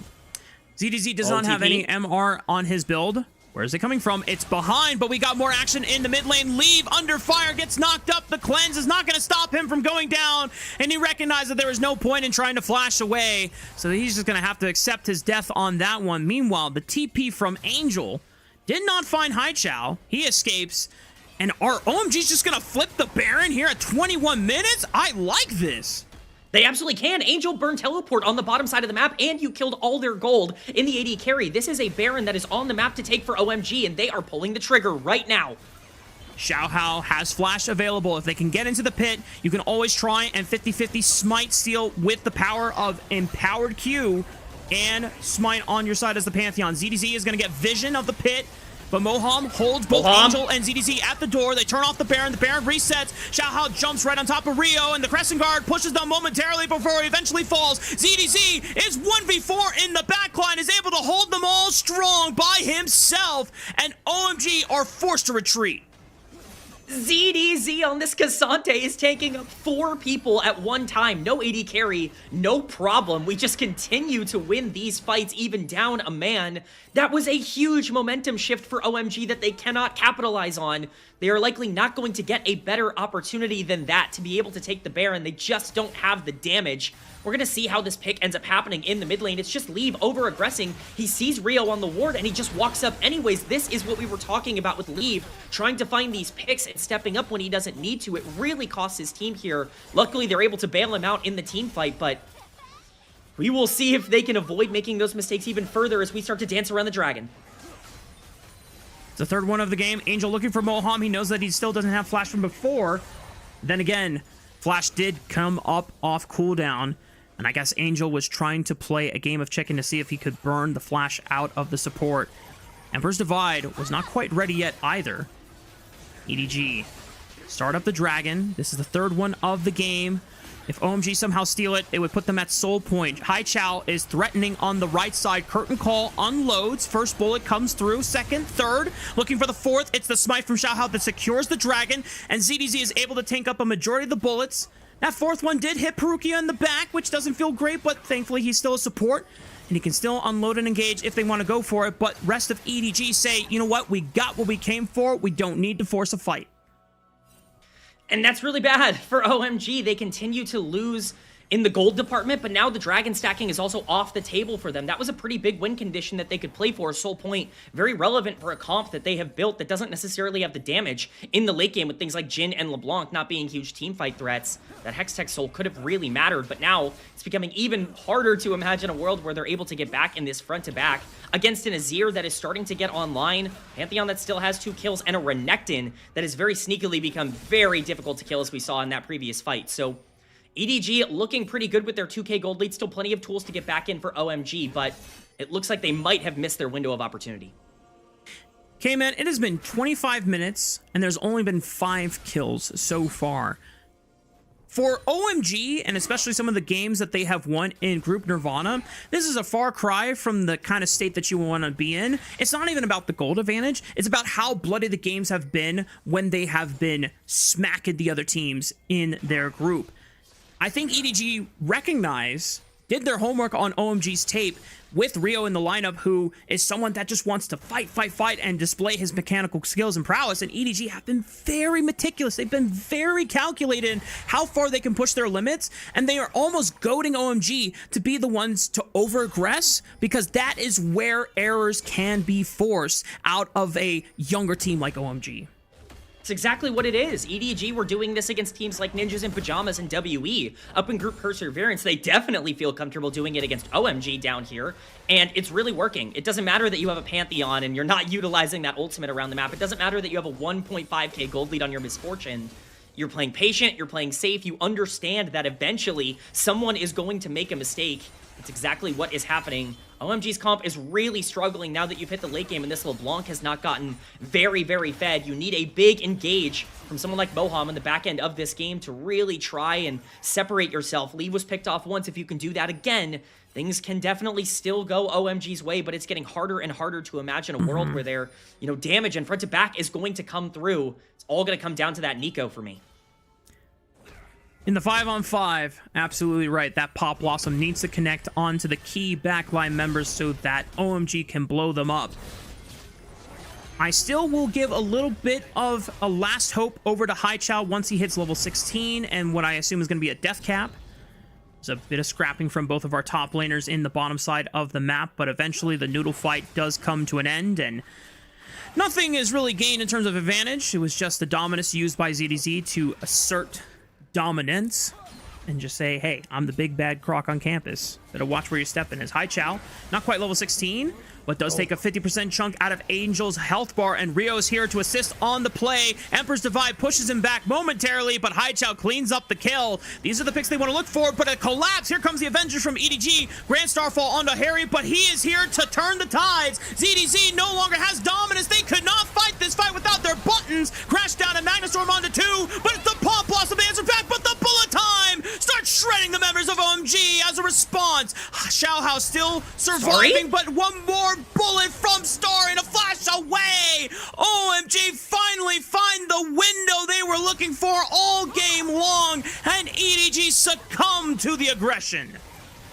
No damage, no problem. We kill the Azir under tower. You mentioned it. Haichao finds the angle to get onto the primary carry for EDG, and from that point onwards, there is no damage. It's a very, very bad Pantheon ultimate onto the top side from Xiaohao that gets punished immediately, and the Renekton that was so unkillable in the previous fight is no longer available to tank up that damage in the way that he was previous. This is a great pick from OMG, really proactive from the duo that we had been highlighting all series long in the pre-show here with Haichao and Rio. And then at this point, the fight is over. It's completely lost. ZDZ is separated from the rest of his team. Xiaohao has no damage to be able to follow through on this Pantheon that's not super fed. Rio maybe goes a tad bit too deep here, but the combo off of the Nico ultimate just makes things so effective. Yes, the bullet time is able to pull some back, but at the end of the day, this is a massive win for OMG. They grab the Baron, they get themselves what I presume is a gold lead in this game, and they really start to accelerate the pieces that needed to get forward in this one.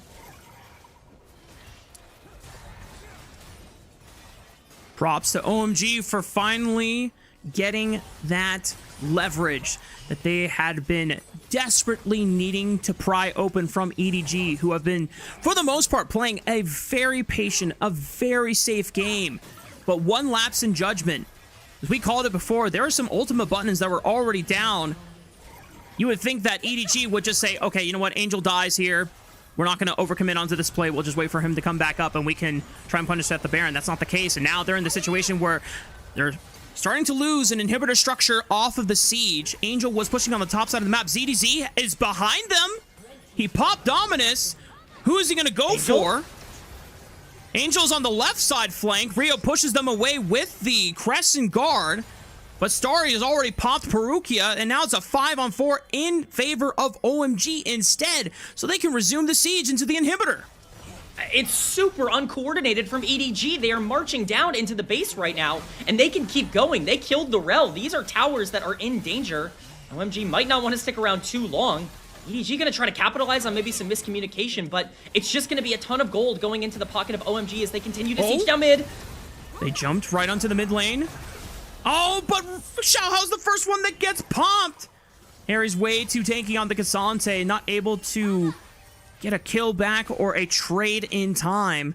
It does stop the siege for now, but that allows OMG to get a free access to the Dragon, and that's going to give them Soul Point. This is huge for OMG. We talked about Soul being big for them earlier on in the game.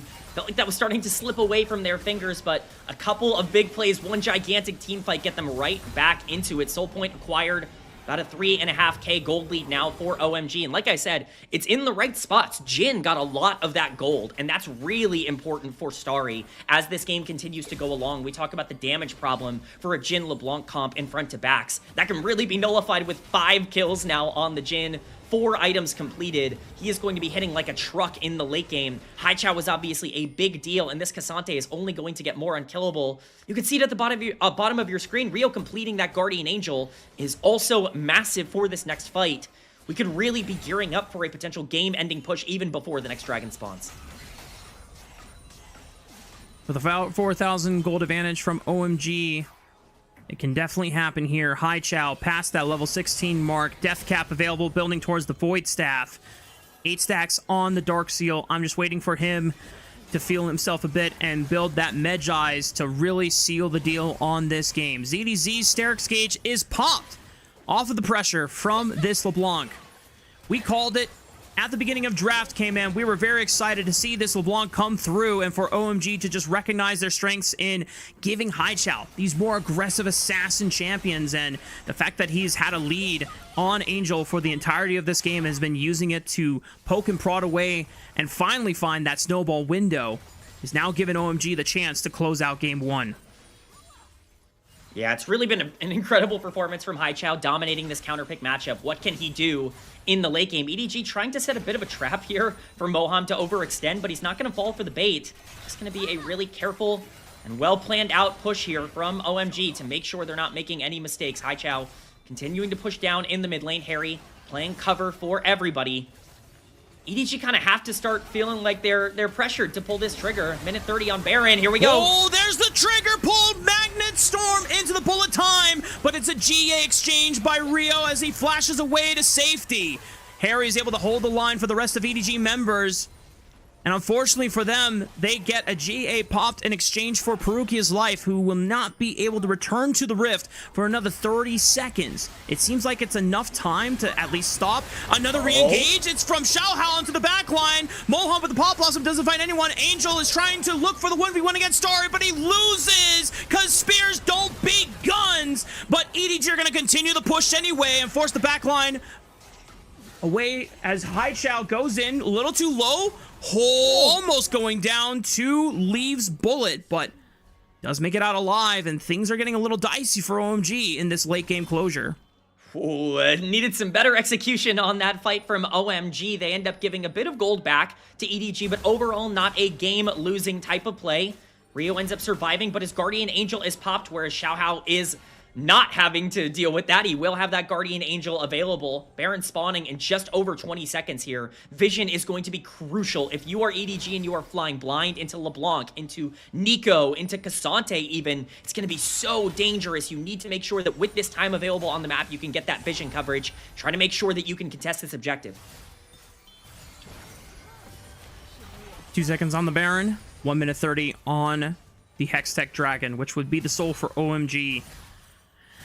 Checking out some item spikes here, just as my favorite ad pops up in the lower third. EDG gonna need an extra bit of more protection if they want to survive this onslaught from OMG.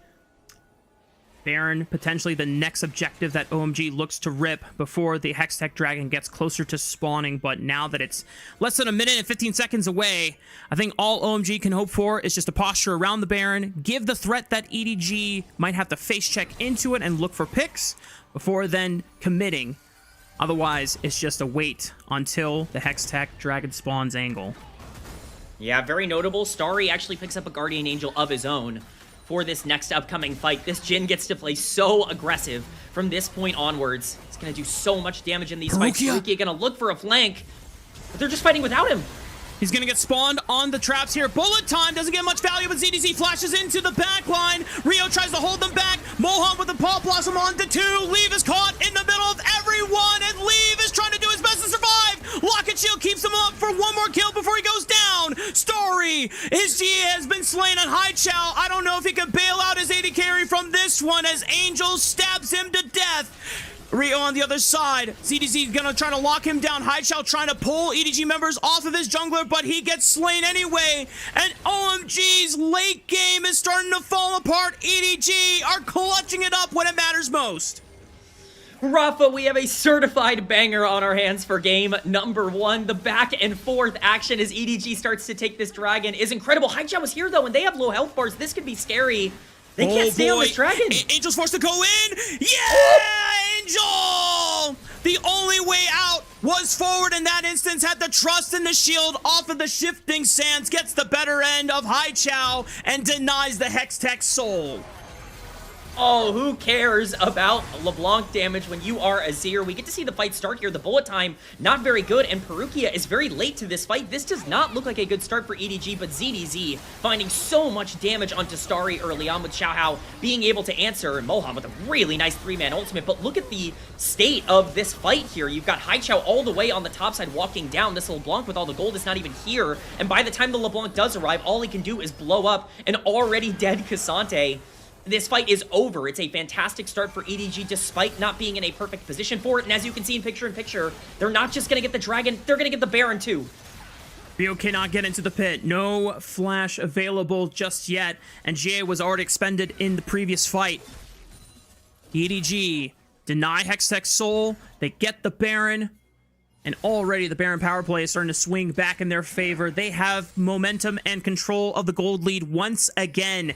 And Angel, at this point, has scaled to the point where he is nowhere near one-shottable. Now that he has both Mercury Crushers as well as the Banshee's Veil, he can split push quite safely. And the rest of EDG are trying to push through mid lane into the tier 2 turret.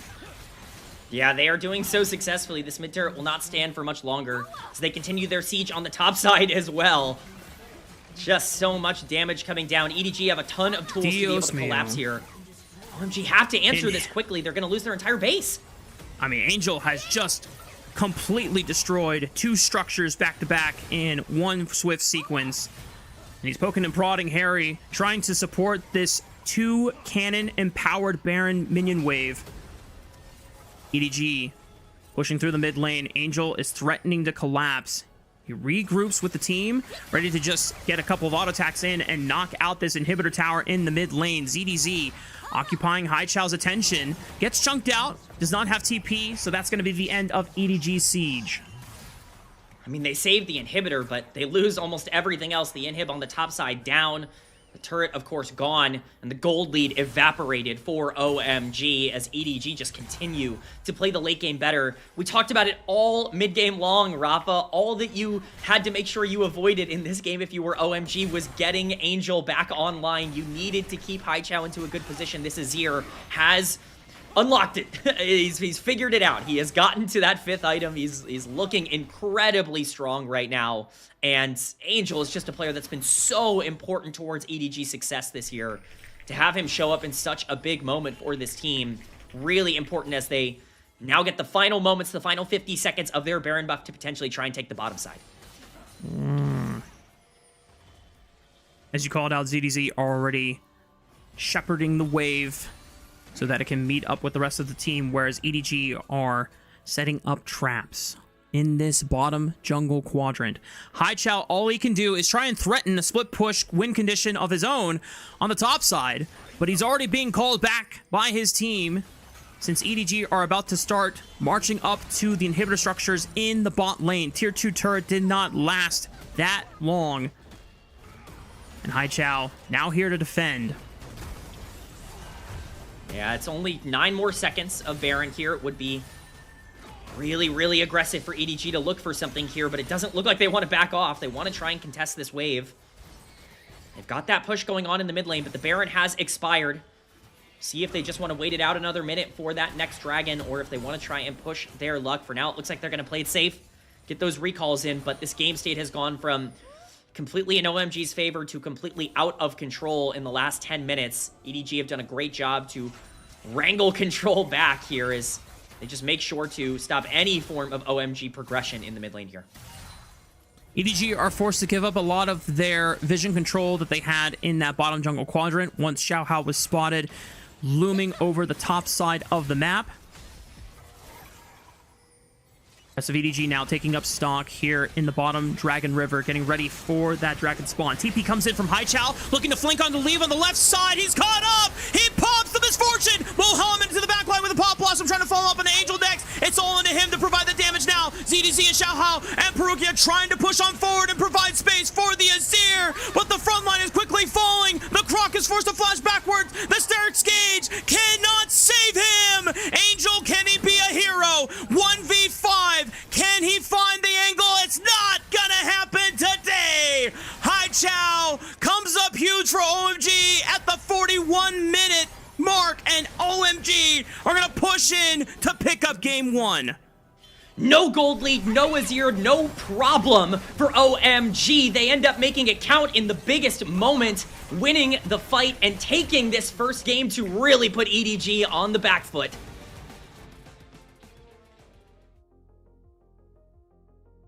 Damn, that was close.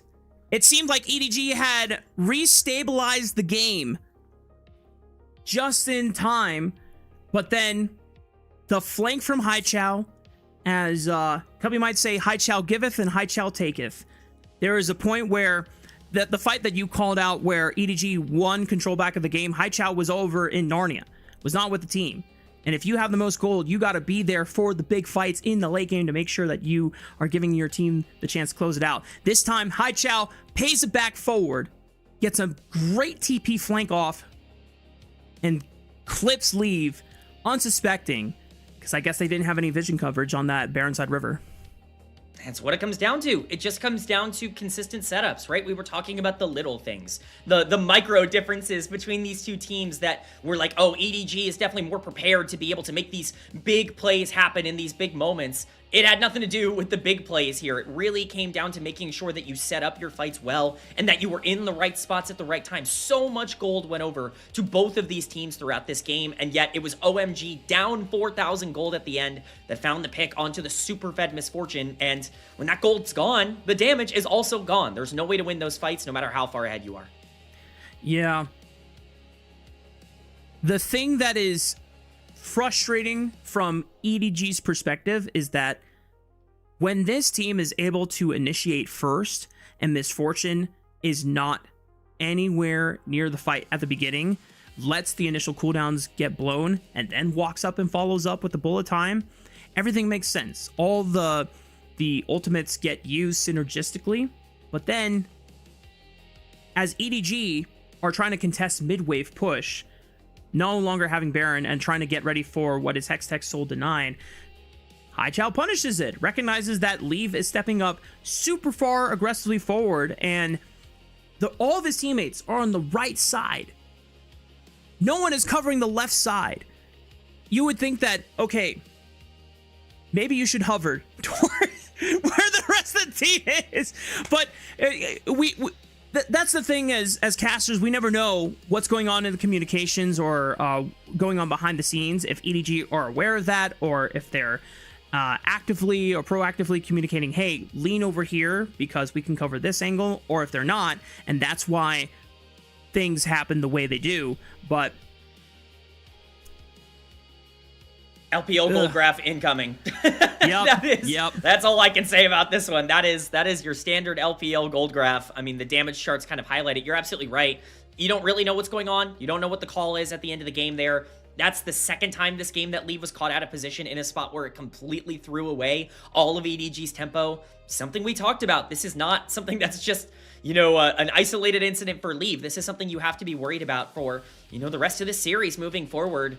The win condition was there for EDG to be able to pick it up. You're Azir online. You got to the spot where he was 3,000 gold up. It just wasn't enough. This is the first pick that we saw earlier on in the game where he's just face-checking Rio and just, running into the Xin Zhao and dying. It's certainly not something you would want to see, but they were able to get themselves back in the game. He had a couple of massive bullet times throughout this game as well. It just all really came down to the execution. Honestly, OMG's macro was just better in this game, and you can talk about the mistake for Haichao not being in that major fight that ended up really costing them their gold lead, but outside of that one mistake, OMG was kind of ahead throughout this entire game. They were the decisive ones. They were the ones pulling the trigger. EDG had the Pantheon, and they were not utilizing it around the map, and that's the kind of stuff that you don't expect to see out of the team coming from the higher group.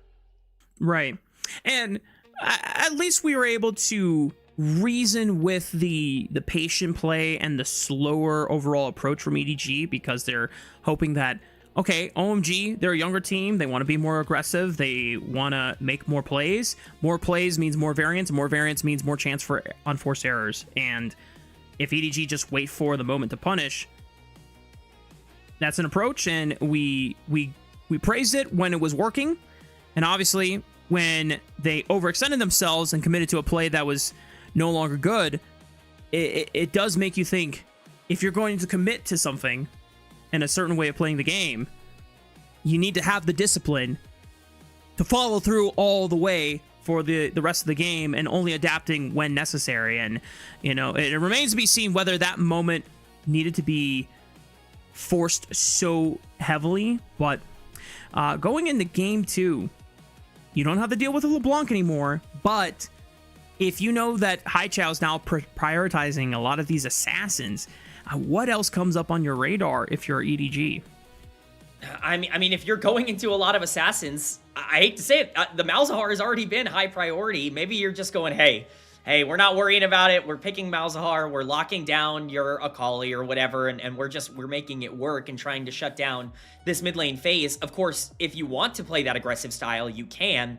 There is also the idea of, okay, maybe it didn't work. Maybe the Azir wasn't the problem here. Maybe overall we just need to play a bit cleaner in terms of the way that we're executing. Maybe we go to the Orianna if it's left up, or more importantly, things like Ryze and Syndra that I think, Angel has obviously been, not as good on this year, but like these are things that you have to start thinking about in a series where if OMG are just going to be able to capitalize on your mistakes, if you're going to look at Rio and Haichao as two players that are going to be decisive and push the limits of, if we step up, or, we need to make sure that we have that kind of scaling, then you need to make sure that Angel is on something that can win you the game the later this goes. And I get more and more concerned that that could be a bit of a problem if you are going for these more team-oriented picks.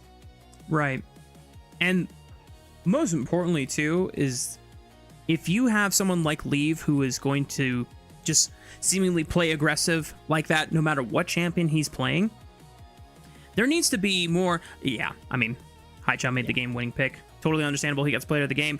I think EDG should be investing more into tools that are for self-peel, or not self-peel, but for peeling for Leave. And I mean, there have been games that EDG have played in the past where it's like, hey, we are all about protecting our ADC and pretty much trying to push away every threat and give him as much space as possible, and Leaf gets to thrive in those situations. But obviously that's going to be a question that EDG have to solve going into game 2. And for OMG, do they continue this playstyle of Rio and Haichao getting super aggressive, dominating 2v2 jungle mid combos, and just try to steamroll the game that way, because Rio had a very, very exciting and explosive start, just getting in Xiaohao's face and putting him behind.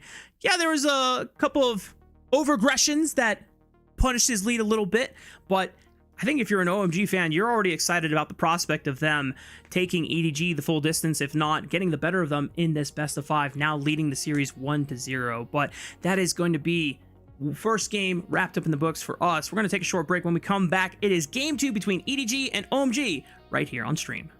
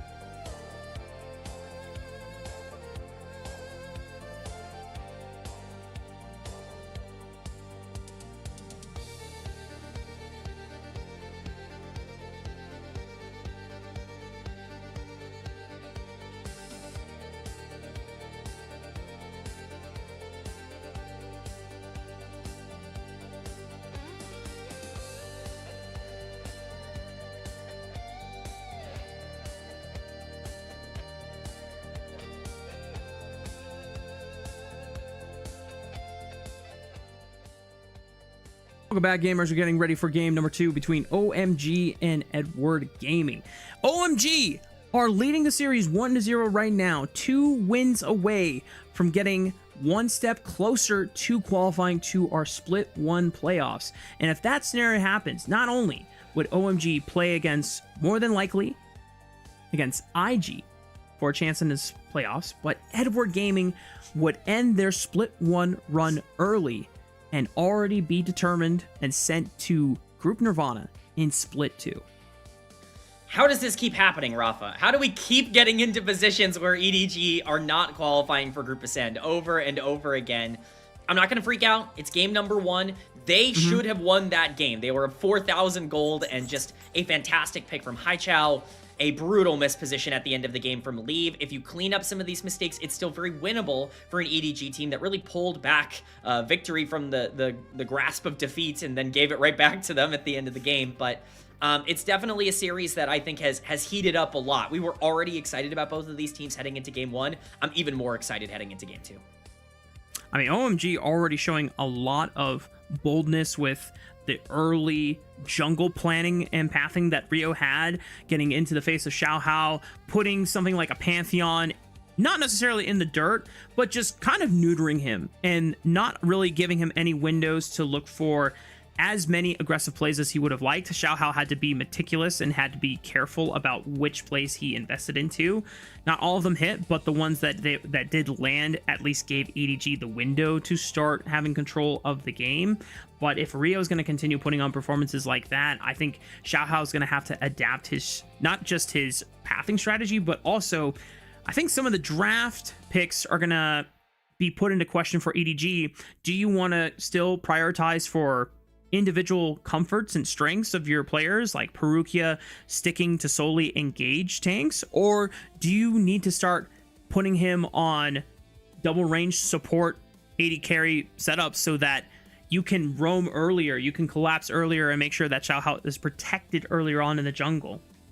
I mean, to me, the problem last game is that you picked the Pantheon with a mid laner that really had no business being able to play around the Pantheon, and that makes the game so much harder in the early game. Haichao's lane pressure was really important towards why those aggressive plays were able to happen. I think if you want to open up the game down towards the bottom side, you absolutely can. There's a lot of 2v2 lanes that are very successful and very easy to pilot, very consistent right now that are still up on the board. Of course, basically every enchanter in the game is likely going to be available through the first, beginning picks here. But I think more importantly to me, I think you need to make sure that you can get a better matchup in the mid lane to really push forward.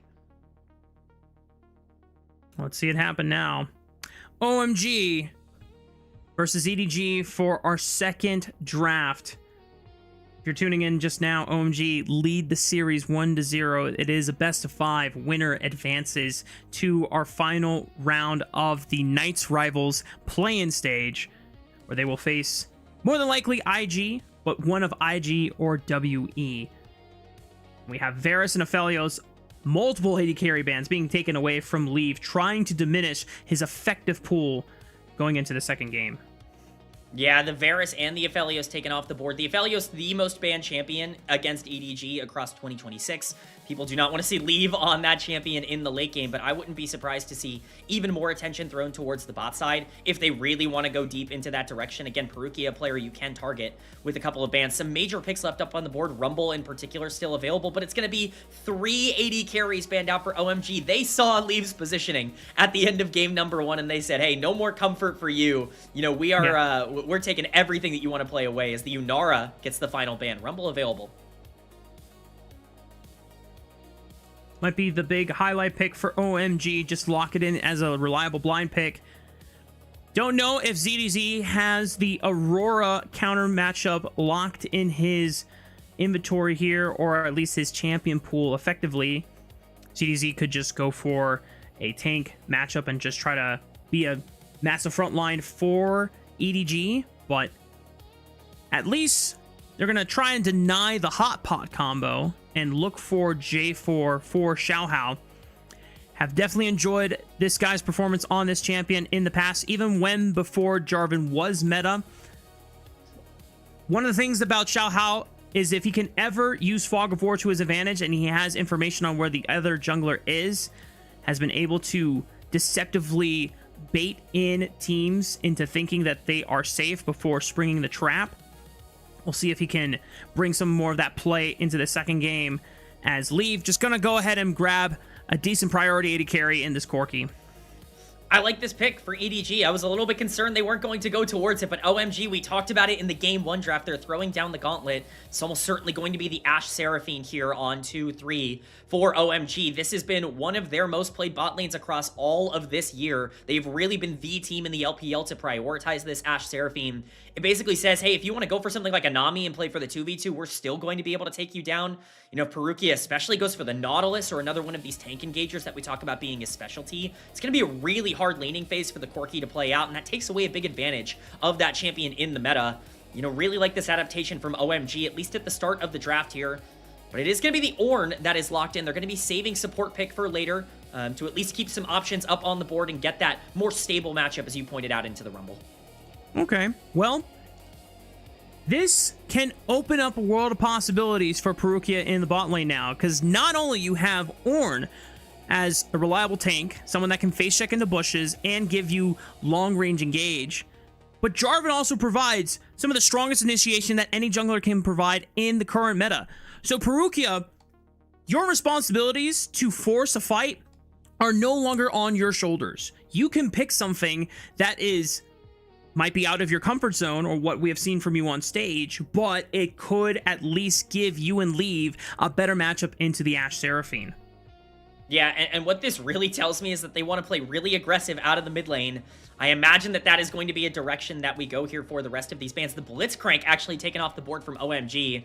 Clearly some tech here for Perukia that they do not want to see. Again, you talk about things like the Nautilus that are definitely more up his comfort alley, but I would really prefer something that is more, you know, aggressive in the early game, something that can really make a play or move around the map. If you want to leave Corki on an island, something like a Bard could theoretically work here as well if they wanted to go in that direction. Wukong taken off the board alongside the Akali. Akali is what I was really looking for potentially here for Angel. With that off the board, a lot of his assassins are not necessarily in play here. You know, it's going to be really interesting to see what they want to pair up with this Jarvan. Does Haichao lock in a blind Sylas into Angel? That is something that it's kind of on my mind at the moment, because just grabbing something like Call of the Forge God and even a Tempered Fate could really, really help OMG line up a Seraphine Encore afterwards and guarantee a lot of the wombo combos to come through from OMG. But this is going to be Perukia's Bard debut, if I'm not mistaken. I'll have to double check his GOL and see if he's played Bard. He's got one game on it this year. Okay. Does have a victory on it, so has at the very least gotten a little comfortable. Vi still on the board. This could be the Vi Ahri lock-in pretty easily if they want to go in that direction. Vi Talia, also a very strong duo. Plenty of mid lane roaming champions available that kind of throw down the gauntlet once again for Angel to play something that can match that tempo in the middle of the map. You do not want to scale into this Rumble Ashe Seraphine, you know, entire shebang. Like, there's a lot of engage on EDG's side, but the sustain and the amount of mid-game pressure that you've now generated with a winning bot side and likely a winning middle of the map is huge. Malzahar, we highlighted it, has been the pick for Angel. It would make a lot of sense in this draft if they want to go that direction. I can understand the contemplation of having something like an Ahri to skirt around and away from the unraveled earth and dodge out on these long-range engage tools like the Ashe Arrow and the Seraphine Encore. Probably the safer choice for Angel. Can always save the Malzahar for later in the series. It also gives you flexibility of either peeling back towards the back line and trying to help get a threat off of Leave's back, but also being able to lunge forward with the Jarvan and the Ornn trying to make that engage in the first place. So EDG, in terms of team fighting, they have strong initiation, but I wouldn't say they have the most inspiring team fighter carries on their side, because Corki, short range compared to other hyper carries in the other stages of the game. But for OMG, once again, it is a wombo that they're trying to set up here. And I want to ask you, K-Man, is there a point in this game where OMG's composition falls off?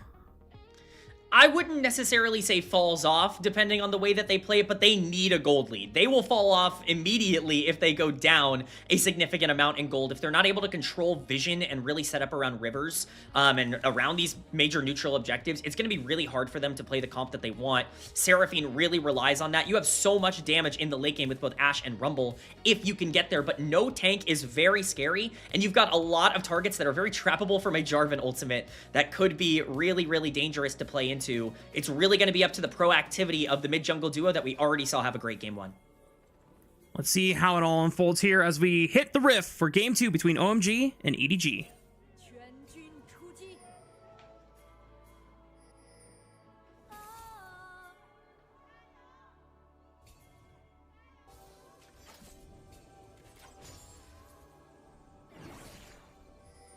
Okay, cool. We got Gyos for both teams. It wasn't many, but we still had Gyos, and that is a win in my book. Definitely agree. We got the fan base waking up a bit here for game number 2, and how can you not after that game number 1 that was so much fun to watch? Starry and Moham got a lot of pressure on them in this game. The Ashe Seraphine, they're really a big proponent of this bot lane. As the aggression comes out early, we are already seeing that standard heal dropped at level 1 for these supports, as has become basically the meta down on the bottom side at this point. The question is, how much can this bot lane duo end up getting? Got a lot of lanes here that I think individually are winning. The Talia into the Ahri is going to be very good through the first couple of levels. Of course, you draft the Ashe Seraphine to win early in the 2v2, but that can really be enabled by a Vi. It can start to affect the map at level 6. That's when I'm really going to start getting interested in what OMG is going to do. The global potential for cross-map arrows is also a scary prospect. If you are EDG, trying to just mind your business, farming a wave on the top side of the map, or if you're just trying to get a wave crashed in as mid lane and then suddenly, boom, arrow hits you in the face, stun for 2 seconds, and then sets up a nice Talia combo. Leave might be in trouble. Forced to flash away. Starry's just going to flash after him, but great Cosmic Binding for Perugia. Still not enough. Perugia might be able to at least get a trade kill, but it's still first blood in the pockets of OMG's AD carry. And that is the Ashe Seraphine that we are looking for. The combat pressure coming out of this 2v2. That is a really big pickup. Xiaohao in the area. Moham is overextended. Moham has flash available, would have to... Oh, but the setup with the Cosmic Binding guarantees the EQ flag and drag knockup, and Moham knows he ain't going anywhere. It's the second kill picked up for EDG. It looks like such a good play for OMG at the start there with Starry picking up first blood, and it still is very, very good. Starry in a spot where he's going to be able to really pressure at this lane phase and push this Corki down, kind of force the Bard to be a little bit less mobile on the map, but a kill for Jarvan accelerates that champion quite a bit, even if it delays his jungle rotation just a tad. We're going to see a potential contest here over Scuttle. Both junglers, level 4. Flag and drag right onto the Vi to begin it. And he interrupts. Oh, great use of the flash to stop the Vault Breaker from Rio getting over the wall. He flashes over to Moham, gets the shield thanks to the W. But another flag and drag keeps him in range to knock his lights out. And now Leave is getting ready to join the fray. There is still a flash available on Moham, so he can walk out safely. But EDG, they're the ones with the early beatdown so far, as Leave is just going to vouch for it because they've got a magical journey and a flag and drag on a flashless Ashe. That means that Ashe has been taken down. Oh, it's just gorgeous from EDG. All of that passive gameplay that we saw out of them in game 1, throw that out the window. They are here to play in game number 2. Xiaohao with 2 kills now on the Jarvan. We wanted to see more out of this duo coming from, you know, the jungle and the mid lane, but really it's Xiaohao in this game that has pushed it forward. And look at this wave. Look at this wave right now that Starry is going to miss quite a significant amount of. He's level 2. Leave is level 4. Obviously, he'll hit level 3 off of these minions, but it's a massive advantage for EDG that continues to really grow. It's as perfect of a start as you could ask for.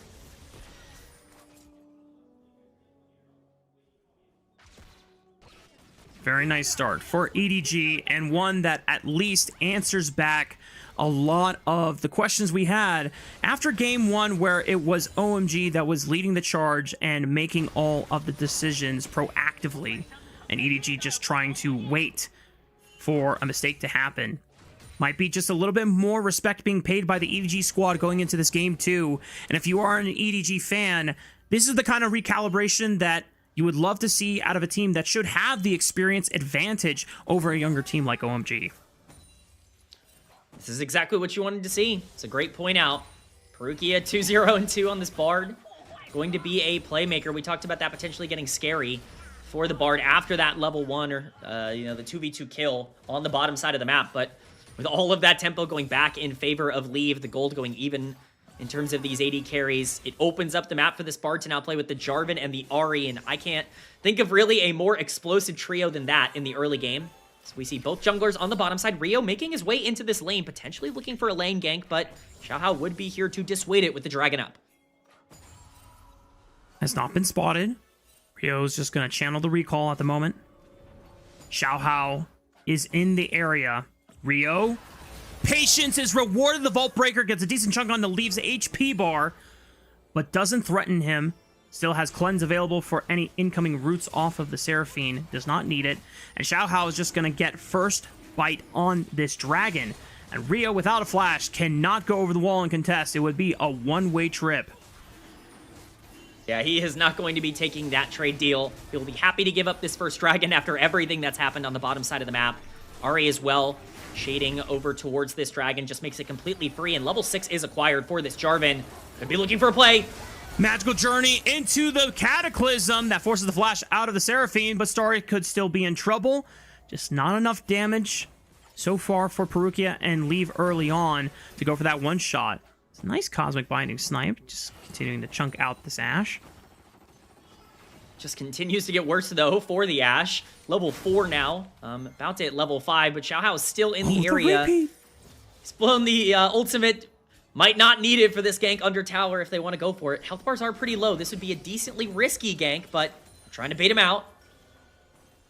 I mean, even Angel is ready for the play. Haichao preemptively roamed over to protect his bot lane, but now the Spirit Rush from Angel forces him off. Weaver's Wall at the ready.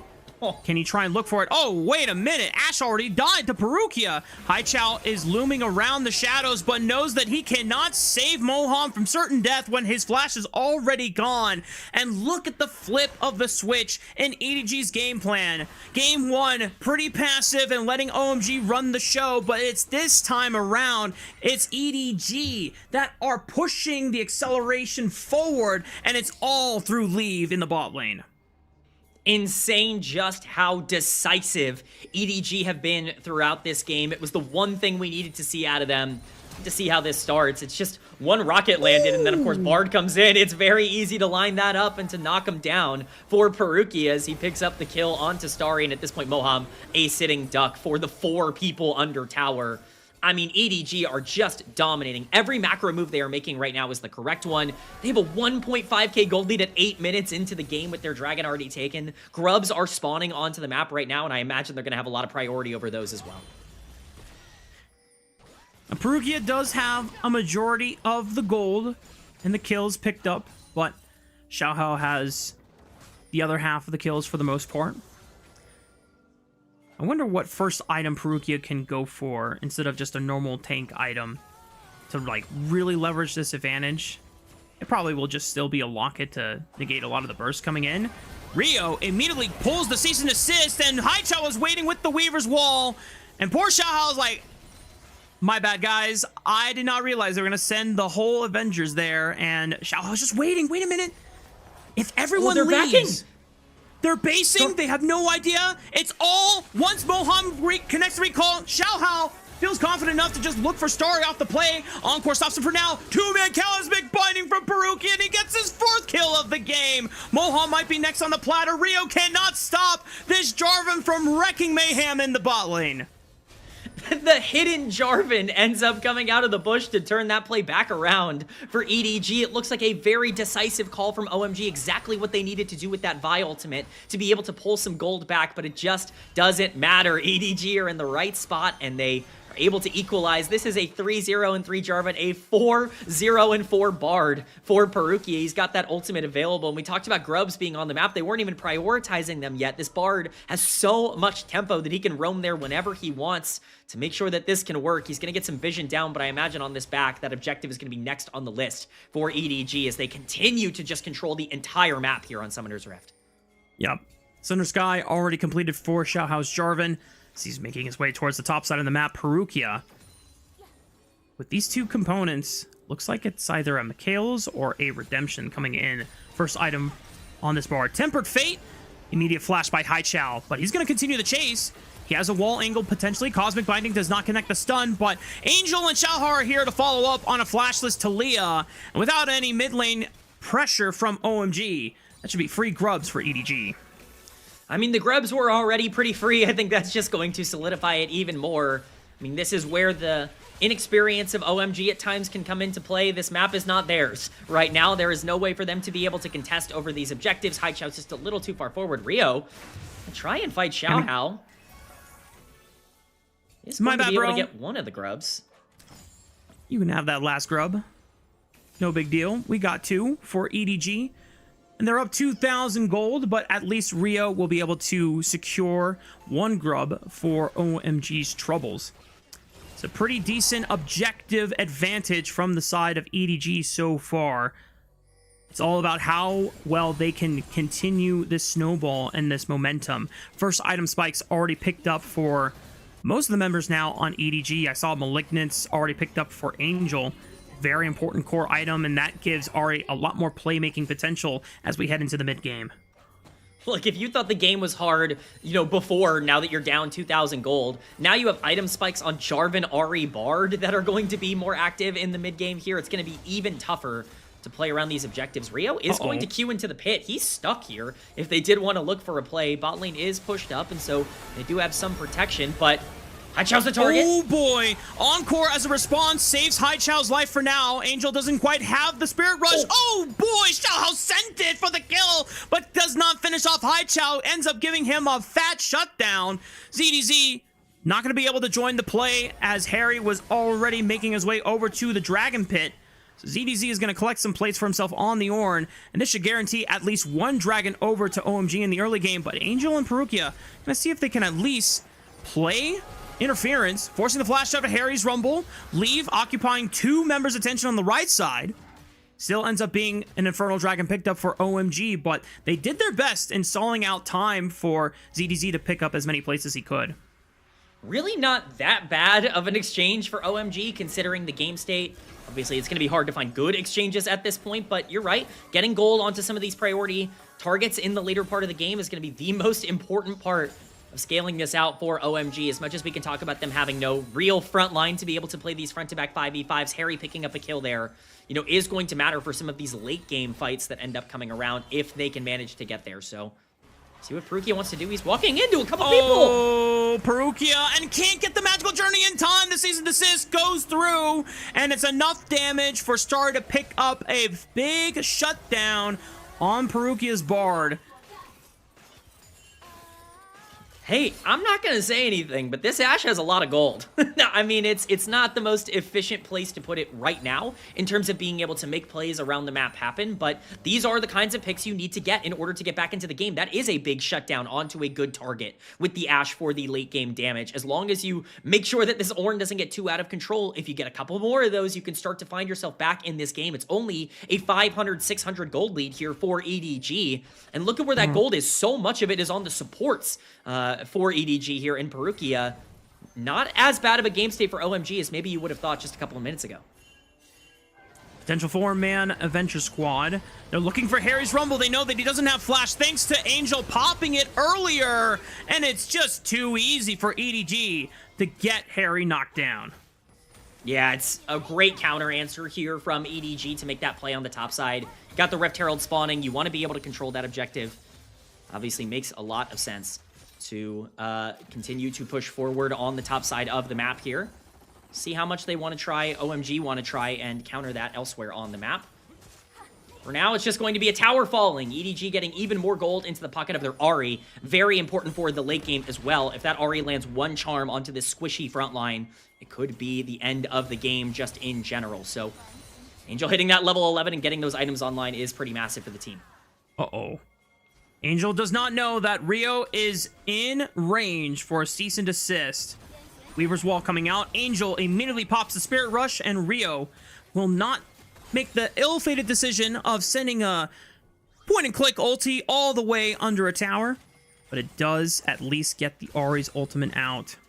One thing I want to point out, K-Man, is that because ZDZ got a lot of gold for free while Harry was trying to help OMG control that second dragon, he's now rushed to Kanik Rookern, and he's doubling down on MR, because he's just recognizing that Starry, as an Ashe, doesn't really do damage to tanks. So if he just has a ton of MR, I think this Ornn is unkillable. I mean, it's not just Ornn. That becomes a little bit unkillable. This Jarvan is going to be hard to kill in the late game as well. That is the disadvantage of this OMG draft, is if you're trying to play front to back around the Ashe, things do get a lot more difficult because you don't have a tank and they have a lot of good tanks. And it becomes very impossible to imagine a world where you're going to be able to break through their front line in the right way. The benefit to, the other part of that is that you have a lot of pick tools here on OMG. You have a lot of ways to play side lanes, and you take towers really fast if you do want to prioritize that. If the Ashe is pretty far ahead, Starry might not be the most useful champion when you're talking about these immediate fights, but there is a use for the Ashe if you can find those big arrows and potentially get gold into the pockets of things like Rumble in the late game. All right, sorry. Temper Fate right onto Ashe.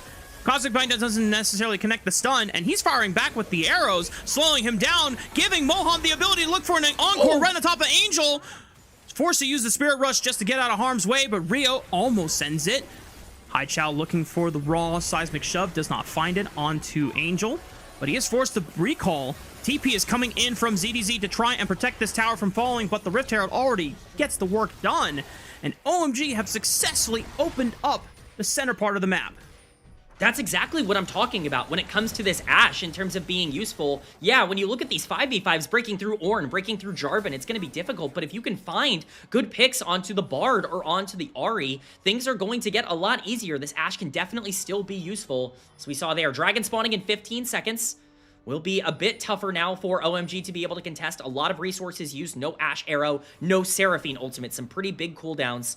Tempered Fate also on cooldown right now for Perukia, but EDG have full control of this river and are going to look to take this dragon as quickly as possible. Hawkshot will reveal the dragon has been started. So is Angel trying to help look for a pick, going through the dragon pit. Xiaohao secures it. ZDZ is the first one knocked up, forced to flash away. Cease and desist takes him into the middle of L5, forcing Rio to flash back into his own team. And they're just pelting away with arrows. Xiaohao into the Cataclysm, locks down Harry into the pit, but ZDZ is the first one to fall. Rest of EDG now contemplating whether they want to continue the fight or not. Charm goes wide, and the rest of OMG are able to push EDG out of the river. And that's a fight, like I said, without both of the bot lane ultimates. No Arrow, no Seraphine ultimate available for OMG, and they still are able to pick up a kill. Yes, they give over the dragon. Not ideal to continue to stack that, but Starry is really starting to get a lot of gold onto this Ashe.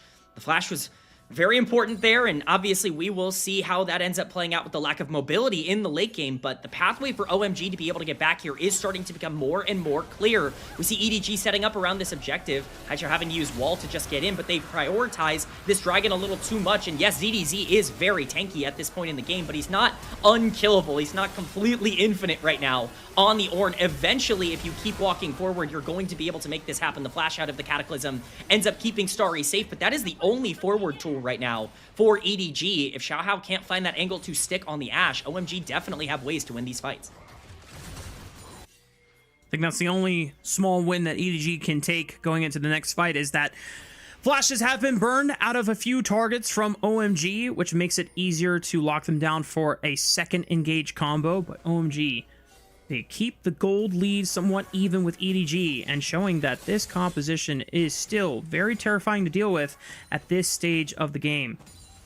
We're still 3 minutes away from another dragon spawning, so nothing to fret about for either team in terms of the dragon stacking department. However, Baron is coming up in 44 seconds. Now, I don't know if either of these teams I'm the most enthusiastic about trying to rip a Baron. Thankfully, at least, you got a Rumble with a Leandries, so that's a lot of percentage max HP damage you can get on if he is committed to sticking to the Baron rather than trying to look for a flank angle himself. But the rest of EDG trying to deny that possibility by getting in this topside river and clearing out the vision that OMG has laid down.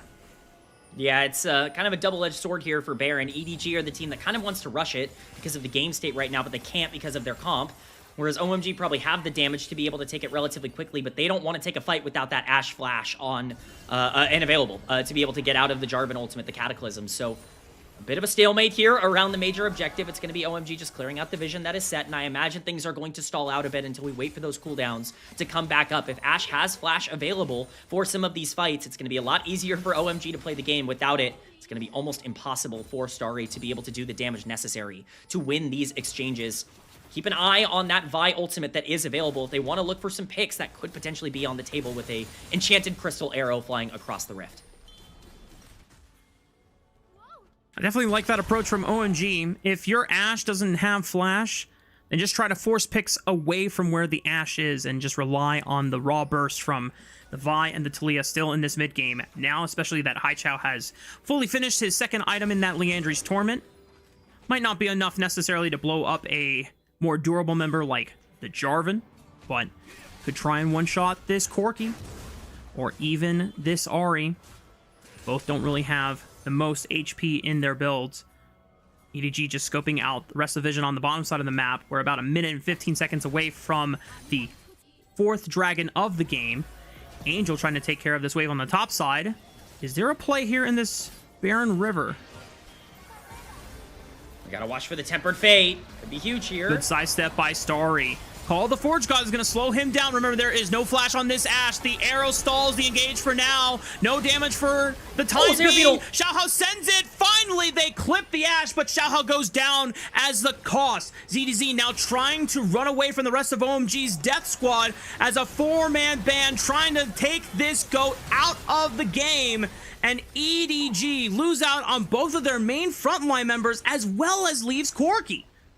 It is so scary to try and engage into this OMG team, and the lack of decisive decision-making coming in from EDG is going to cost them. Baron has been started from OMG, and they do not have their jungler alive. EDG are just going to be in a spot where they have to hope and pray they can stall this long enough. I don't know if Angel and Perukia have what it takes right here. Baron does shred a lot of armor and MR, but between Angel and Perukia, I don't think it's gonna be enough to look for a punish. Orbit Deception over the wall, no smite steal available, and no gimmicks will be had as Rio sends it on to Perukia. The magical journey takes them over the wall. He's a little too tanky to take down right away, flashing away from the equalizer. Xiaohao's there, but a seismic shove flick from Haichao clips the support of EDG. And once again, K-Man, we are seeing OMG miraculously find these comeback windows and regaining control of the game away from EDG. I mean, you can call it miraculous, but their comp is built to do exactly this. Yes, you have no flash on the Ashe, but watch Seraphine's positioning in this fight. It is so difficult to engage onto this. Harry is on this massive flank with the Rumble. He immediately finds leave, completely disconnected from the rest of his team. The wall is gorgeous to cut off his escape path, and it's just over. The Ashe is able to survive so long because the Seraphine is there. The Seraphine ultimate ends up clipping and making sure that the Jarvan can't engage fully. Overall, it's OMG just playing their comp better right now than EDG is, and they've generated a 3k gold lead for it. You look at the map state, 2 dragons to 2 dragons, that's not a win condition for EDG. Baron buff now on OMG with all of this side lane pressure, all of this tower taking potential through Ashe and Taliyah. It's getting harder and harder to imagine a world where EDG can take this easily.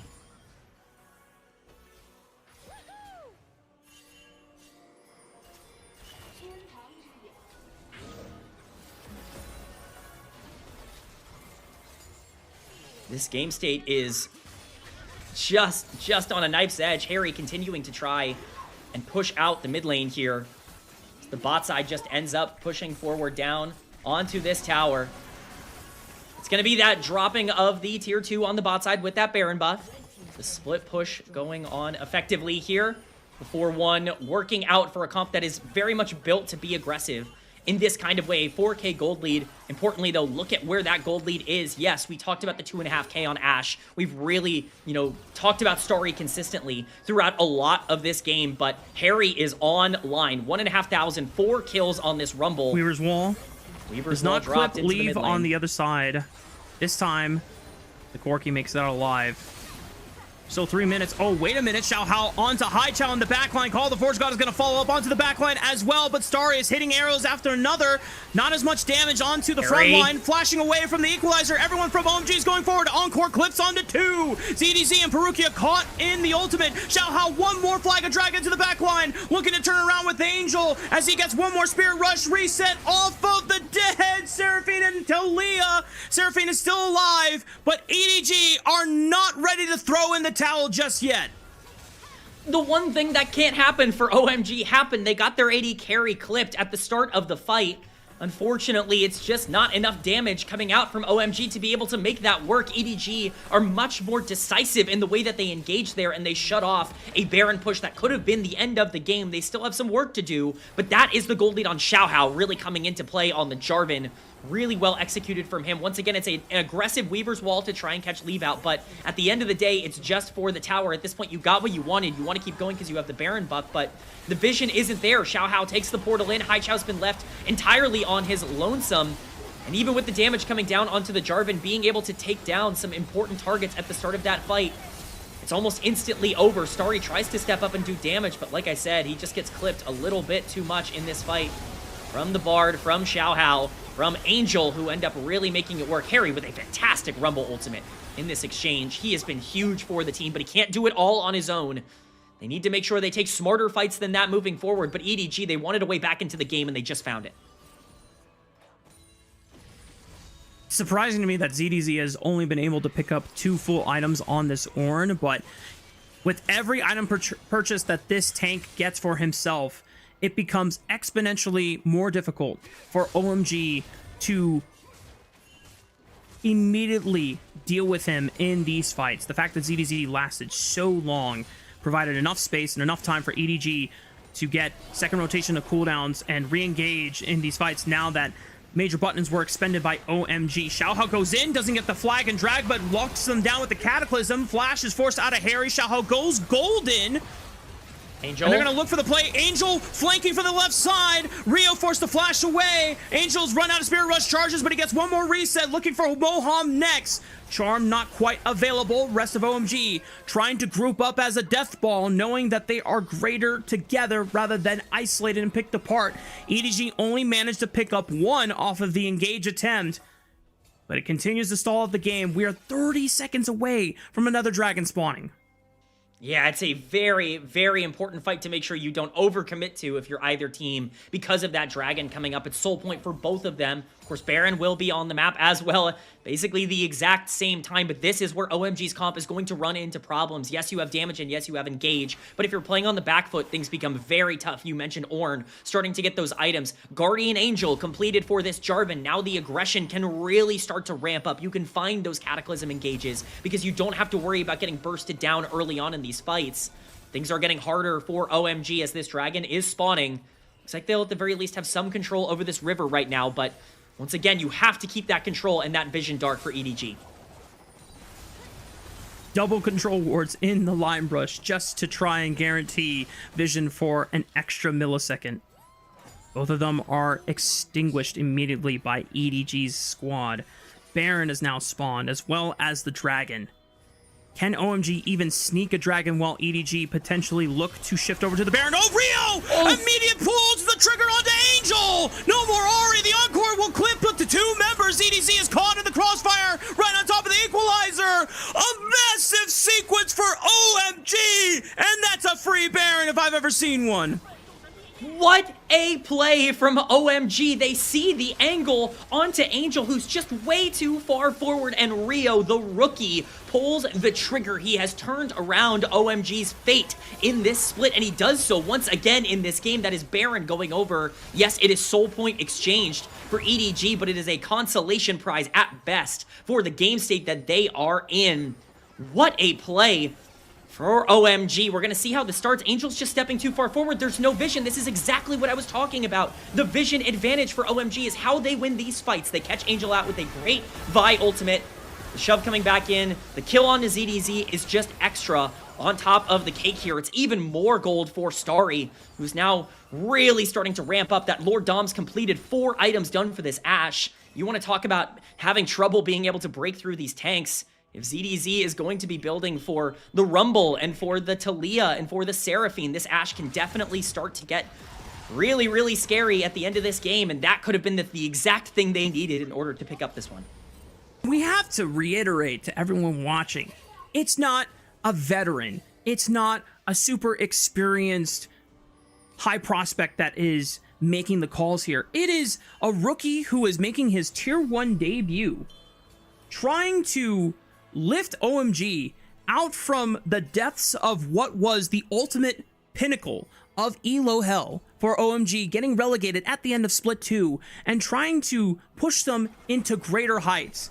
And as we said before at the top of the show, that was the bottom, and it can only be up from here. But Rio, off the back of coming in from the Tier 2 squad and reshaping the direction and the boldness of this team, he's really trying to take them farther than anyone could have ever imagined. It is staggering just how much better this team has looked with the aggression that Rio offers, but this game is not over. Push down onto the top side. Can definitely be thwarted by an EDG team that still has plenty of engage tools. Remember, that is what their comp specializes in. The Jarvan, Weaver's the Wall. Ornn, the Bard. They have ways to fight. Here we go. On the other side, it's a flash forward from ZDZ trying to force the engage, but there's no damage follow-up on top of it. That's called the Forge God exchange for an equalizer. EDG at least able to hold off one wave longer. OMG gonna ride in the next one. Perukia angling for a Tempered Fate. Just waiting for his time. EDG are just going to concede the inhibitor tower, let the inhibitor on the top side drop as well. Baron buff will expire in the next 35 seconds. EDG deciding just to weather the storm and wait for their time. But do they have enough to be able to hold off for OMG taking this tower? Again, you noted only 25 seconds. They're going to look for this. This could be the time to pull the trigger if you're EDG. Xiaohao has GA available. Starry flashes away from the Tempered Fate. Now that is a clear target for EDG to look for in the next engage attempt. Angel angling on the left flank, trying to see if he can link up with Xiaohao once he pulls the trigger on that Cataclysm on a flashless Ashe. Starry staying far back forward. Perukia caught by the Ashe Arrow! An immediate deletion from the game! And OMG are pushing into the base. Xiaohao deep behind enemy lines, looking for a flank. That could never happen now that their support is gone. EDG. Xiaohao's gonna send it anyway.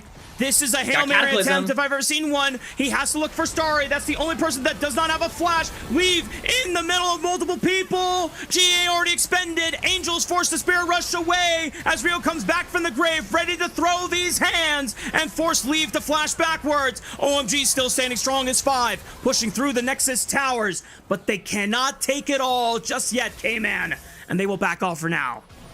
They have done everything but end the game. OMG with a decisive ultimate onto Perukia that ends up completely changing the fortunes of this game. They're waiting for the Xiaohao flank, but they're just not respecting the fact that, yes, we're the engage comp, but OMG also have tools that they can use to get in as well. The only saving grace is that the game is not over and that flashes were burned for OMG, but just under a minute on that dragon. It would be soul for EDG. I have a hard time believing they're going to be able to get into that river.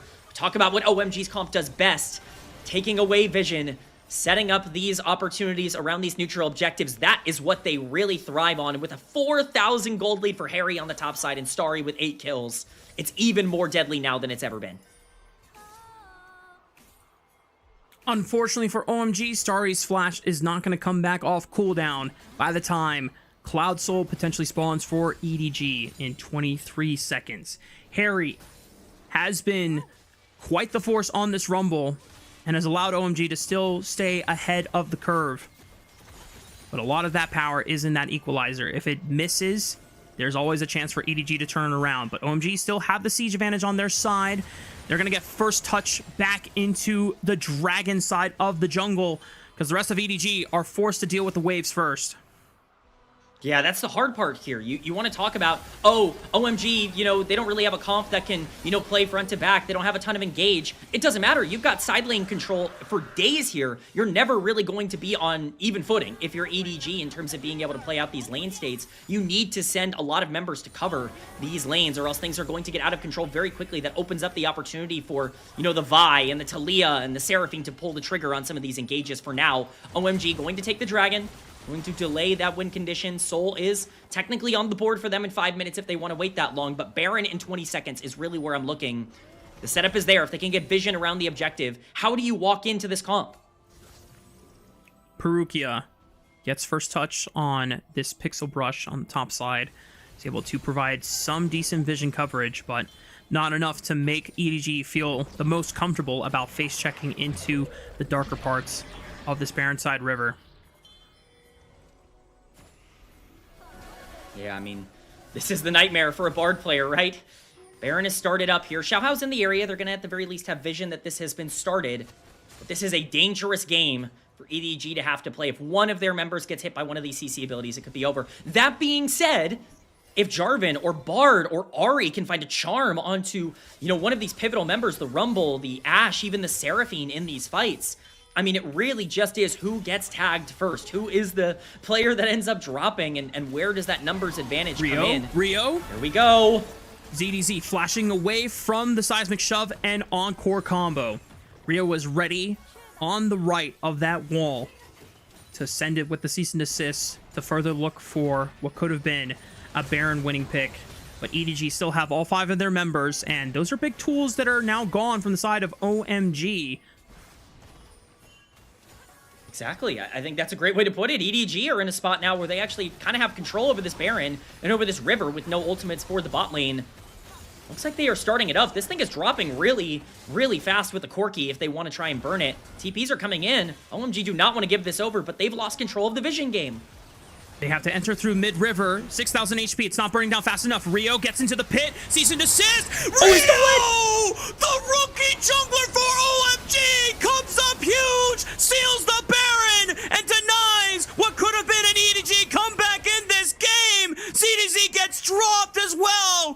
OMG have to thank their lucky stars in Rio for tonight's series.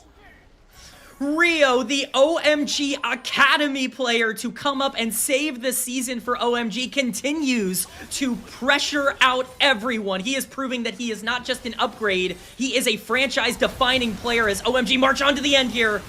Xiaohao for the Cataclysm. Hail Mary attempt gets locked down. Stasis onto a couple members here, and it's just not enough. The Hail Mary falls flat, and OMG are pushing EDG. Backs against the wall as we're getting ready for match point in favor of not EDG, but it's OMG 2-0 in the series. 1 game win away from advancing in the play-in stage.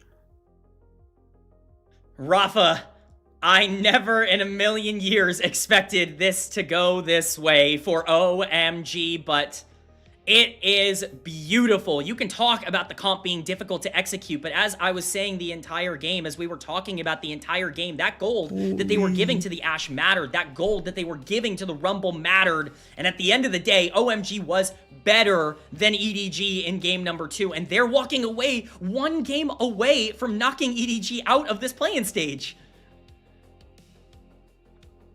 Okay, man, we have to start contemplating a reality where, oh my god, 3-0's Edward Gaming. Don't get me wrong, we definitely thought that, okay, OMG can maybe take a game off of EDG. Maybe 2 games if EDG are a little off. But to take the first 2 games of the series in this fashion, where EDG have advantages, have ways to play out the game, and they are just getting straight up outplayed. Unfathomable expectations, but this is the reality that we're living in right now. Let's not forget how that game started. This looked cooked. I mean, this looked over. I cannot stress that enough. They had a 2,000 gold lead at 8 minutes. EDG did in this game. They had all of their gold on Jarvan. But really, what it came down to is that so much of that gold was on the Bard. In the support position, he picks up 4 kills in the early game. And now all of a sudden, your Corki and Ahri really aren't in the position they need to be to kind of utilize this big gold difference. Yeah. And the Jarvan, for as much as he can pressure out, the Vi ultimate was more useful. You have the Talia moving around the map. And where did those trade kills go? They went to the Ashe. And the Ashe was huge. Starry was fantastic in this game on that champion, and really what it came down to is better execution. I've said it a couple of times, but when you are out there and you don't have the front line, you don't have the engage, you just have the playmaking tools, you have to execute better. You have to be more clinical. That's what OMG was in this game. better execution, and also less fear from OMG. I mean, Rio is going for plays that he knows is a one-way trip for him. Because when you're playing Vi, you don't have the luxury of making an engage, and then, especially if you don't have flash, you say, oh, okay, I didn't like that engage, I'm out now. No, you're in it for better or for worse. And Rio, for a majority of the game, was hitting the better side of the flips. And to have someone like that not only be a rookie, but also the person that is defining OMG's success right now is the greatest thing that OMG fans could have ever hoped for going into a year in 2026 where 2025 was defined by an early departure from tier 1 play halfway through the freaking season. I mean, I said it in the endgame call there. Like, this is their franchise guy now. I'm not trying to overreact and panic, but Rio has become such an important piece for this OMG team so quickly. You're talking about someone who came through their system, who played for OMG Academy, who's been promoted and has immediately been able to make an impact of this caliber. He's not going up against just Group Nirvana talent anymore. It's not just Ultra Prime and LGD who are done for split number 1. This is an EDG team with players that have consistently been able to make the playoffs over and over again. Players that are always contending to be at bare minimum top half in their role. Xiaohao, a player who's had a ton of success over the course of his career, even on bad teams. He is playing better than these guys right now. He's the best player on the Rift in a series that matters so much for this organization. And you just have to be so excited for them to have been able to find this. The only frustration, I think, for OMG fans has been, why did it take this long? Like, you know, this guy has been here. He's playing in Demacia Cup. Like, we wanted to see this guy in, but it's clear that, you know, now, earlier, it doesn't matter. As long as they got this guy in, it's better late than never. 2-0 to lead the series for OMG versus EDG. Like we said, folks, the loser of this series is automatically relegated to Group Nirvana for Split 2, and their Split 1 run is over. Now, it doesn't necessarily mean the winner automatically qualifies to playoffs, but it puts them one step closer. And at this rate, if we are to just, you know, push forward into the future, the way that the play-in final round seeding works and how those matches are determined, it's the highest seed remaining versus the lowest seed remaining, and then the other best of 5 would be the next highest versus the next lowest sequentially. So originally, when we thought EDG were favored, it would have ended up in IG versus LNG, because LNG would have been the only Group Perseverance team or Group Nirvana team left, and IG is the only Group Ascend team left. But if OMG advances tonight after one more game win, it's OMG versus IG to qualify to playoffs and to get into Group Ascend for Split 2. And that was a reality I was not entertaining at all until right now.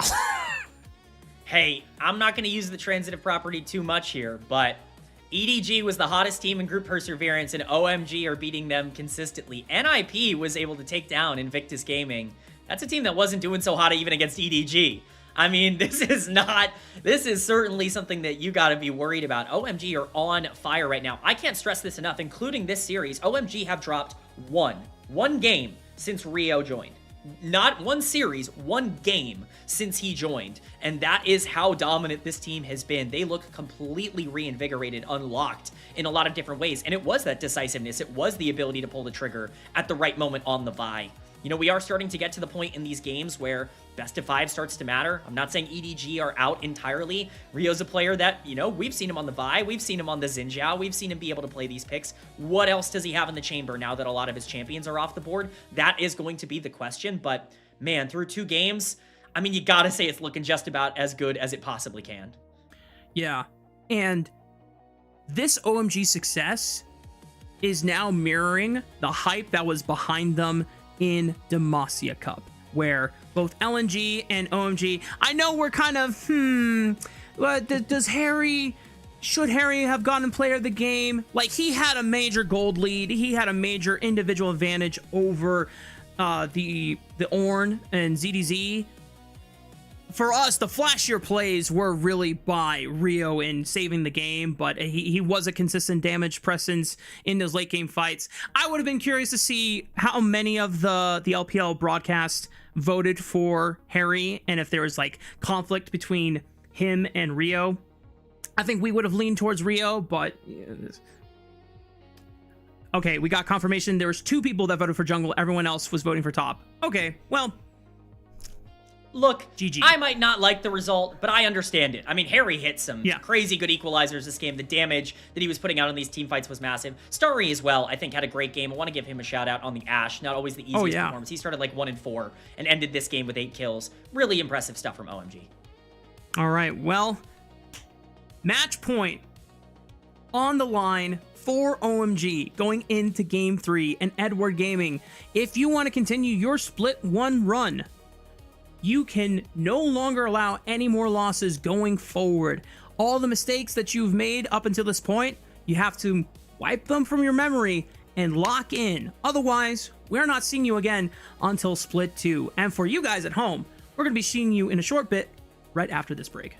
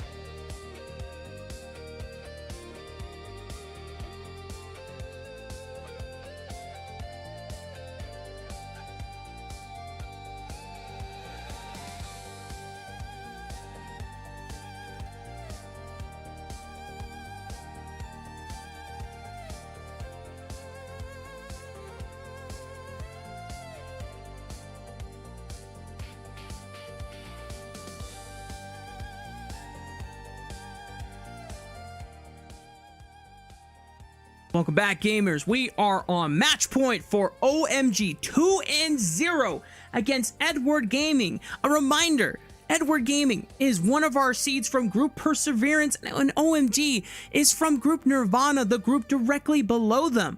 So, on paper, Edward Gaming were favored. And unlike the LNG Thunder Talk series, where we knew going in before that series happened, everyone on the broadcast was favoring LNG because they were just massively pimp slapping everyone in Group Nirvana. And Thunder Talk were just on the struggle bus, and they're in a clearly developmental part of their life right now. But we were favoring EDG going into OMG. But now it's OMG that lead the series and are one win away from facing off against, I think at this point, IG for a chance to go to the playoffs. That is how things would break down. If OMG end up finishing off this series, they would take on IG. If EDG do make the comeback, the reverse sweep, which is on the table, they would take on WE because they would be the higher seed between them and LNG, whereas OMG would be the lowest seed. So that is how the play-ins would work there, but OMG have just looked so good throughout this series. Yes, the games have been close, and I want to make that clear. EDG are not getting rolled over in these games. There are plenty of moments where they have gold leads and are able to really push the game forward, but it's the resilience. Ironically enough, it's the perseverance from OMG that has really carried them through a lot of these games. It's the snap engages, and it's really been just their star young jungler in Rio stepping up in situations that we weren't seeing beforehand. And I would love to find out behind the scenes, like, if it's Rio really dominating a lot of the shot calling and the voice comms here, or if he's even getting, like, maybe help and guidance from some of the more experienced members. Because it's not all young players. Obviously, Starry and Rio, respectively, are a sophomore and a rookie from the OMG developmental pipeline, but you have players like Harry and Moham have been around for a while. Haichao also has been around, so just would love to get that insight at some point. But obviously we're into the drafts for our third game of the series, and we're at a point now, K-Man, where normally we would discuss, okay, now a majority of the tank supports have been banned already, but this has been mostly range supports dominating the draft so far. Only a Rel was used as a real tank support, so there's still options like the Alistar, but EDG preemptively banned the Poppy. Do they just go for... Okay, yeah, and Bessa Slam. All right. Yeah, this is a huge flex for this team right now. Both ZDZ and Xiao Hao, I think you can expect to play. The Varus is up. Notably as well, something we've seen consistently in the ban phase, OMG not banning out the Aphelios nor any other hyper carries in this one, even on the counter pick side here. And so Leave will, for the first time in this series, actually have his pick of an AD carry if he wants to go in that direction. Looks like they felt comfortable with that trade because of the Varus going over, kind of tempting them, saying, you want to pick Varus for Leave. You want Leave to be on a champion that's not mobile. But not going to take the bait there. It's going to be the answer with the Varus and the Nocturne on the side for OMG. Bit of a takeaway, and notably, this will be the first champion this split that Rio has played for the first time in this series. Oh boy. Would love to see Rio's take on a champion that, similar to Vi, once you go in, you don't necessarily leave the fight right away. You don't have the means to immediately bail yourself out. You're kind of in there for the long haul, especially if you don't have Flash. EDG have locked in Ryze, K-Man. This is one of the champions that EDG did not win a game with, and Ryze still inherently a very strong pick. And EDG are going to have to dig deep and overcome the previous match performance that Angel was not able to deliver on the Ryze. And with the Qiyana lock-in, Xiao Hao is really, really trying to get even more resources and carry agency in his own right. And OMG, what do they answer with now, seeing both the Mbessa and the Ryze on the board? I mean, you could go for the Anivia as the lane counter to Ryze. I'd love the Akali here if they felt comfortable pulling it out to pair up with the Nocturne, but it is just going to be the Anivia. This has been kind of the standard answer to Ryze. Little bit concerned about the lack of like follow through on the Nocturne right now. You've got Varus, who kind of needs to be on the backline with no mobility, and Anivia kind of needs to be on the backline with no mobility. This Nocturne is going to be diving in onto some backline threats, and you don't really have a ton of ways to be able to supplement that aggressive playstyle. I like EDG start significantly more, assuming that Angel pilots the Rise well. Remember, this is a champion he has not touched since the beginning of this split. Since they started going on their win streak, he has completely stayed away from Rise. It has not even really been on their radar. And so it's going to be interesting to see if he feels more comfortable piloting it now that he's got an aggressive jungler like the Kiana to be able to match that Nocturne. It's going to be 80 carries taken off the board for OMG, notably not the Aphelios. Again, just leaves most banned champion across this entire split. Kai'Sa as well is open and up, another champion that Leave has really enjoyed that I think would fit this comp well. More engaged supports getting banned out from EDG to kind of follow up. I just talked about it. Anivia, Varus, they're not offering you combos with that Nocturne. You want to take away the easiest tools that are going to be able to pair with him.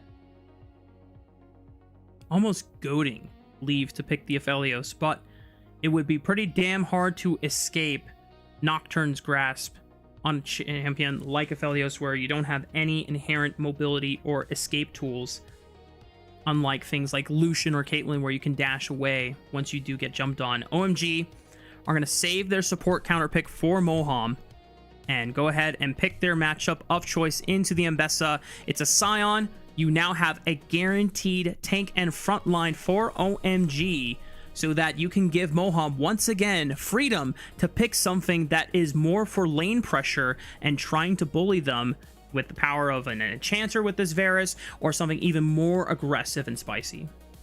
Yeah, I think the Scion makes sense here from that perspective.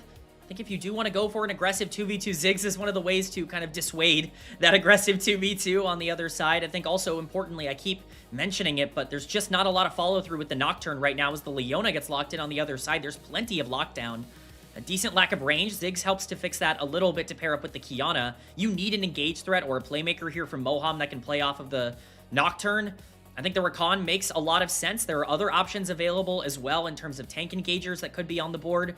Rakan would definitely be the spiciest pick in terms of aggression, but that is what they're going to lock. Generally, it's going to be a lot more difficult for EDG to execute this comp. It's a little bit more straightforward for OMG, but I think if you're talking holistic, I like EDG's setup in this game more than I have in the first couple games.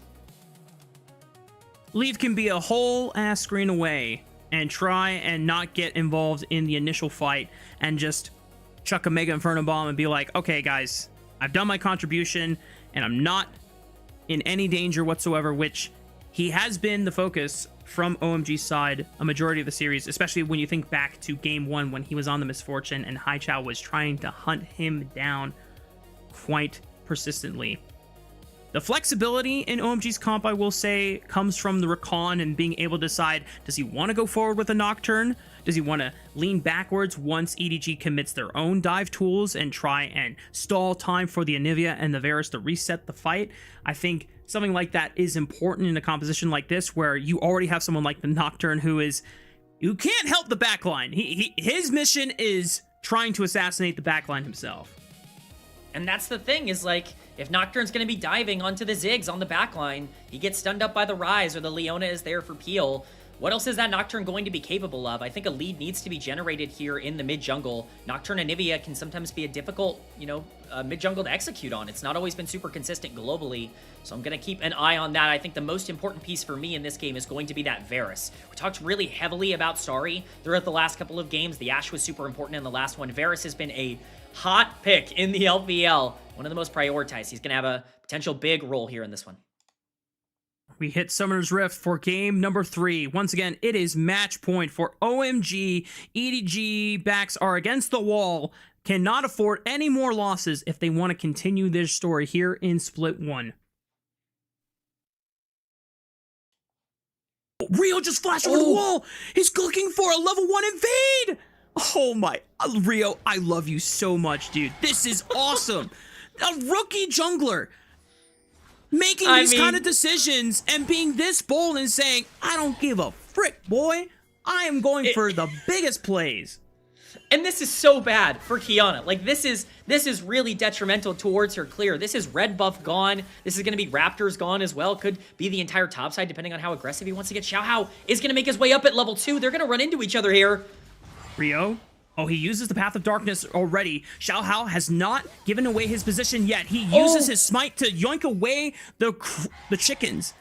And that is at least one saving grace. Xiaohao patient enough and doesn't reveal himself by aggroing the camp early and allows Rio to do the heavy lifting for him. So now Rio is forced to retreat back over to his bottom side jungle and take those camps, and Xiaohao is going to start looking for a Gromp.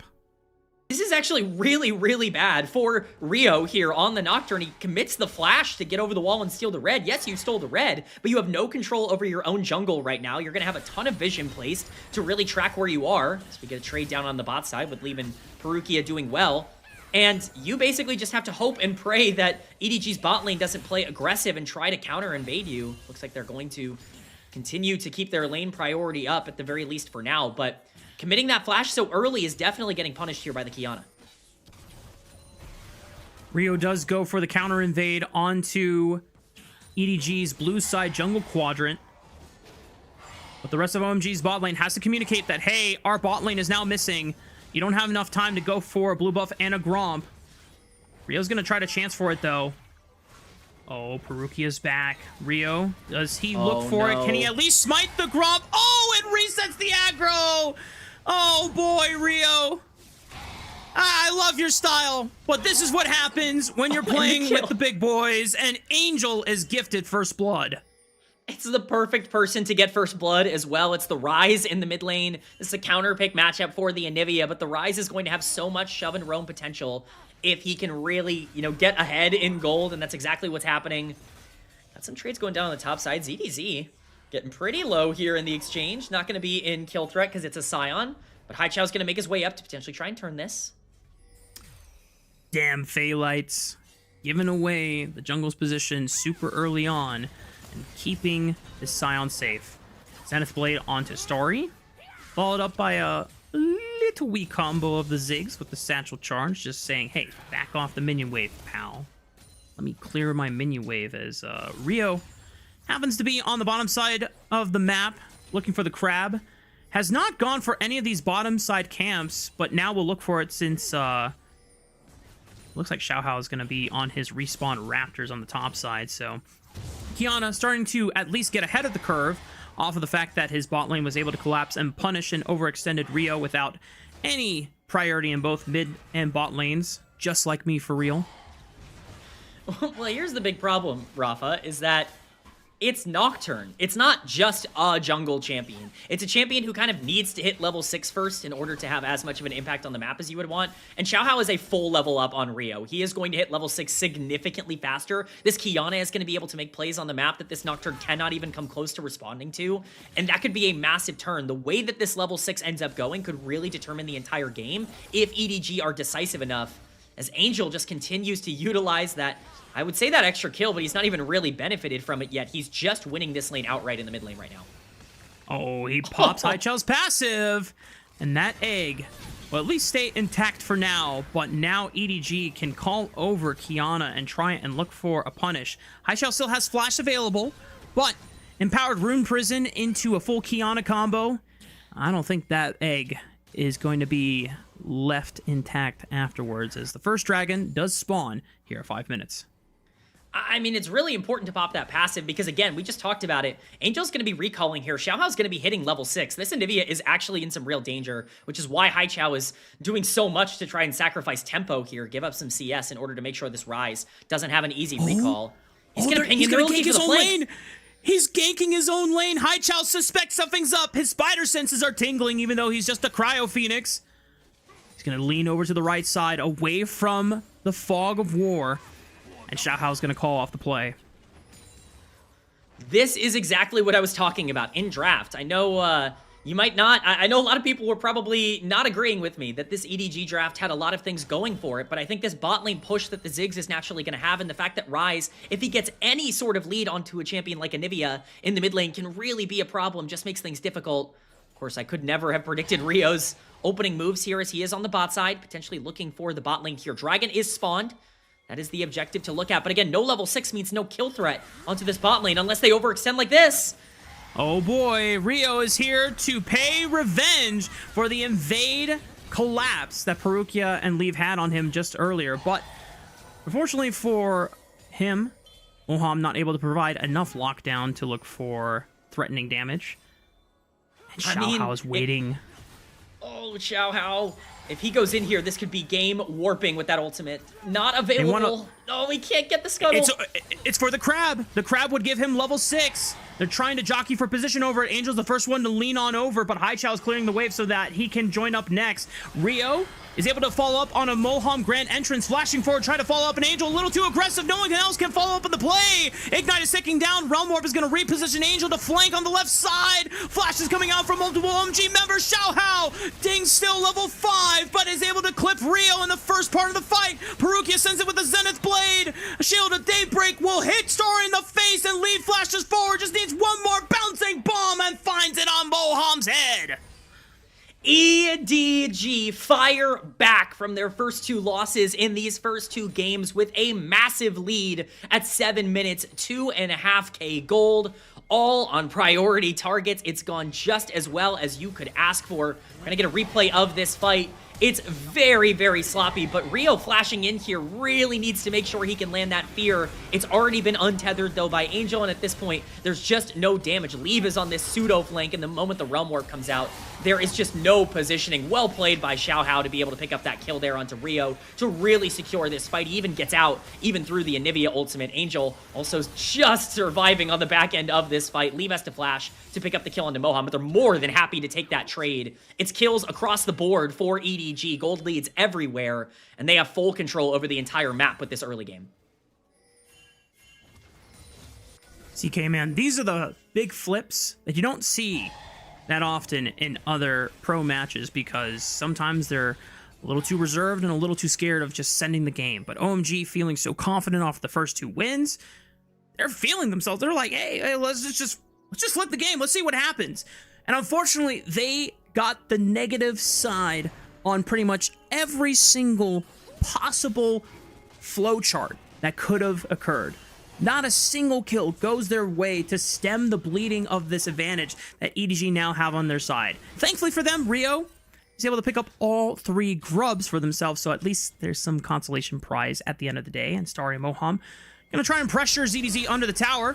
Paranoia into the grand entrance, but great reposition with the public execution. Somehow finds Starry through the darkness, and ZDZ flashing back to the safety of this turret. Well played by the top laner of EDG.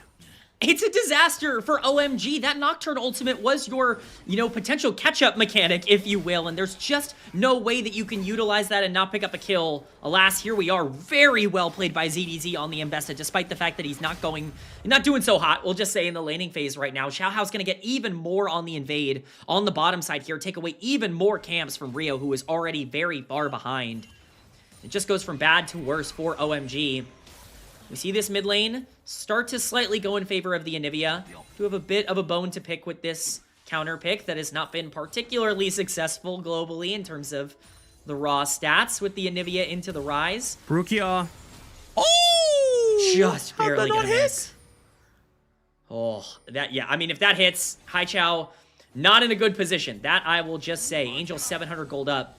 This Rise is getting closer and closer to some of those items that will make him nearly unkillable in the late game. You cannot allow this champion to get further accelerated. That hit the freaking wing. I want a refund. That, what the hell? Riot! Well, Haichao is going to be thinking Riot under the table under that one. It's like, I appreciate you. Cover me on that one. EDG, though, still have the gold advantage on their side. 2.2k in advantage. First items have not been yet achieved by any of the carry members from EDG. However, they are very, very close to it. And with the Profane Hydra coming up soon for this Kiana, this is one of the things that can be very powerful about an assassin jungler. We don't see it that often, but their items are relatively cheaper than bruiser items in this day and age, K-Man. So if he can start snowballing now that the Profane Hydra has been picked up, it's an immediate, even faster Aximark. Angel dancing around, forced to pop the ghost because the phase rush was just not enough movement speed to escape what could have been a 2v1 setup. Yeah, that's the scary part of playing into Anivia, is you just don't want to get caught in one bad situation. As Rio makes his way to the bottom side, Xiaohao is strong.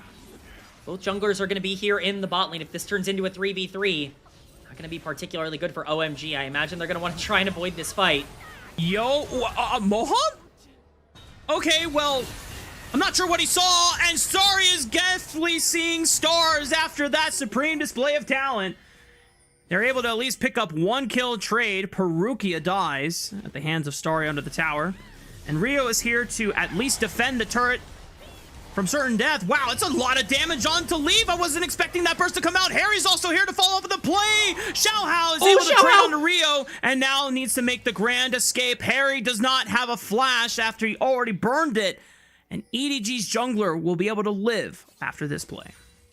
No idea what that play is for OMG. I mean, they're completely uncoordinated and not on the same page in terms of how that goes down. Moham getting caught out as Rio is backing. But at the end of the day, at the very least, they're able to pull 1 kill back out of it onto the Nocturne. Xiaohao is just dangerously ahead at this point, though. If there's one champion you don't want to be 1,000 gold down on at 12 minutes, it's probably Qiyana. So definitely scary as we get some supportal combat in the river over a ward here. Always fun to see that go down. But Xiaohao is massive in the jungle here. These objectives spawning in just over a minute. Might look for the Scion. Has no flash, has no unstoppable onslaught. Empowered Room Prison. Xiaohao with the water Q roots him momentarily. Solar Flare kind of sidestepped by Harry. Really nice movement from the Scion and forcing Perukia to go critically low and pop that Locket Shield just to survive. It's some nice sidesteps, but I don't know if it was even entirely necessary. This Scion is so hard to kill at this point in the game with the lack of damage that you generally have for EDG here if you don't want to expend every single one of your major cooldowns. I understand at the very least getting some resources out of OMG, but that could have been a very bad play if they had overcommitted. He was going to get a chance to catch up at least a little bit in terms of farm, taking away the Raptors here. Talked about it a bit before. Just under 40 seconds on this Dragon. It would be second Drake for EDG if they can start stacking those. Their win condition becomes even more clear in the late game. Really, regardless of what soul it ends up being, especially now that your first item spikes are starting to come in. That Roa especially is starting to get stacked by Angel. Depending on what his stack number goes to, okay. He'll have enough time to hit these Krugs and complete his jungle quest so that he can at least compete his 1400 damage smite against Xiaohao's. But EDG still trying to use their priority and their gold advantage to give them first move into the river. Credit to OMG, they're able to at least get some early vision down and slow down EDG's approach. Xiaohao was on base, trying to see if he could finish the second item. He's actually going for Serpent's Fang, which I can respect. There's a Seraph's going to be coming out of Haichao's Anivia later on. You definitely want to cut down on the shielding coming from that, as well as some other potential sources here from Moham with his Battle Dance shield, and even the Soul Furnace from Scion. I was about to say, a lot of shields on the side of OMG. Makes a lot of sense to itemize like that. Fortunately, OMG can't keep control of the river. You have to be really, really worried about Angel and the damage he can output at this point in the game. It will be that Dragon going over to EDG, and stacking that is important, and it is going to be a Hex map once again, so mobility definitely going to be there for a comp that kind of needs to be able to find their picks. We saw a very similar style of game played in Game 2 with the roles reversed for these two teams. EDG need to make sure that they don't overstep too much, but their front line very consistent in this game with the Mbessa and the Leona in particular. Xiaohao being online just makes it so scary to look for these plays, and Angel just trading very well into the Anivia at this point. We know that Angel did have a blemish on his Rise record this year with the 1 loss, but we know from previous splits, Angel has put up good Rise performances, and EDG really need him to lock in for this Game 3, because he has the potential to try and weave around a lot of the crowd control, a lot of the slows that are going to be in this fight. And once Rise does hit that actualizer spike on third item, this Rise really pumps damage and can be what is needed from EDG to push themselves into a Game 4. I mean, Scion is going to be big in the late game, but you're absolutely right. I think if we're talking about ways to kill the Scion, Qiyana Rise can certainly get the job done if they are accelerated enough in this game, and that's what you're going to be watching out for. EDG have not had the best macro throughout this series. They've certainly not made the best calls, and they've certainly not been the most decisive. That's really where things have come down in the first 2 games. They're going to need to be a lot better at that here, as OMG are actually the ones who are going to be starting up on this Herald. EDG are making their way over, but Xiaohao's still in base, kind of making his way there. Thankfully, Hextech portals allow the rotations to be quicker for both teams. 6,000 HP on Rift Herald, still plenty of time for Xiaohao to get in, using the Grass Q to cloak his approach. Sion with the unstoppable onslaught, looking for the primary engage. Perukia leads the charge. Rio turns out the lights just to make sure that he can run away. Perukia is the first one to fall, but it's only Harry that steps up as the front line. But believing the Rift Herald did reset, might still be enough for EDG to be able to take it without any contest from OMG, since a lot of buttons were used in the fight. That's the problem right now. You have to walk back so efficiently that so many of your tools get burned if you ever want to go forward. OMG are staying in the area, but this is getting very low. Starry doesn't get a chance to wind up the W-empowered piercing arrow to look for a Gumayushi steal. ZDZ might be in trouble. Public execution. Oh, it got baited out of him as Moham quickly dashes back over the wall and forces the flash out of ZDZ. At least EDG do get a Rift Herald at the end of the day. Yeah, it actually turns into a gold positive play for them at the end of the day, despite the fact that it looks so wonky in general. It's going to eventually turn into something that works for them. That Herald is actually really relevant towards their comp. They don't always have the easiest ways to be able to pressure out in the mid game here on these 2-item power spikes, and so to make sure that you are able to get pressure where you want for some of these objective fights, going to be crucial. Soul Point in just under 2 minutes here, that is likely going to be what this Rift Herald ends up being used for, making sure you can get control over that area. That's where those item spikes are really going to start to matter. We're going to see how this fight ends up starting, or how this entire exchange ends up starting. Moham just walking up, level 6 by himself, level 11 Kiana. See you later, buddy. Not much to do on the recon there. Your sacrifice is unfortunately in vain at the current moment, but it is the life of the support to die trying to get vision. That's how the matchup goes, K-Man, as a wise man once told me. EDG, waiting for this third dragon spawn in a minute's time. Baron is going to be spawning just 20 seconds after that dragon graces the rift here. Rest of EDG trying to circle around this bottom half of the map, laying down vision and making the approach for OMG that much more difficult. Rio level 11, Perukia, or I should say Xiaohao level 12, 3, 0, and 2 on the Kiana. EDG really need to ensure that while they've had this lead so far in this game 3, that they maintain it, because we have seen a similar scenario in game 2, K-Man, where EDG had the lead, and then it was OMG being able to wrestle control away from EDG unexpectedly, but also just straight up outplaying them in the moments that mattered most. I agree. It came down to that execution. I think they had much better tools, OMG did, in game number 2 to be able to make their comeback. They had so many ways to play going backwards. They don't have nearly as many of those here as EDG set up. Around this Drake, it has spawned. Teleports are coming in. The fight is about to break out. Perukia barely dodges out on the grand entrance. Harry pushes Angel off the dragon. So 5,000 HP. Xiaohao can't get back in. 4,000 HP. They have ZDZ pushing on the top side of the map. EDG willingly saying, you know what? Let's give the dragon. They have all 5 members here. It'll give ZDZ more time to farm up on the top side, since that was a main reason why Harry was so far ahead in game 2 on the Rumble.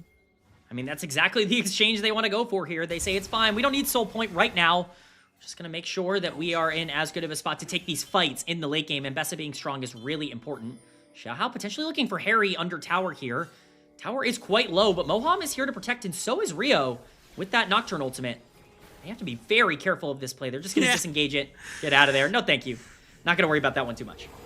You know how you said trying to go for a Sion 10 minutes ago was a pretty scary prospect and one probably not worth visiting? Imagine 10 minutes later where he's even tankier. I think that was the right call for EDG at the end of the day. Yeah, I would not want to be the person that has to dive the Sion under tower right now, even as the 3-0 and 2 Kiana. But that damage is really starting to come through. 2.5 items done for Xiaohao, and they are some pretty good items, as you called out earlier. That Serpent's Fang completed. A lot of shields on the side of OMG to be able to break through. Oh. ZDZ continues to trade down on the bot side. The problem for the Mbessa here is that you want to be able to try and push these towers and create a split threat. It's going to be more difficult with that Sion. For now, we'll see how much pressure they want to put into trying to make sure they can control the Baron on the top side here. if the items pop back up, I want you to look at Rio's inventory. He has a Protoplasm Harness as his second item on Nocturne. This has been an item that has usually been built on tanks, especially when they're kind of in econ mode and they're not getting much gold for themselves. It's been great on Sejuani. It's been great on Mundo. Hell, it's been decent on Malphite as well. Building on a Nocturne. This Nocturne's doing no damage when he goes into the backline, but he is just going to be a meat shield and try to use as much of his life bar to distract EDG's backline for as long as he can, because I don't see any other reason why he would get it. Starry? Oh, Starry. All cards already used, but they can't follow up on the play. And you know what? For EDG's sake, they can be thankful that they have at least burned one summoner spell off of an ultimate. Yeah, you know, good trade overall from an efficiency standpoint. You know, this is a pretty classic Nocturne move to say, hey, I'm not going to be able to kill anybody this game. Might as well build tank. It's understandable. That ultimate is still very useful regardless of how much damage can be done. Perukia is caught. Rio tethers him with the fear. Perukia below 50% HP. Mega Inferno Bomb a little wide. No one hit in the center. So no three-pointers coming out from Leave right now. Just a stray few hundred damage off the tops of Moham and Starry. The problem right now for OMG is that they're looking to try and find one of these plays as they continue to move towards the Baron, but they're just starting to bleed gold over to the other side. The one lead that they had on the top side is gone because ZDZ got that time in a side lane to be able to play a bit more efficiently. It's a 2,000 gold lead on Xiaohao, who will delete anybody on the enemy team. You know, Anivia will have Egg available, but let's talk about Egg in a team fight potentially being, eliminating the Anivia damage. That is generally what it ends up turning out to be, even with, the passive being able to keep that champion alive. Xiao is going to be a menace. It's going to be hard to set up around these areas when, especially these squishies, are going to have a hard time being able to find their way in. Vision is getting dropped. Scuttle is going to be taken. Baron Dance is going to continue. Curious to see if they start it up here.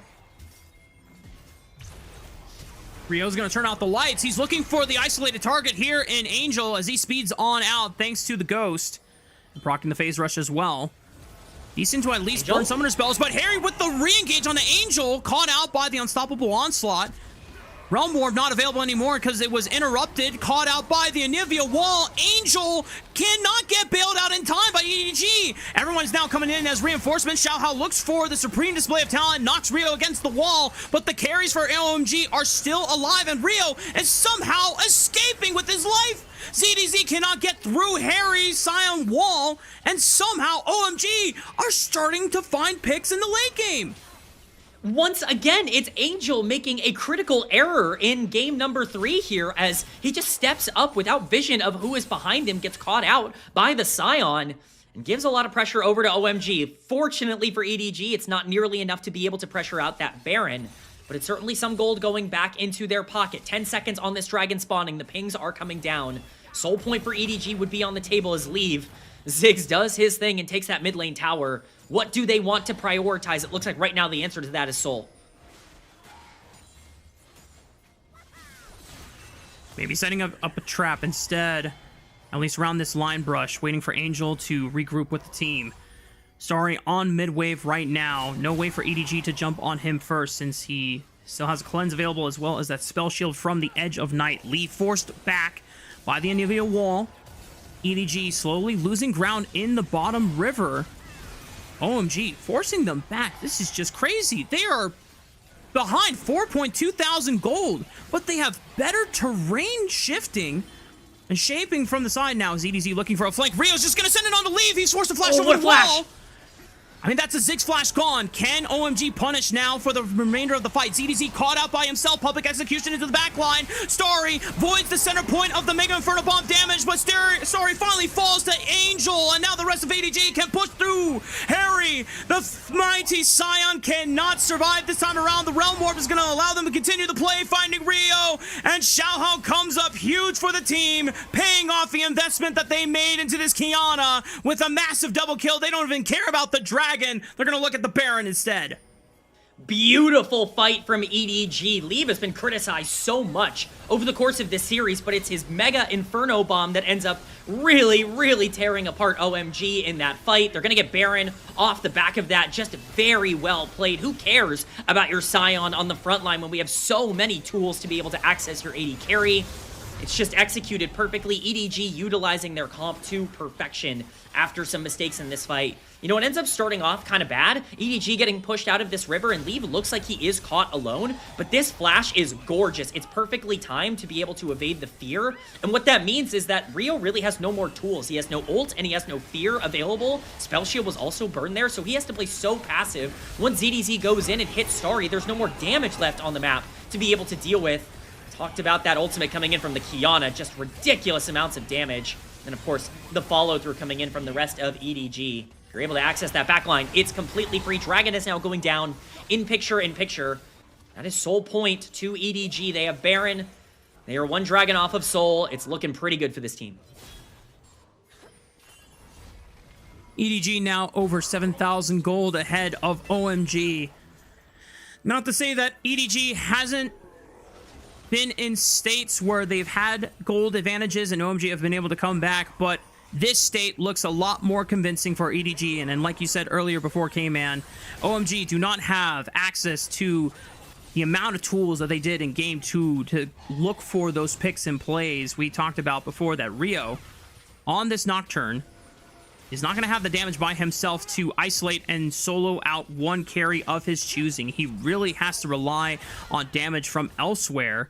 Otherwise, he is just a distraction tool at best. That is the scary thing with Nocturne. This champion can, you know, really be a bit of a nuisance from ahead and can really be, you know, a fly from behind in terms of the damage that it outputs.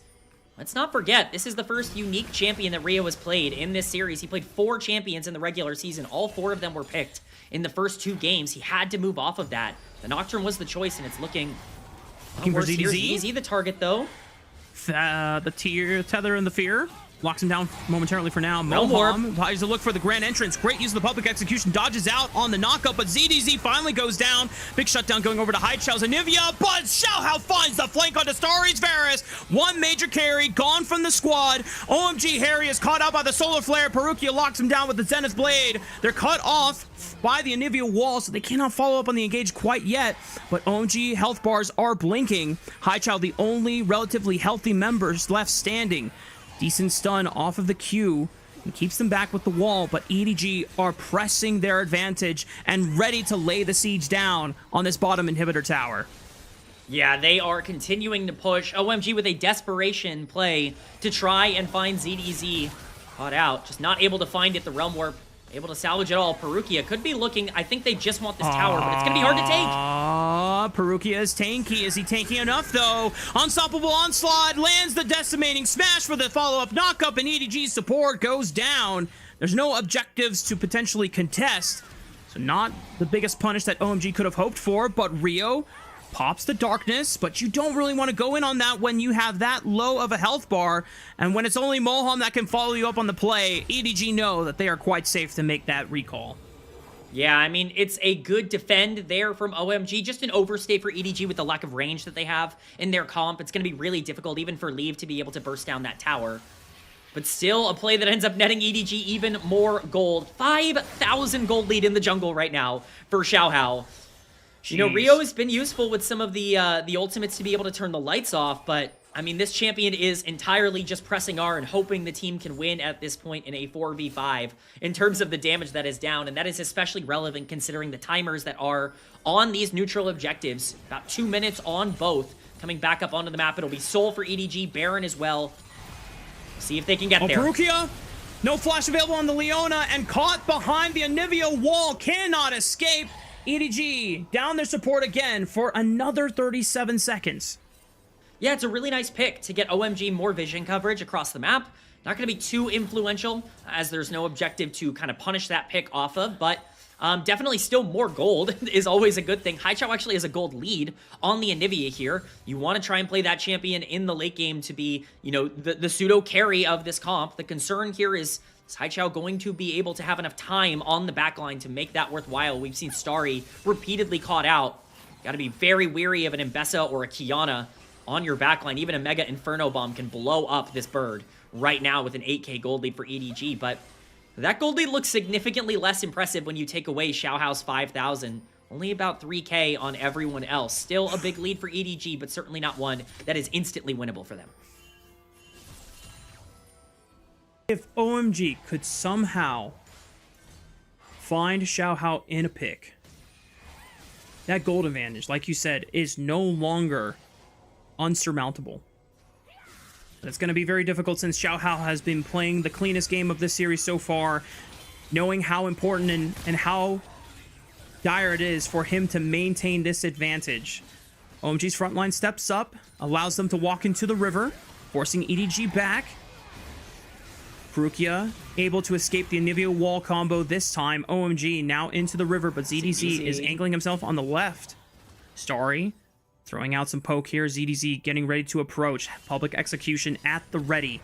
Dragon has spawned. It is Hextech Soul for EDG if they can secure it. Xiaohao is on the flank, looking to loop around the back end of the Dragon Pit. If he can flash up... Whoa, whoa, oh, no! Oh, the Supreme Display of Talent is a complete whiff! Can they still win the fight after?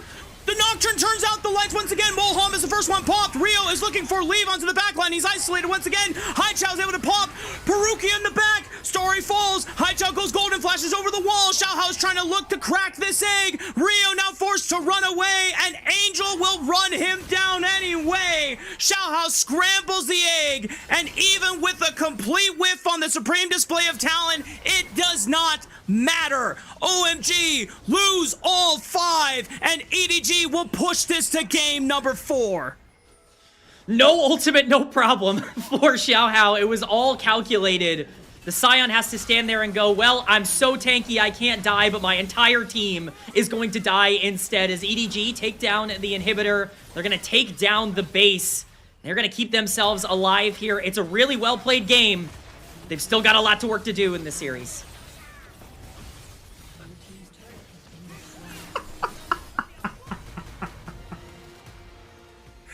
There is a moment, K-Man. You and I both knew. We saw that flash into the wall, ulti go off, and we're like, if they lose this fight, Xiaohao is... He's going to bed, tears in his pillow. There's just... Thankfully, that does not happen. But we were just completely shell-shocked and ready for the worst. We can take some breaths. Ooh, okay, we're okay. We're okay. It worked out. Doesn't matter. That never happened. The flash was fine. The ultimate was fine. We're not worrying about it. Just, I think, a really well-executed game from EDG. I think they were kind of taking from OMG's draft philosophy in this one. I think that's really where I want to go in terms of this conversation. EDG really were just like, hey, what if we just had pressure? Like, what if we just were able to push forward in our lanes and play for the mid-game? I know. What if we actually just played to win skirmishes and to try and get the game into a spot where we could control the map? And that's exactly what they did. I love this draft. I think it's way too passive on the side of OMG in comparison to what they've done throughout the rest of this series. And I think we saw that that really came into play. Obviously, some outstanding circumstances in terms of flashes and things being burned at level 1, but overall, a very good game from EDG. I'm just trying not to think about that one flash, but everything else from EDG, relatively clean performance and a nice way to mentally reset yourself when you are staring down the barrel of a 0-2 lead from OMG, with all the stakes of missing out on playoffs, being sent to Group Nirvana, weighing heavily on that end of the barrel as well. But EDG can now look forward and say, okay, OMG are not unbeatable, and we can be clean enough to actually take games off of these guys, because a lot of us had predicted that EDG being the higher seeded team over OMG, and not being a team like ThunderTalk where they're clearly in the developmental stage and not really fielding a competitive roster at the current time, EDG were favored going into the series, and those are the kind of wins that you would expect on paper between these two teams.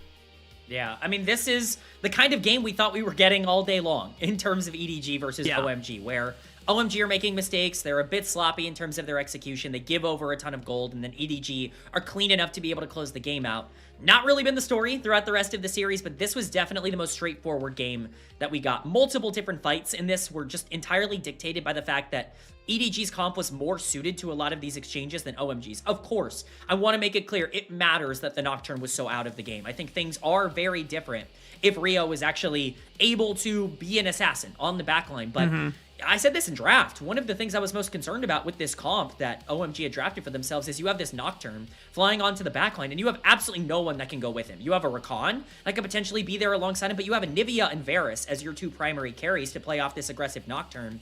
It's really hard to find ways for that fight to actually be easy to win for the team. And I know you have a Sion on the top side, but look at the comp you're playing into. Sion is kind of useless in this game in terms of how it breaks down. You can just go past him. Just ignore him completely and kill the backline. That's exactly what happens in all of these major fights. The Kiana, the Mbessa, they're able to reach that backline more efficiently. And, you know, it's just frustrating for OMG that I think really understood at the beginning of this series that, hey, if we have the tools to be more aggressive in the mid game, especially around that level 6 1-item power spike, we're going to win, to kind of throw that away in their draft in game 3. The Ziggs pickup for Leave made even more sense as the game continued progressing forward and forward, because not only he was an additional AP threat that was really forcing a lot of magic resist to come in early on, which then makes an AD assassin jungle like Kiana even have more value, since your targets are not building armor early on to stop that threshold from going in, and then it's a catch-22. It's either you itemize to not get bursted by the Kiana, who's very fed, or you itemize to not get bursted by the scaling Rise and Ziggs past the 25-minute mark. And like you said, a lot of these champions have ways to not have to interact with the Sion. Sion can't necessarily block that damage, since either Rise just hits the NOS button on the Ghost and just zooms around him, or Leave just throws a 3-pointer over the head and be like, I mean, try to block this. You're not Braum. You don't have a shield. Get out of here. And who on this comp is peeling for the Anivia and the Varus to do the damage? Like, who is sitting back there like, oh, I'll keep my doing damage everything alive. he can. Moham is trying to put out this fire and then this fire. Like, he sees Story getting jumped on, but then Hai Chao is getting scrambled over here. Rio's like deep in Narnia trying to hunt down Leave, and Moham's like, do I dive? Do I peel? What do I do, man? What do I do? And Xiao Hao 7-0-4 on the Kiana. You know, that don't let the Flash ult whiff dissuade the rest of the great performance that he had today. So it was the difference maker, and what allows EDG to still be in it for this series game, man. Xiao Hao's been really good in the early game, like pre-level 4. It's been that level 6 to level 11 time frame that things have gotten a little spicier for Xiao Hao throughout this series. This was one that was really consistent from him on carries. Really excited to see that he was able to completely outplay Rio and kind of take advantage of that aggression. See if he can do it again in game 4. That's right. Well, right after this break, y'all, we'll see you on the other side for game 4 between EDG and Oh My God.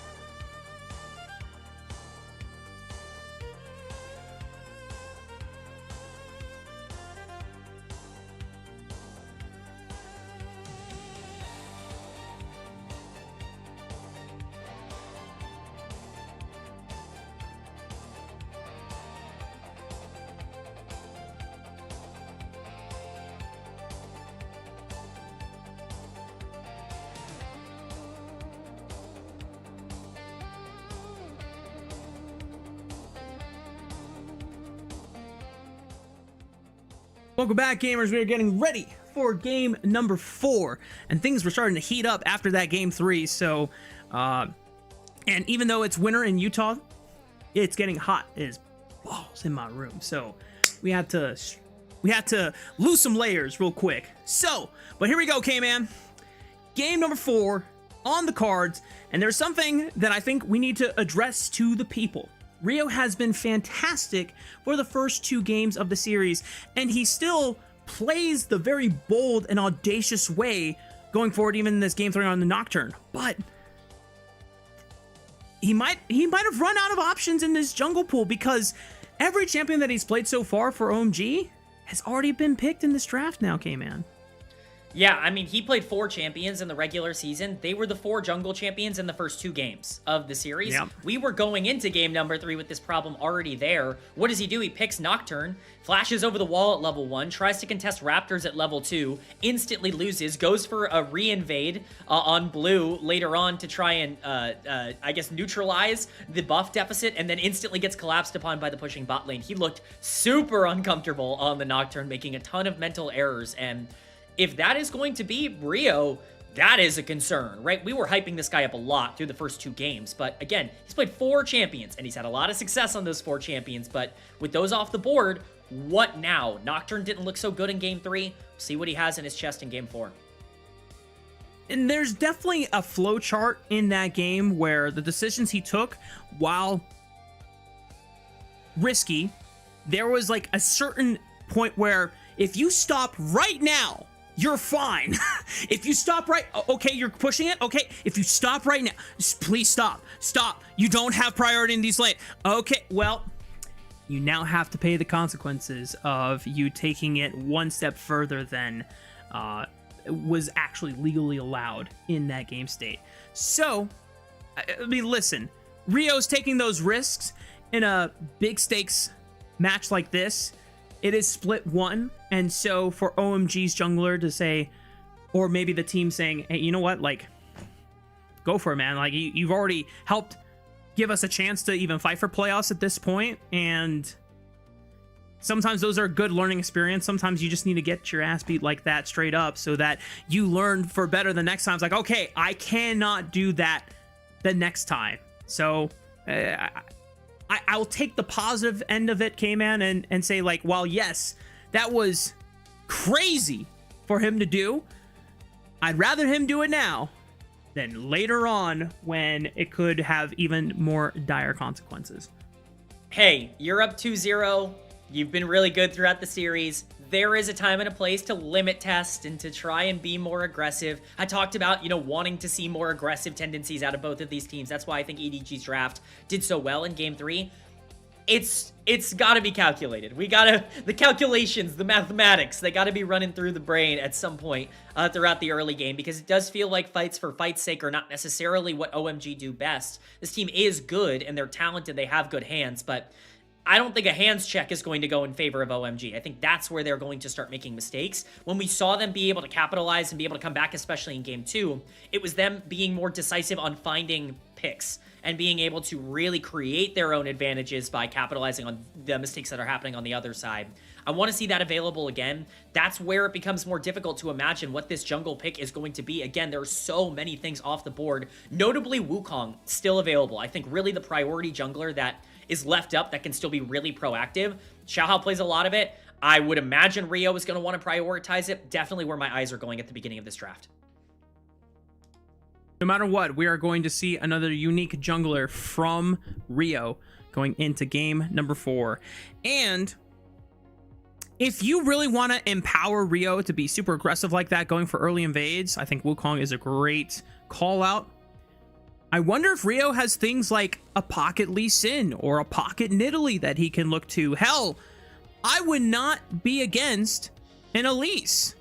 Maybe not necessarily the best invading jungler, but it is one that if you just want to make plays early on and just start snowballing, let's get crazy. Let's get funky with it. Yeah, let's let's just go crazy. Like, crazy is a great word. So many things are still left up. I understand that we're going into a game 4, but there have been a lot of unique picks in this draft already. Things like Ashe Seraphine that we're not seeing a lot of. Things like Anivia that are very specific counters. The LeBlanc in game number 1. A lot of power picks are very much still on the board. That is especially true for bot lane 2v2s. EDG, just throwing it down. First pick Lulu. We are playing for leave in this game, and we're going to try and make that happen as quickly as we can. I think this is an excellent time to just start shifting your priority to giving Leave the keys to the kingdom in this game 4. But OMG are not going to let an Aphelios Lulu pair go uncontested. So they snipe away one half of it, and if you're not going to pair it with an enchanter, you might as well pair it with Thresh so that you give him the freedom to reposition safely out of any dangerous scenarios that EDG might try to bring upon Starry. Yeah, I love this from OMG. Obviously, not only taking away the Aphelios, which most people consider to be Leave's best champion, but pairing it up with something that can be a really big playmaker for Moham. We know he prefers to be somebody who likes to start fights rather than enable them.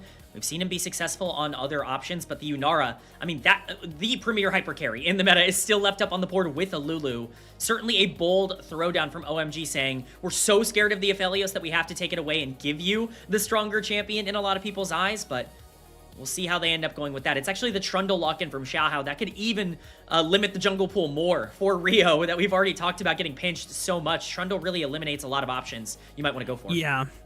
Even stat checkers like Volibear, like the next other jungler that could be like a decent skirmisher, now loses priority value because Trundle just pretty much saps stats from anyone that wants to fist fight him. So if you're even like taking a Lee Sin, you can never fist fight the Trundle. You just have to kite away. At this point, Rio, I'm looking at a Kindred. Maybe something that can maintain that range advantage so that you can at least feel confident in pushing Xiaohao around. But also with the Subjugate, that also pushes Rio off of playing for any tanks because you just locked in a Gnar for Harry. So Subjugate on whoever is the sole frontliner is going to get insane amount of value. Things are getting really interesting right now in this draft phase. I have no idea where OMG are pointing in terms of the end of this draft. I'm usually, pretty locked in on what these guys like to play. I have a pretty good idea of maybe what somebody like Haichao might want to prioritize. We could see some aggressive mid laners come out. Remember, this is a guy who was kind of really re-broken out because he's been prioritizing these assassins a little bit more.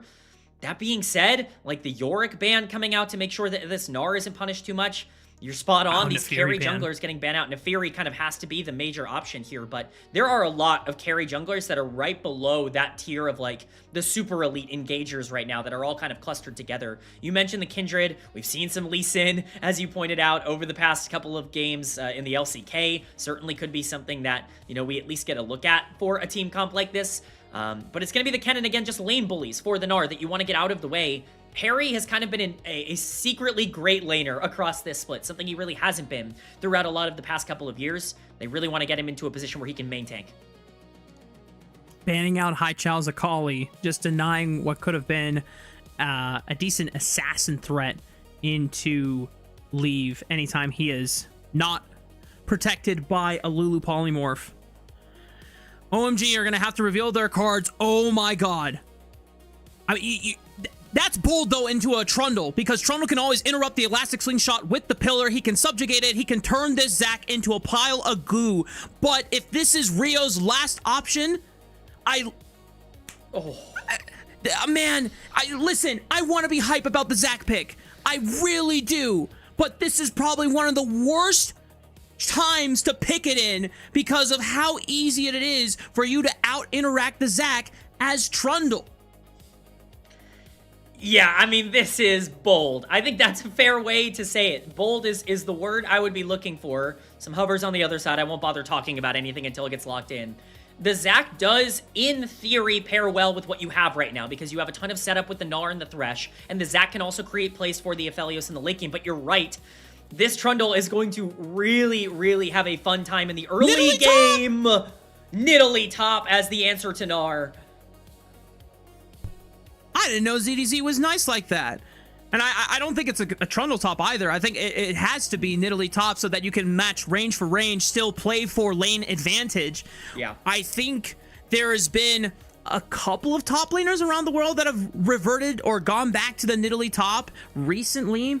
We would have to dig up some stats, but this champion, for any LPL fans, know that is very well associated with the Shy, who brought it back into prominence on IG last year. All about the Trinity Force build, and then using the power of a lot of those bruiser items. Early on, you're a big lane bully. You can push around even other ranged champions and maintain some prio because you have sustain off of your E. But also, later the game goes on, there's like a mid-game dip where Nidalee kind of feels, why did I pick this champion? She doesn't really do anything. And then at level 16, 3 items, she's suddenly like a super oppressive flanking, not necessarily assassin, but she's a bruiser that can somehow also like one-shot your carry, which is just crazy. But that's just how her kit works. It's insane, and these drafts in general are insane. We're talking about a mostly full AD comp on the other side with the Yone and the Aphelios for OMG here. You've got the Zac that can functionally be some AP, but I mean, this is a comp that's going to be really susceptible to Trundle in the later part of the game, but it scales so well. If Yone gets gold in this game, who is stopping this Yone? Genuinely, who is taking that champion down on the other side of this matchup? But it's not like you don't have scaling on the other side. Yes, you've got a Nidalee Trundle on the top side, but Victor Yunara with a Lulu, these late games could get really explosive really fast, and that means gold leads need to be very careful in this game. Let's see how this game is thrown down as we hit Summoner's Rift for Game 4 between EDG and Oh My God.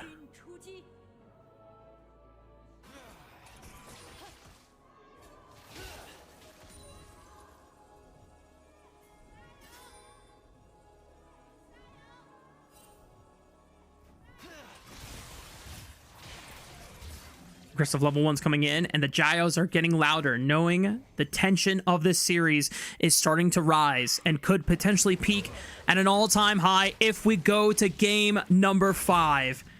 And really good word coverage from EDG on the Raptor camp as well as the Krug camp, gonna spot out Rio already on the top side of the map. Yeah, I mean, this is going to be such an important start for both of these junglers. I talked about the scaling kind of coming in from both sides. It's very possible that we have a pretty slow early game, all things considered. You don't really want to make too many mistakes if you're either one of these teams, but that also means that if there are mistakes that are made, big leads that are gotten from places that maybe aren't entirely expected, that could be a big, big game changer. Xiaohao, early invade here onto Rio.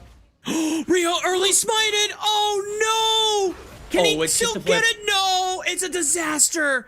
It's such a disaster for Rio! He's going to be forced to use the elastic slingshot, can at least preserve the passive, but early smiting it. Oh, that's...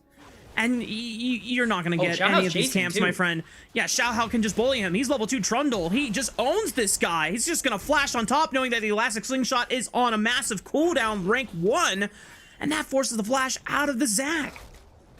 And this is exactly what we were talking about. You can't afford to be put behind like this in the early game. Xiaohao just showcasing the comfort level that he has. Hi, Chow. Having to be a little bit defensive under his tower here as the Yone. I mean, this is a nightmare situation for OMG at the start of the game here. Rio just in the worst spot possible. Level 2 recalling here on the Zac. Haichao going to invade. His red buff is up, but he knows he can't have it. It's going to be another takeaway here from the Trundle.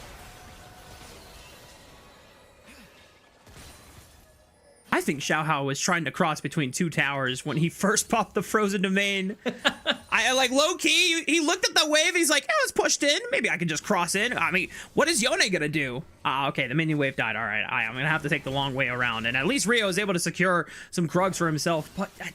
We talked about this, K-Man. Zac is hype, but into Trundle, it is just so hard to pilot this around. If Rio can somehow survive and find ways to get levels on himself, it's not even about the gold at this point. He just needs levels so that he can get points into his Q and more into his elastic slingshot, so he'll have better mobility and more uptime on the cooldowns. EDG looking for a dive onto Harry, forcing the flash out of the Gnar. Harry's about to go Mega if he can get a couple more auto attacks in, but the pressure from ZDZ's Nidalee, again, something that I was not expecting this game, but I'm definitely super excited to see it. Yeah, I mean, obviously it's not a good start for the Zac. He has equalized out at least a little bit. He's still going to be very far behind in terms of his just overall tempo, but not the worst position for this champion to be in. Certainly not nearly as bad as Rio was in the previous game that we saw on the Nocturne. Much more playable, and I think specifically it just identifies their comp a little bit more. OMG really want to be scaling. They really don't have a lot to do in the early game right now, especially if Haichao is not going to be in this dominant position on the Yone. That's the one lane that you're really looking at and potentially seeing an advantage in, but if you just want to take it passive, if you just want to play it safe, there is a potential endgame where the Zac and the Thresh and the Gnar can find these engages to allow the Aphelios Yone to take over. It's going to be hard to imagine a Lulu and a Trundle not being relevant there, but Nidalee's damage could fall off, and Rio could still make some plays. And he does have a Dark Seal. Decent AP scalings on this Zac. First Elastic Slingshot gank is a miss. Does not find leave as he just merely sidesteps the oncoming attempt. And Rio is forced back into his jungle to try to pick up some camps. Definitely going to be interesting to see how he plays out. You mentioned the Dark Seal. Xiaohao continues to invade and take camps away. Not really much the Zac can do about this in this instance, but Zac is the only form of AP on this OMG side. That is another big concern going into the late game. Trundle has pretty free reign to build a lot of armor in this game if he wants to go that route. Could definitely be a pretty big problem overall for OMG in the late game, as Harry could be in danger under his tower here. There's no flash on this Gnar from before. Pillar, just for the easy chomp into the takedown from ZDZ. First blood for the Nidalee. But here's Rio to try to turn it around. Xiaohao still doesn't have flash available anymore. I take that back. Passive has been procced, and Haichao forced to use the Fate Seal just to get over the wall in time. Rio is slain, but ZDZ is now taking up turret shots, but Haichao cannot get back in range to punish the Cougar. Obviously a fantastic trade for EDG, not only because they get 2 kills onto the Nidalee in the top lane, but Victor gets to equalize some of this gold that he had lost in the laning phase out by picking up some plates on the tower here. Decently nice play overall from EDG. It's still important that Haichao was able to pick up a kill there. When you talk about win conditions for OMG and ways they can get back into this game, it's going to be getting gold onto that Yone in particular in the mid lane matchup. So going to keep an eye on that, but this Zac not paying off right now. We see a couple of tomes in that inventory. This is looking like it's going to be an AP build, which definitely makes this game more interesting. So, I'm still not a fan of picking this Zac into the Trundle. However, if your intention was to pick Yone, I started going through my head of like what other AP champions you could have picked for yourself and how there's been a lack of Dusk and Dawn junglers. Okay, we're gonna hold this point. Rio is just getting his ass beaten down right now. Oh no! Turn off the camera. Just go to game 5.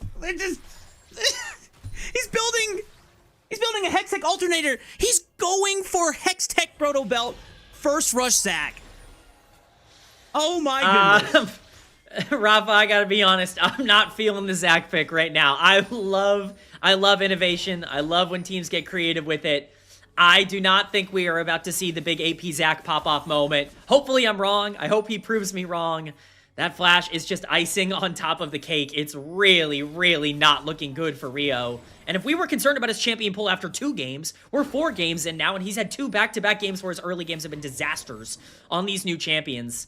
It's genuinely a concern for him at this point. It's a 2.5k gold lead for EDG. Look at where that gold is. It's on the Nidalee, who you can fight around, especially with Grub spawning in 25 seconds. Dragon is on the map as well. Trundle should have no problem being able to contest that, being so much stronger, and level 6 compared to Rio right now. Really a bad game state for OMG. Rio's gonna still try and look for ganks. 3 points in Elastic Slingshot can hit at least where that pixel brush is from behind the wall, but not far enough where Leaf was standing right outside of that circle. I guess Leaf has been playing against many a Zac to know the safe range at this point in the game. Xiaohao, however, is lurking around the corner, and Rio cannot contest for this dragon. Fight breaks out, 2v2, Leaf forced to cleanse, flashes out of the Moonlight Vigil, and yep, see, exactly. You watch the Zac wind up the Elastic Slingshot and say, now sit your ass down. Here's a pillar. Countered. Man, it's looking tough for the Zac right now. He's stayed in the area, though he's still looking. He's not on vision. He's going. What? Okay, he catches him off guard. There's no chance for the pillar to interrupt him this time. And you know what? Rio gets paid Persistence is rewarded, but just with a bite down from the back. Xiaohao's gonna trade it, but Starry will at least pick it up. And OMG, we may not believe in the composition, but they are pushing through and trying to make it work anyway. Yeah, I mean, that's actually a pretty big play overall. Again, I kind of believe in the idea for OMG in the late game. They just need to get there. Getting gold onto Starry definitely helps that out. As he continues to trade with Perukia here on the bot side, doing so much damage. You know, they prioritized this Aphelios as a takeaway from Leave. They wanted to make sure he didn't have it. Starry is going to be in a big spot to potentially try and set up this game. Again, it's looking pretty bad right now for OMG because of the Zac, but you do have some gold on your carries. They're both in spots where they should be able to play out the rest of this. There are some miracle fights that you could foresee that could potentially be played around this Yone, this Aphelios, if you get the right scenario. Despite the early woes and the disaster that Rio has had to suffer through, I have to give him props that he has somehow caught up decently in farm, and he is still persisting through and pushing for these gank opportunities. You still have to make the best of what champion kit that you locked in for yourself. And if somehow OMG are able to be competitive with EDG, I will happily paint clown makeup all over my face. Like, But right now, EDG still have the lead in terms of overall gold, 2,000. ZDZ is a majority of that advantage off of the pressure that has been put onto this top side. Very close to completing his Trinity Force. All 3 gubs completed for EDG. So ZDZ is even further empowered to split push against this Gnar. I mean, that's what you draft the Nidalee for, right? It's basically guaranteed grubs as long as you actually want it. Dragon's still on the board. Has not yet been taken. Rio is going to start it here. This would be shocking if there was any time to even try and contest with that bot lane priority. Harry is 2 full levels down on this Gnar that they prioritize very heavily in draft. Again, I can see the vision. I can see the late game here. Hook landing. Whoa! And Starry definitely sees Perukia dead on his screen. Moonlight Vigil from a nice Thresh setup combo by Moham eliminates Perukia from the Rift for 8 seconds. And Rio catches him on... Oh! Very, very close. Very close, Leave. You gotta be super careful at this point in the game because as much as we've been clowning on the Zac pick and talking about how it's not working, this bot lane is 2-0-1. Starry's up 1,000 gold on Leave as an Aphelios. He's got Collector completed. This guy is strong. He is in a very good spot. It's very easy to play through an Aphelios in the late game, even with, you know, the Zac getting countered. If he can just buy enough time, that passive alone should be good for the Aphelios to be able to free hit on that backline. So plenty to play for here as Rio will only be getting more items. For now, he'll just continue to be farming up. First item completed for Xiaohao as well. Expect the Trundle to be active with that ultimate available. Xiaohao is now the strongest member on the Rift. Flash forward from Starry. He just wants to eliminate Leave from the game right here, right now. Oh. But just not enough damage. Barely walks out alive. Xiaohao in the 2v2 skirmish with ZDZ just taking the turret, and he's able to fend them off by himself. Rio's forced to flash away as the Subjugate was coming in and sapping his HP bar. Yeah, it's not looking good for the Zac right now. It's probably not going to look better specifically into the Trundle, but again, the idea of the Zac, especially building AP, is that, hey, if you ult me, I'm not all that tanky, actually. I'm building AP. I don't really have to worry too much about, you know, giving you all these free stats that you're going to be able to play with. Of course, Nidalee's going to have this huge advantage on the top side. It's what you draft that champion for, but as long as we're able to get our carries online, there is a way to play this out. Now, for EDG, their win condition is much, much simpler. Yes, all of the gold is on the Nidalee, but if you can transition that into Victor and Yunara in the late game, Lulu is massive in terms of shutting down basically everything OMG want to do. You definitely can't overlook that. Ironically enough, I think both teams have some tools, as EDG's bot lane could be getting baited. Elastic slingshot onto 2, and Rio's AP Proto Belt Zac lands the mark to set up Starry for 4 kills total in this game. I can't believe I'm saying it, but it's working out for OMG. It is absolutely working out. Leave and Perukia just continue to disrespect the lack of vision, and this Zac is taking advantage of it. Starry has 4 kills on this Aphelios. This has all of a sudden become a very interesting game between these two teams. EDZ is massive on the top side, but you talked about it, Rafa. There will be a point in this game where it's going to be harder for the Nidalee to fight, even if she does come back online a little bit later. It is actually a little bit spicy the way that this game is set up. Still a 1k gold lead for EDG, but 2.5 of that is on your Nidalee on the top side, and you've now got to contend with an Aphelios who is very accelerated. I'm just going to say, K-Man, if Xiaohao loses this game, Angel? he is going to be so pissed. Rio looking to set up another engage onto Angel, flashing away from the Fate Sealed. And unfortunately for Rio, Zach, is not able to make it out over the wall. There's a TP from ZDZ dealing with Haichao while Angel finishes off Rio in the passive. Does not connect the spear, but ZDZ, if he can get back into Cougar form, cannot do it in time and execute Haichao. He makes it out alive. Yeah, that is a decently big mistake. One thing that will throw a wrench into plans for Aphelios is Victor getting a lot of gold as ZDZ continues to pressure down. TP has to come in just to save Haichao under tower. Really not an ideal use of resources. You wanted Harry in that side lane to be able to get these free waves. Fortunately, not going to be the case. Xiaohao's staying in the area, though. And it's just like the story that we saw for the first few minutes of the game, where Xiaohao trying to set up this Nidalee for success, coming around. Pillar does not come out. Harry just using the hop to get out alive. The pressure has been felt, and Harry will still be able to pick up the majority of this wave. We're about 50 seconds away from the second dragon of the game. OMG were able to pick up the first one, and right now, it's all about how they can play through this Aphelios, who has a majority of their gold on their side. Is Angel dead? Oh, he was close.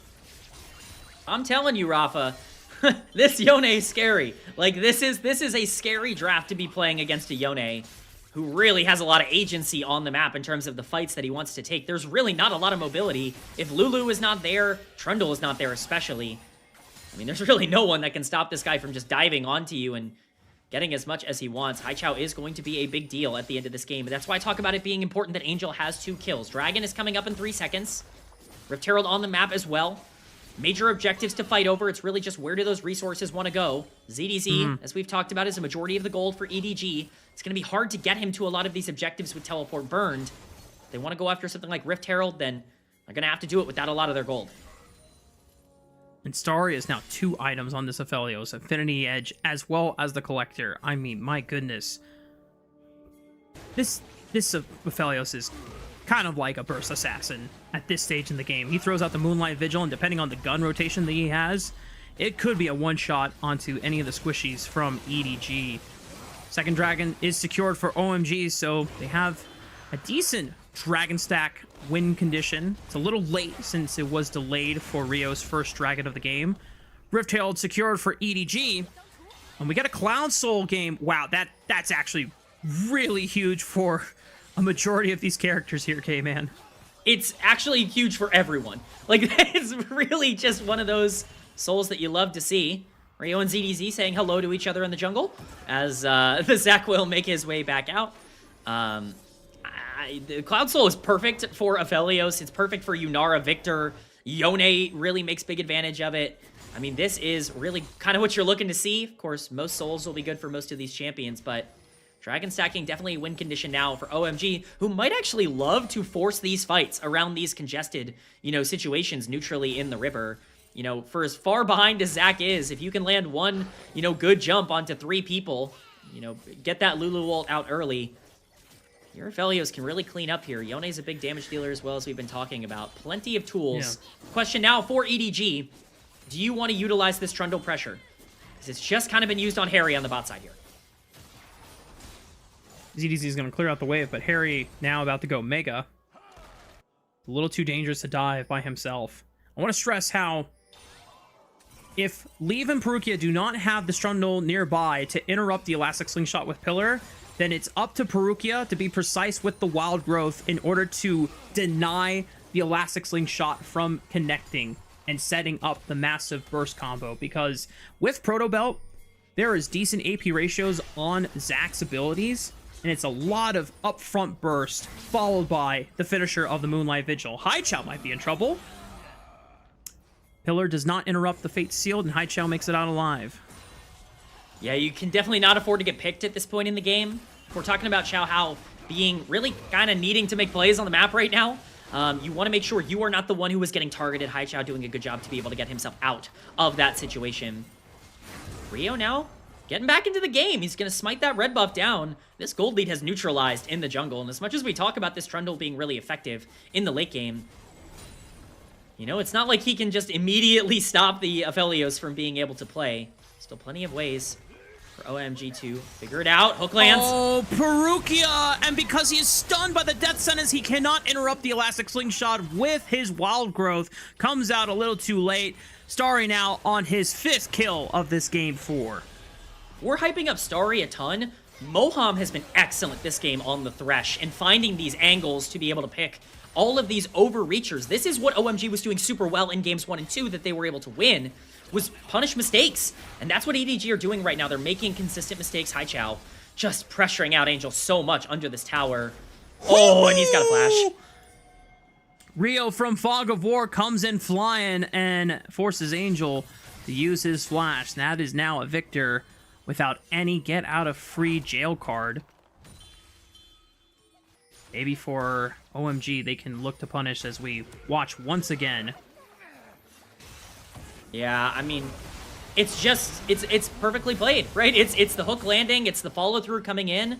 The heal even coming down onto the Zac is massive at this point in the game. I mean, this is like actually a very, very hard comp to deal with if you are not constantly warding every single brush, especially with Moham playing so aggressive. Starry is very difficult to punish because of the Lantern from Thresh as well. OMG have a plenty of tools to play across the map, but with objectives spawning now. Of course, Baron up 30 seconds ago. Dragon in just over a minute as we speak here. That will be soul point for OMG. They definitely want to try and corral that area. We're going to be seeing these supports get out on the map with their vision and make sure that they can set up for whichever one they prefer to.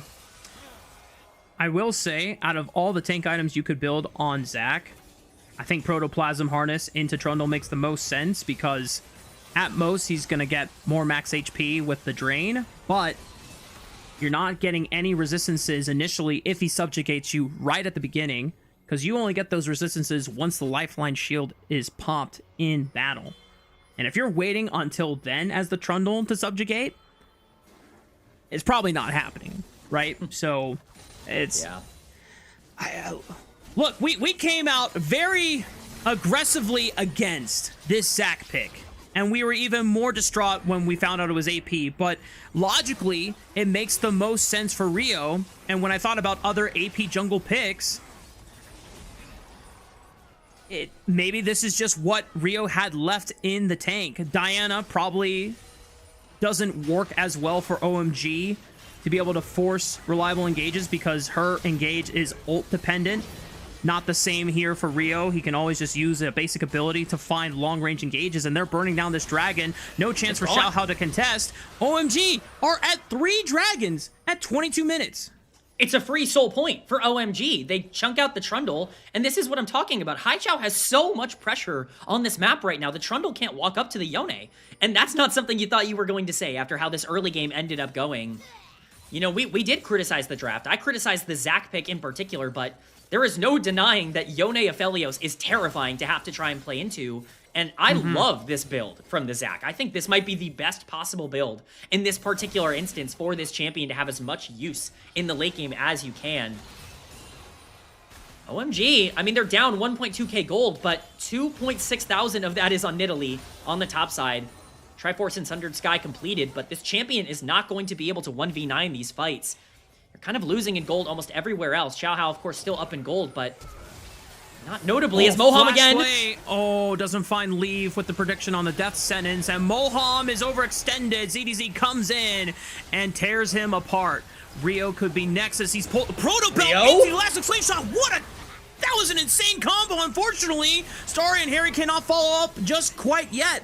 And Angel completely eviscerates the pile of goo on the floor. OMG. Now down without their support. No jungler. EDG are going to rip this Baron.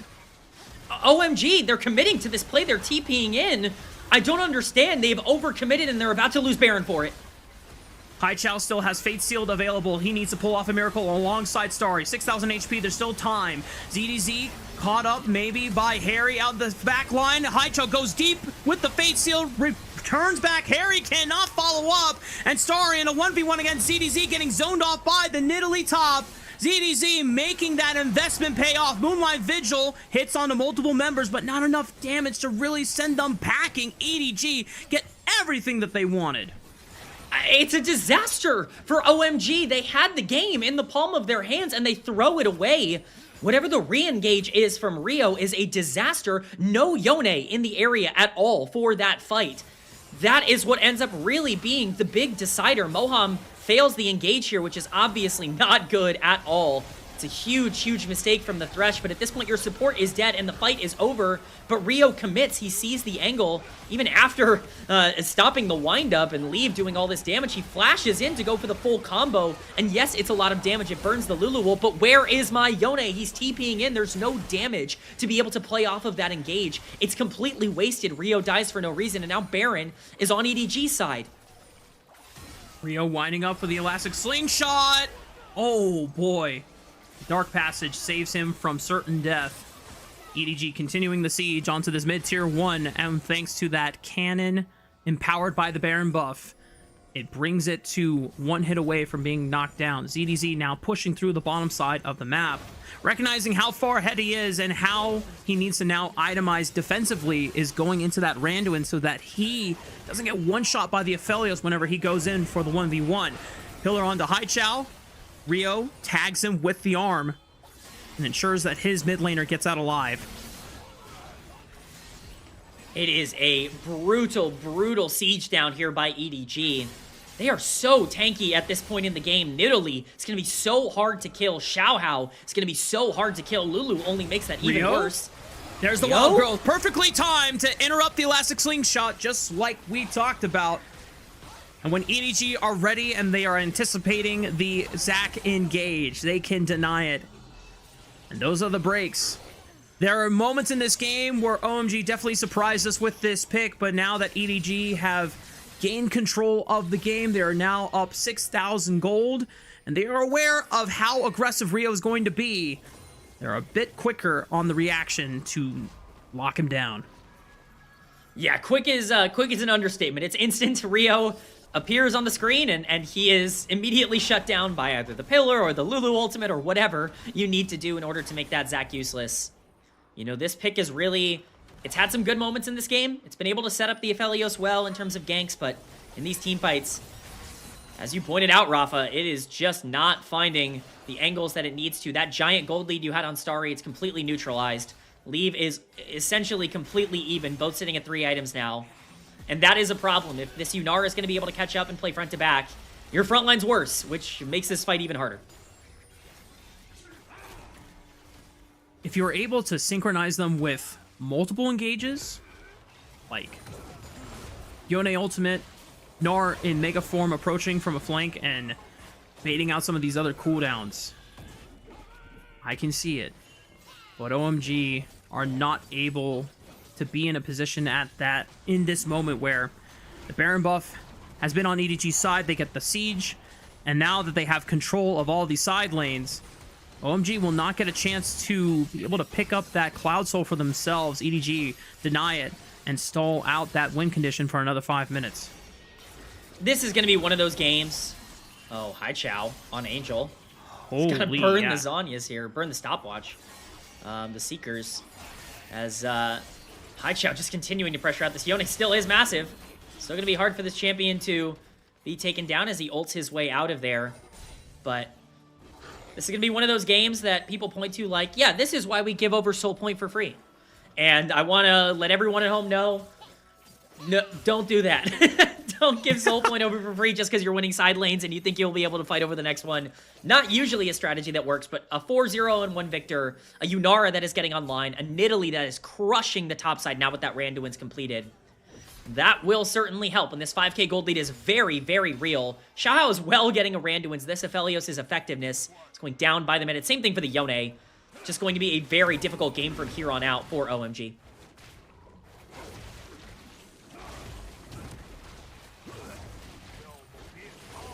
Things have slowed down in the past couple of minutes. Haichao, oh no, no Fate Sealed available. And I don't think he's going to be able to flash out of this one. Q3 gets him barely over the pillar, and Angel slows him down long enough alongside Xiaohao's Trundle.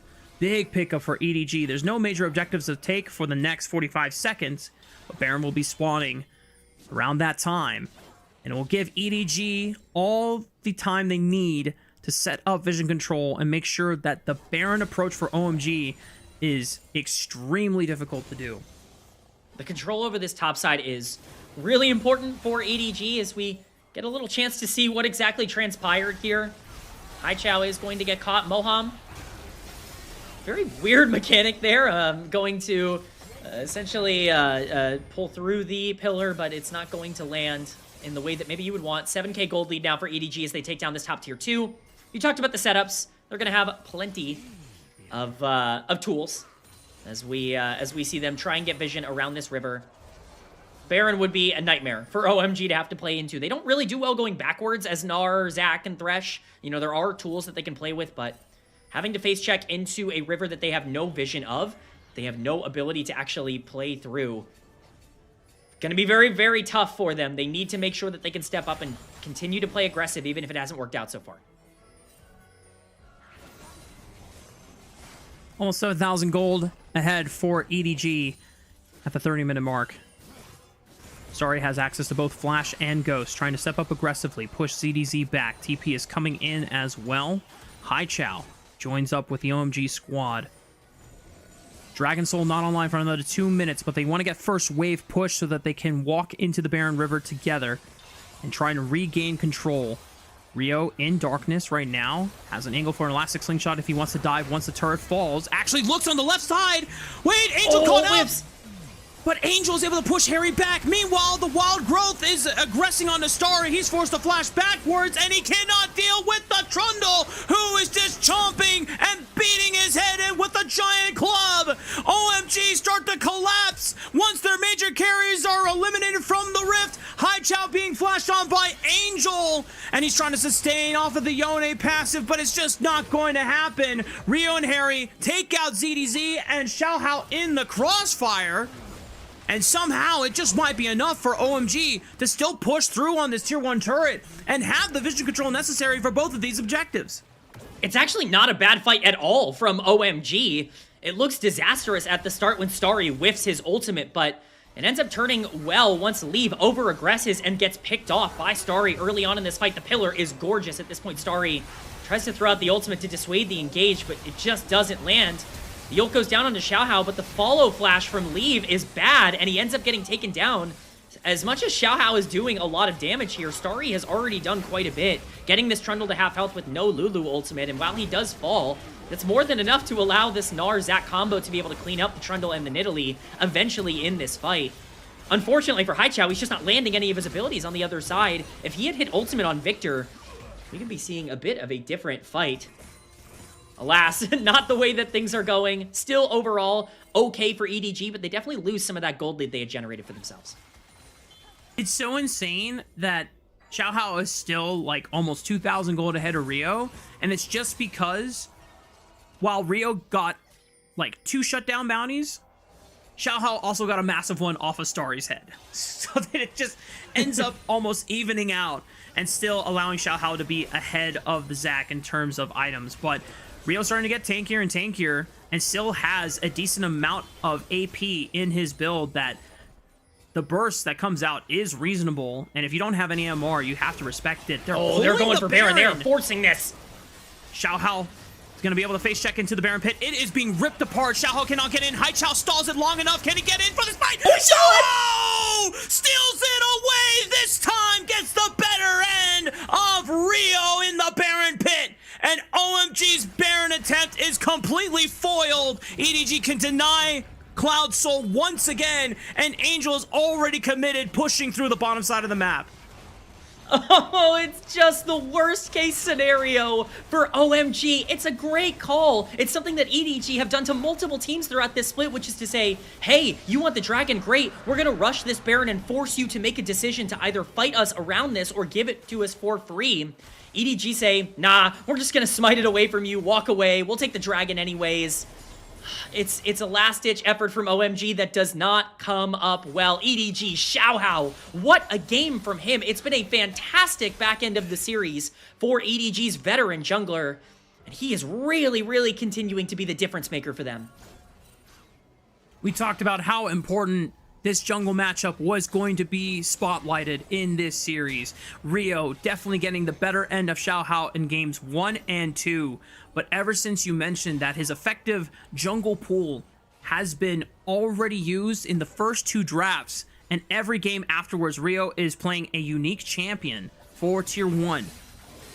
Xiaohao has now gotten the better end of the deal and has been able to outperform his jungle opponent.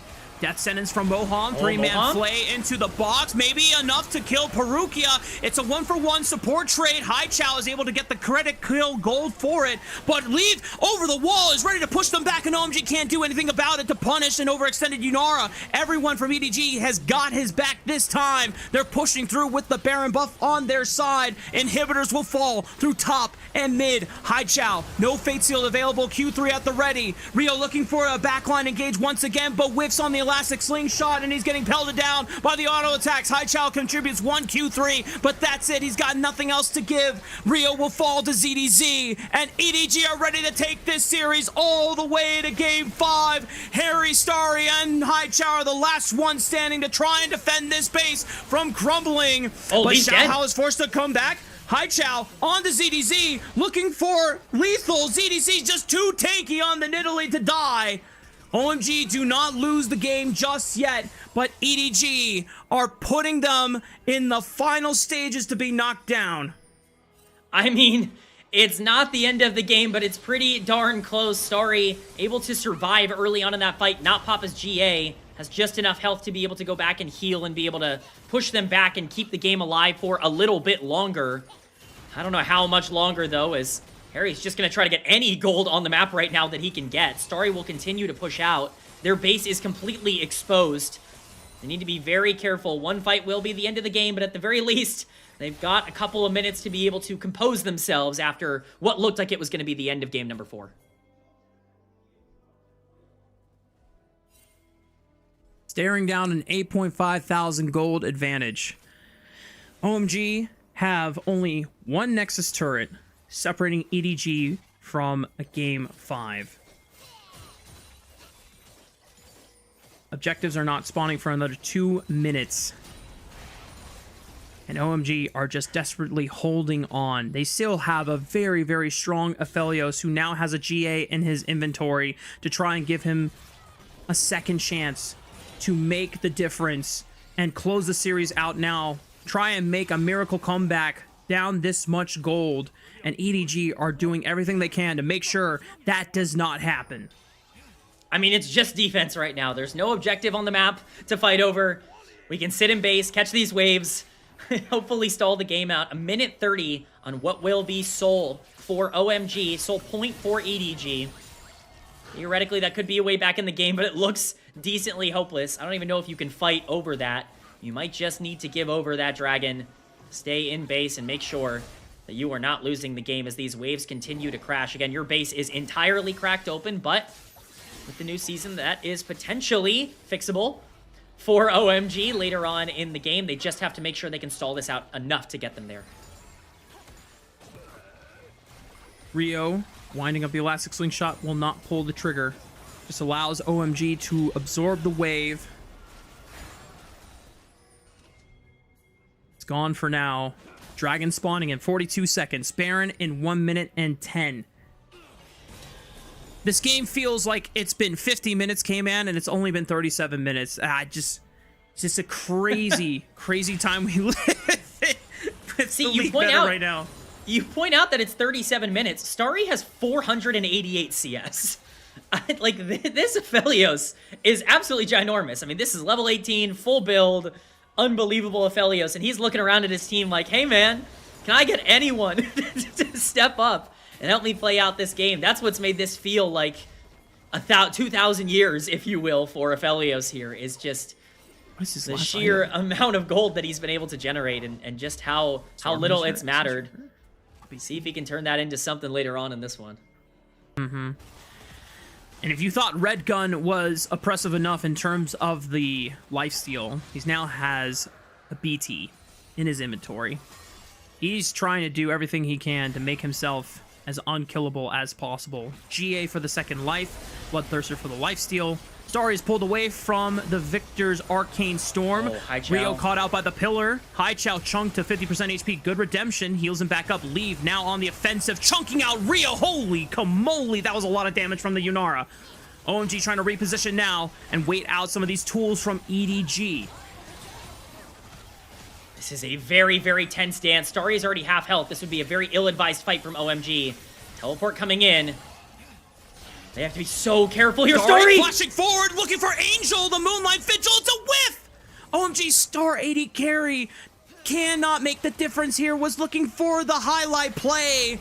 And unfortunately, it falls flat. EDG unthreatened by the attempt. And now Starry does not have a summoner spell to be able to get away from certain death. I can see the angle that he sees. He sees it as the only opportunity to get a fair fight. It's going to be a hard Baron to take. Hai Chao.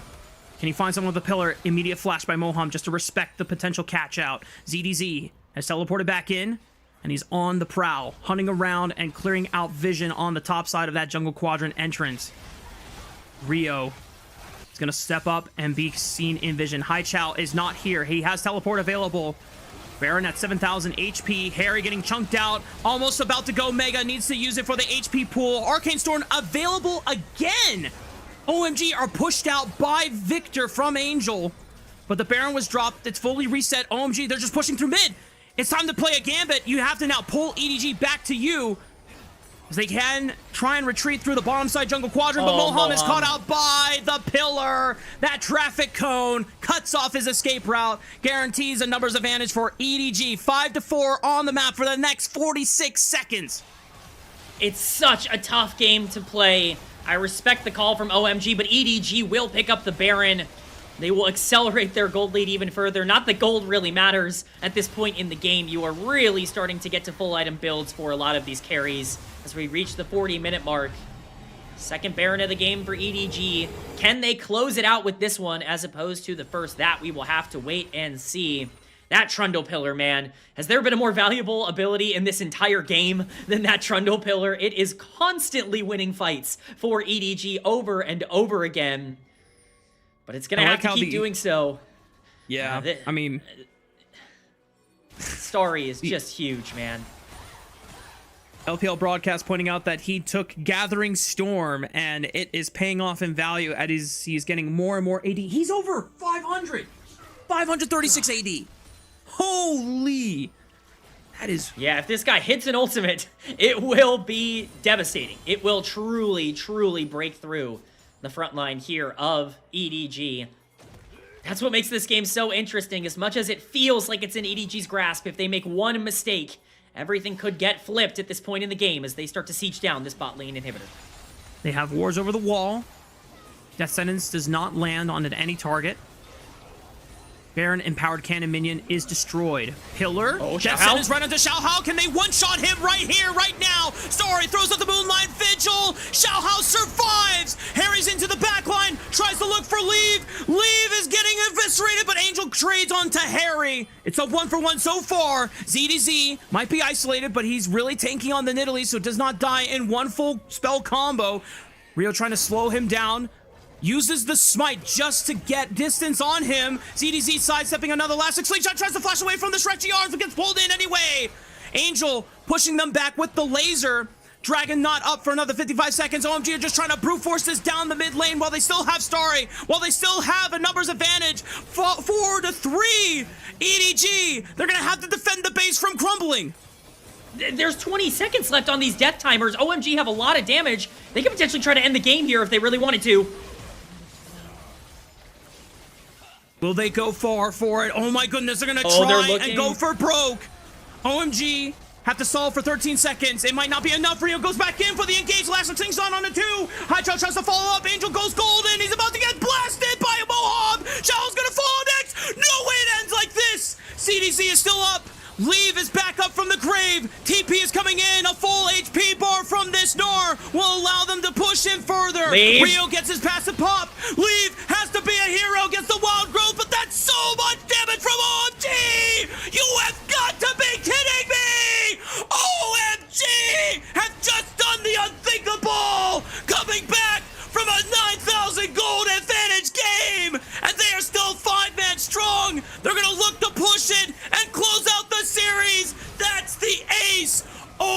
OMG persists through the impossible, and oh my god, they fucking did it! Oh my god, Rafa!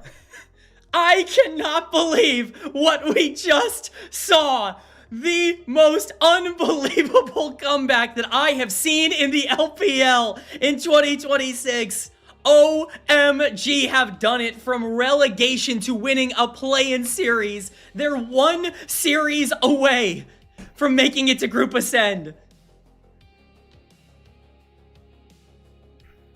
Goodness gracious. OMG. Come on, man.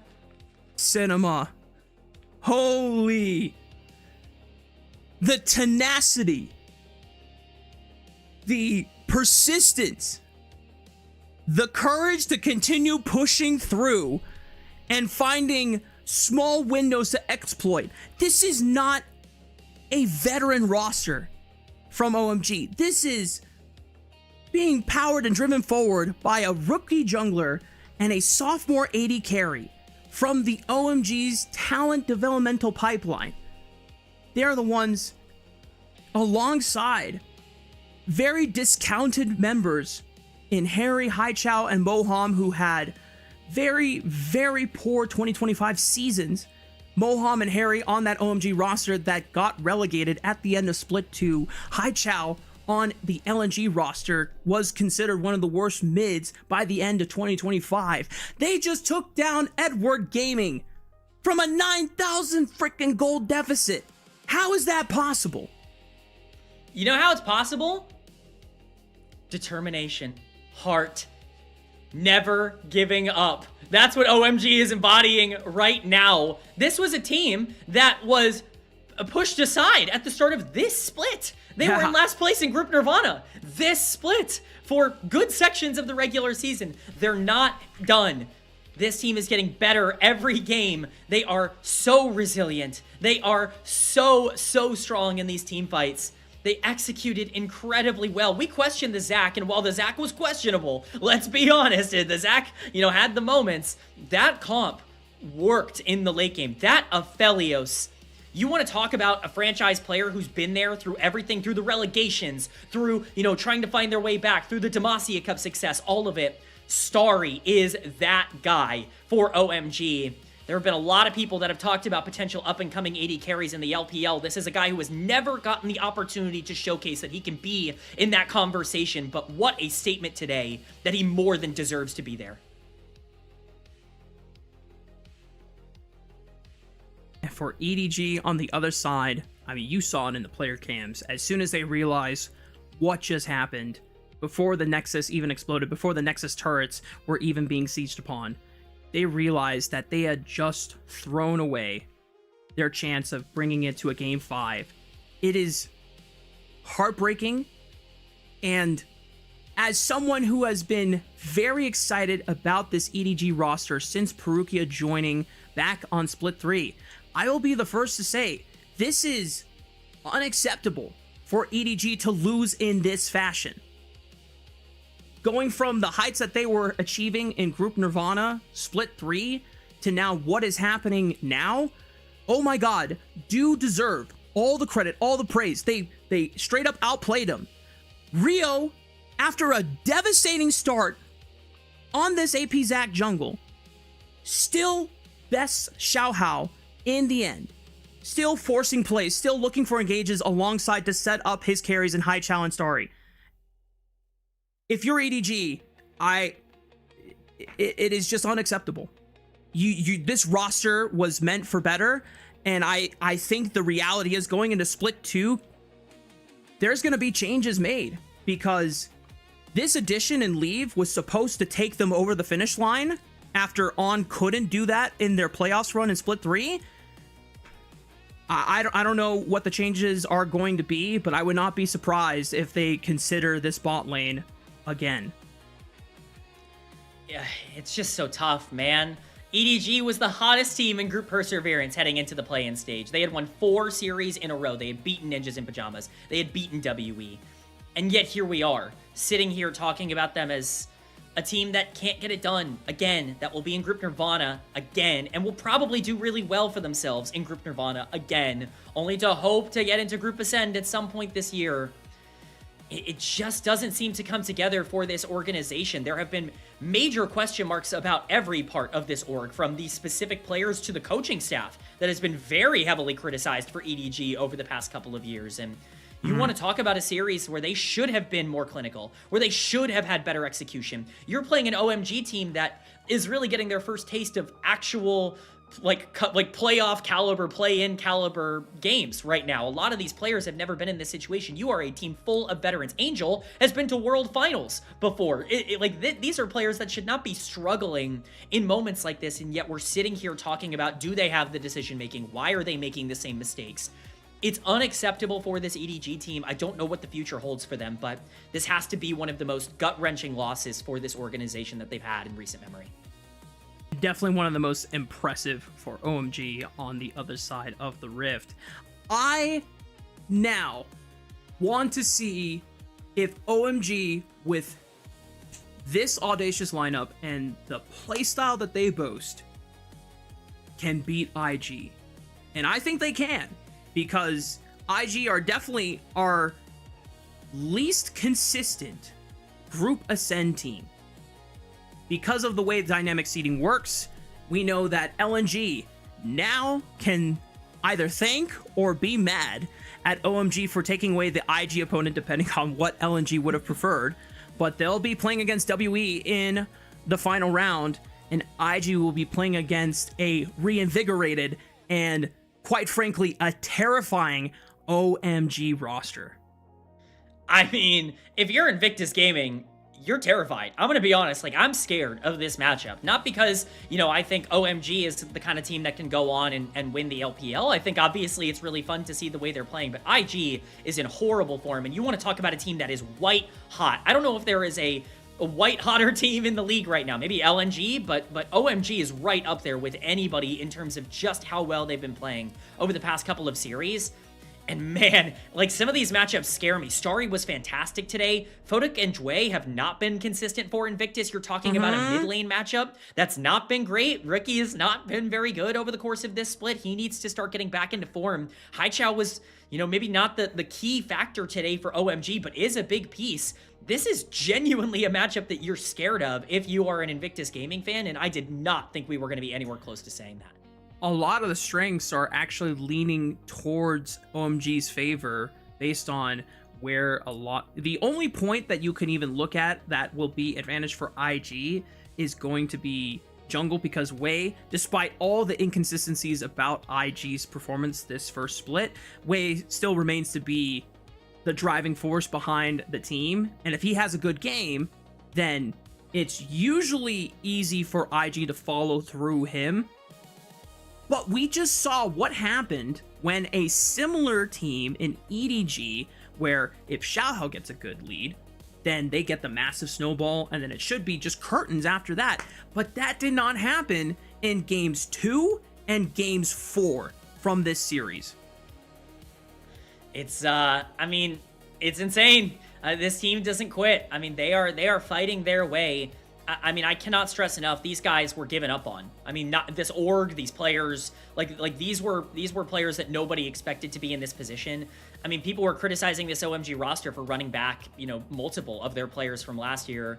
Here they are, one series away from being top 8 in playoffs. They have a real shot to be able to take down Invictus. Top lane, bot lane. These are matchups that really aren't all that, out of the realm of possibility to pick up. Man, I'm just so excited. OMG being one of the historic organizations in the LPL. We sometimes forget that, but this is truly one of the LPL orgs of all time. When you're talking about WE and, Invictus Gaming, OMG is right there, having been there from the beginning of Chinese League of Legends. And it's been a rough couple of years for this org after what was that really fun young rookie roster kind of got revamped in 2024. They found their way back into at least semi-contention here, and really, if they can get into Group Ascend, that's just the icing on top of the cake at this point. Truly exciting times to be witnessing LPL. Not so much if you're an EDG fan. You're definitely on the down end of the dumps right now, but that's esports, baby. And sometimes the unexpected does happen at the cost of others' happiness. I believe we should be getting player of the game and player of the match, which is what I'm curious about. I feel like player of the game will be Starry on the Aphelios. It could also be, I mean, early on, Moham was dictating a lot of the picks.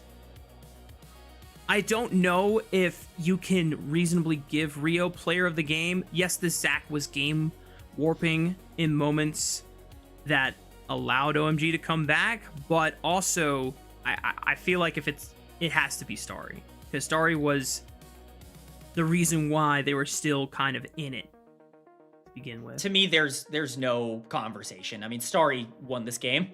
I'm not going to say it was a 1v9 because you're right. There were a lot of moments in the later part of this game that, you know, I think the rest of the team played well in and had a lot of great setups for. They're not given the chance to do that if Starry is not as good as he was in this game. I mean, his positioning, the ultimates we can ignore. I don't think he hit a single ultimate in this game. But, you know, outside of There's that...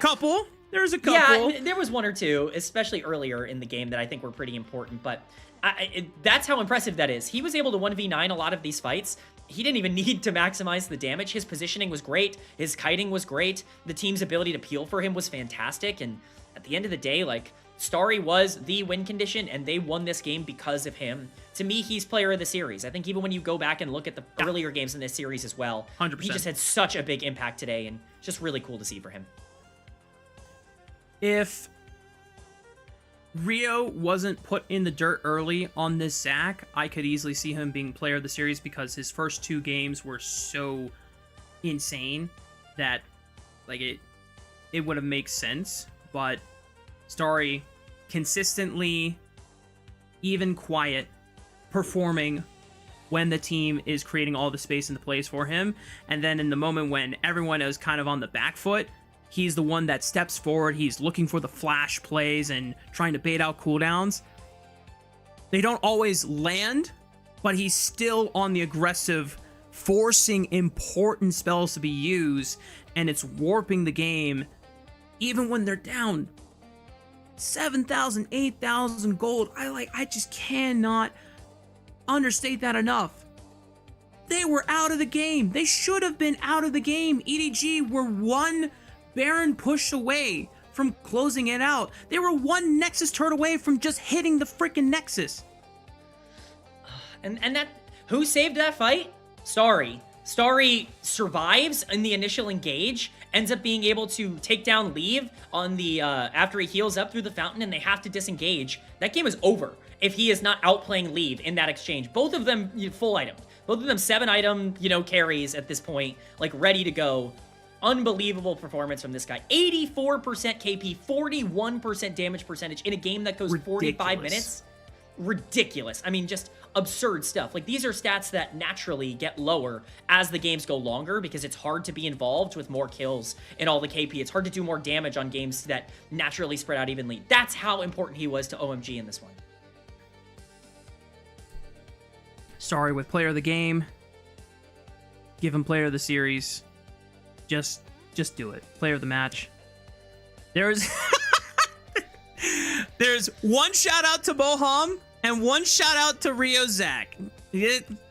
Respect. Somebody was always voting for the Zac. That I can tell you. They were voting for the Zac no matter what. Deserved. Starry was excellent today. Dude, I even forgot about his awesome Ashe performance. The way he was space gliding, and even after getting engaged on, and then he's just flashing forward after getting hit by stuns. Like, that is nightmare fuel, but also just Giga Chad as hell. But ladies and gentlemen, that means our broadcast for tonight's coverage has come to a close. Insane results from this series. LNG over Thunder Talk. Expected. There was some fight in Thunder Talk, which was, a little bit surprising, but the real surprise. And for anyone that is now watching the VOD after waking up in the morning and going, what the hell, OMG 3-1 EDG? Well, you're going to have a good time going back through this VOD and checking out the games, because I think, in all seriousness, OMG are showing a side that could be strong enough to take down IG and qualify not only to playoffs for Split 1, but also to Group Ascend in Split 2. Something that OMG has not been able to do in quite some time. Well, I think the last time OMG were that competitive was probably the rookie iteration of that roster back in, is it 2023, 2024? Yeah, it's that 2023 year with Cream and Shanji and Aki. Again, this has been an org that has struggled over the past couple of years to maintain their form, to be consistent. Here we are. OMG is back, and they are back with a vengeance. And what a better time with more developmental talent in the pipeline. Suddenly things are starting to look very similar to prior OMG peak eras. But with the end of our broadcast, that means it is the end of our show. But before we close everything out, we want to give a massive thank you and shout out to our elite coffee supporters in Aaron Soup and Mung, because their pledged financial contributions help level up the broadcast and give back to the cast and crew who strive to give you an English LPL product every single day. On behalf of myself, K-Man, our wonderful producer, Ice Fire Ride, and the rest of the LPL English staff and crew, thank you so much for tuning in to tonight's coverage of LPL. We'll be back same time tomorrow for a final 2 best of 5s between LNG and WE and IG and OMG. You don't want to miss it. See y'all there, and good night.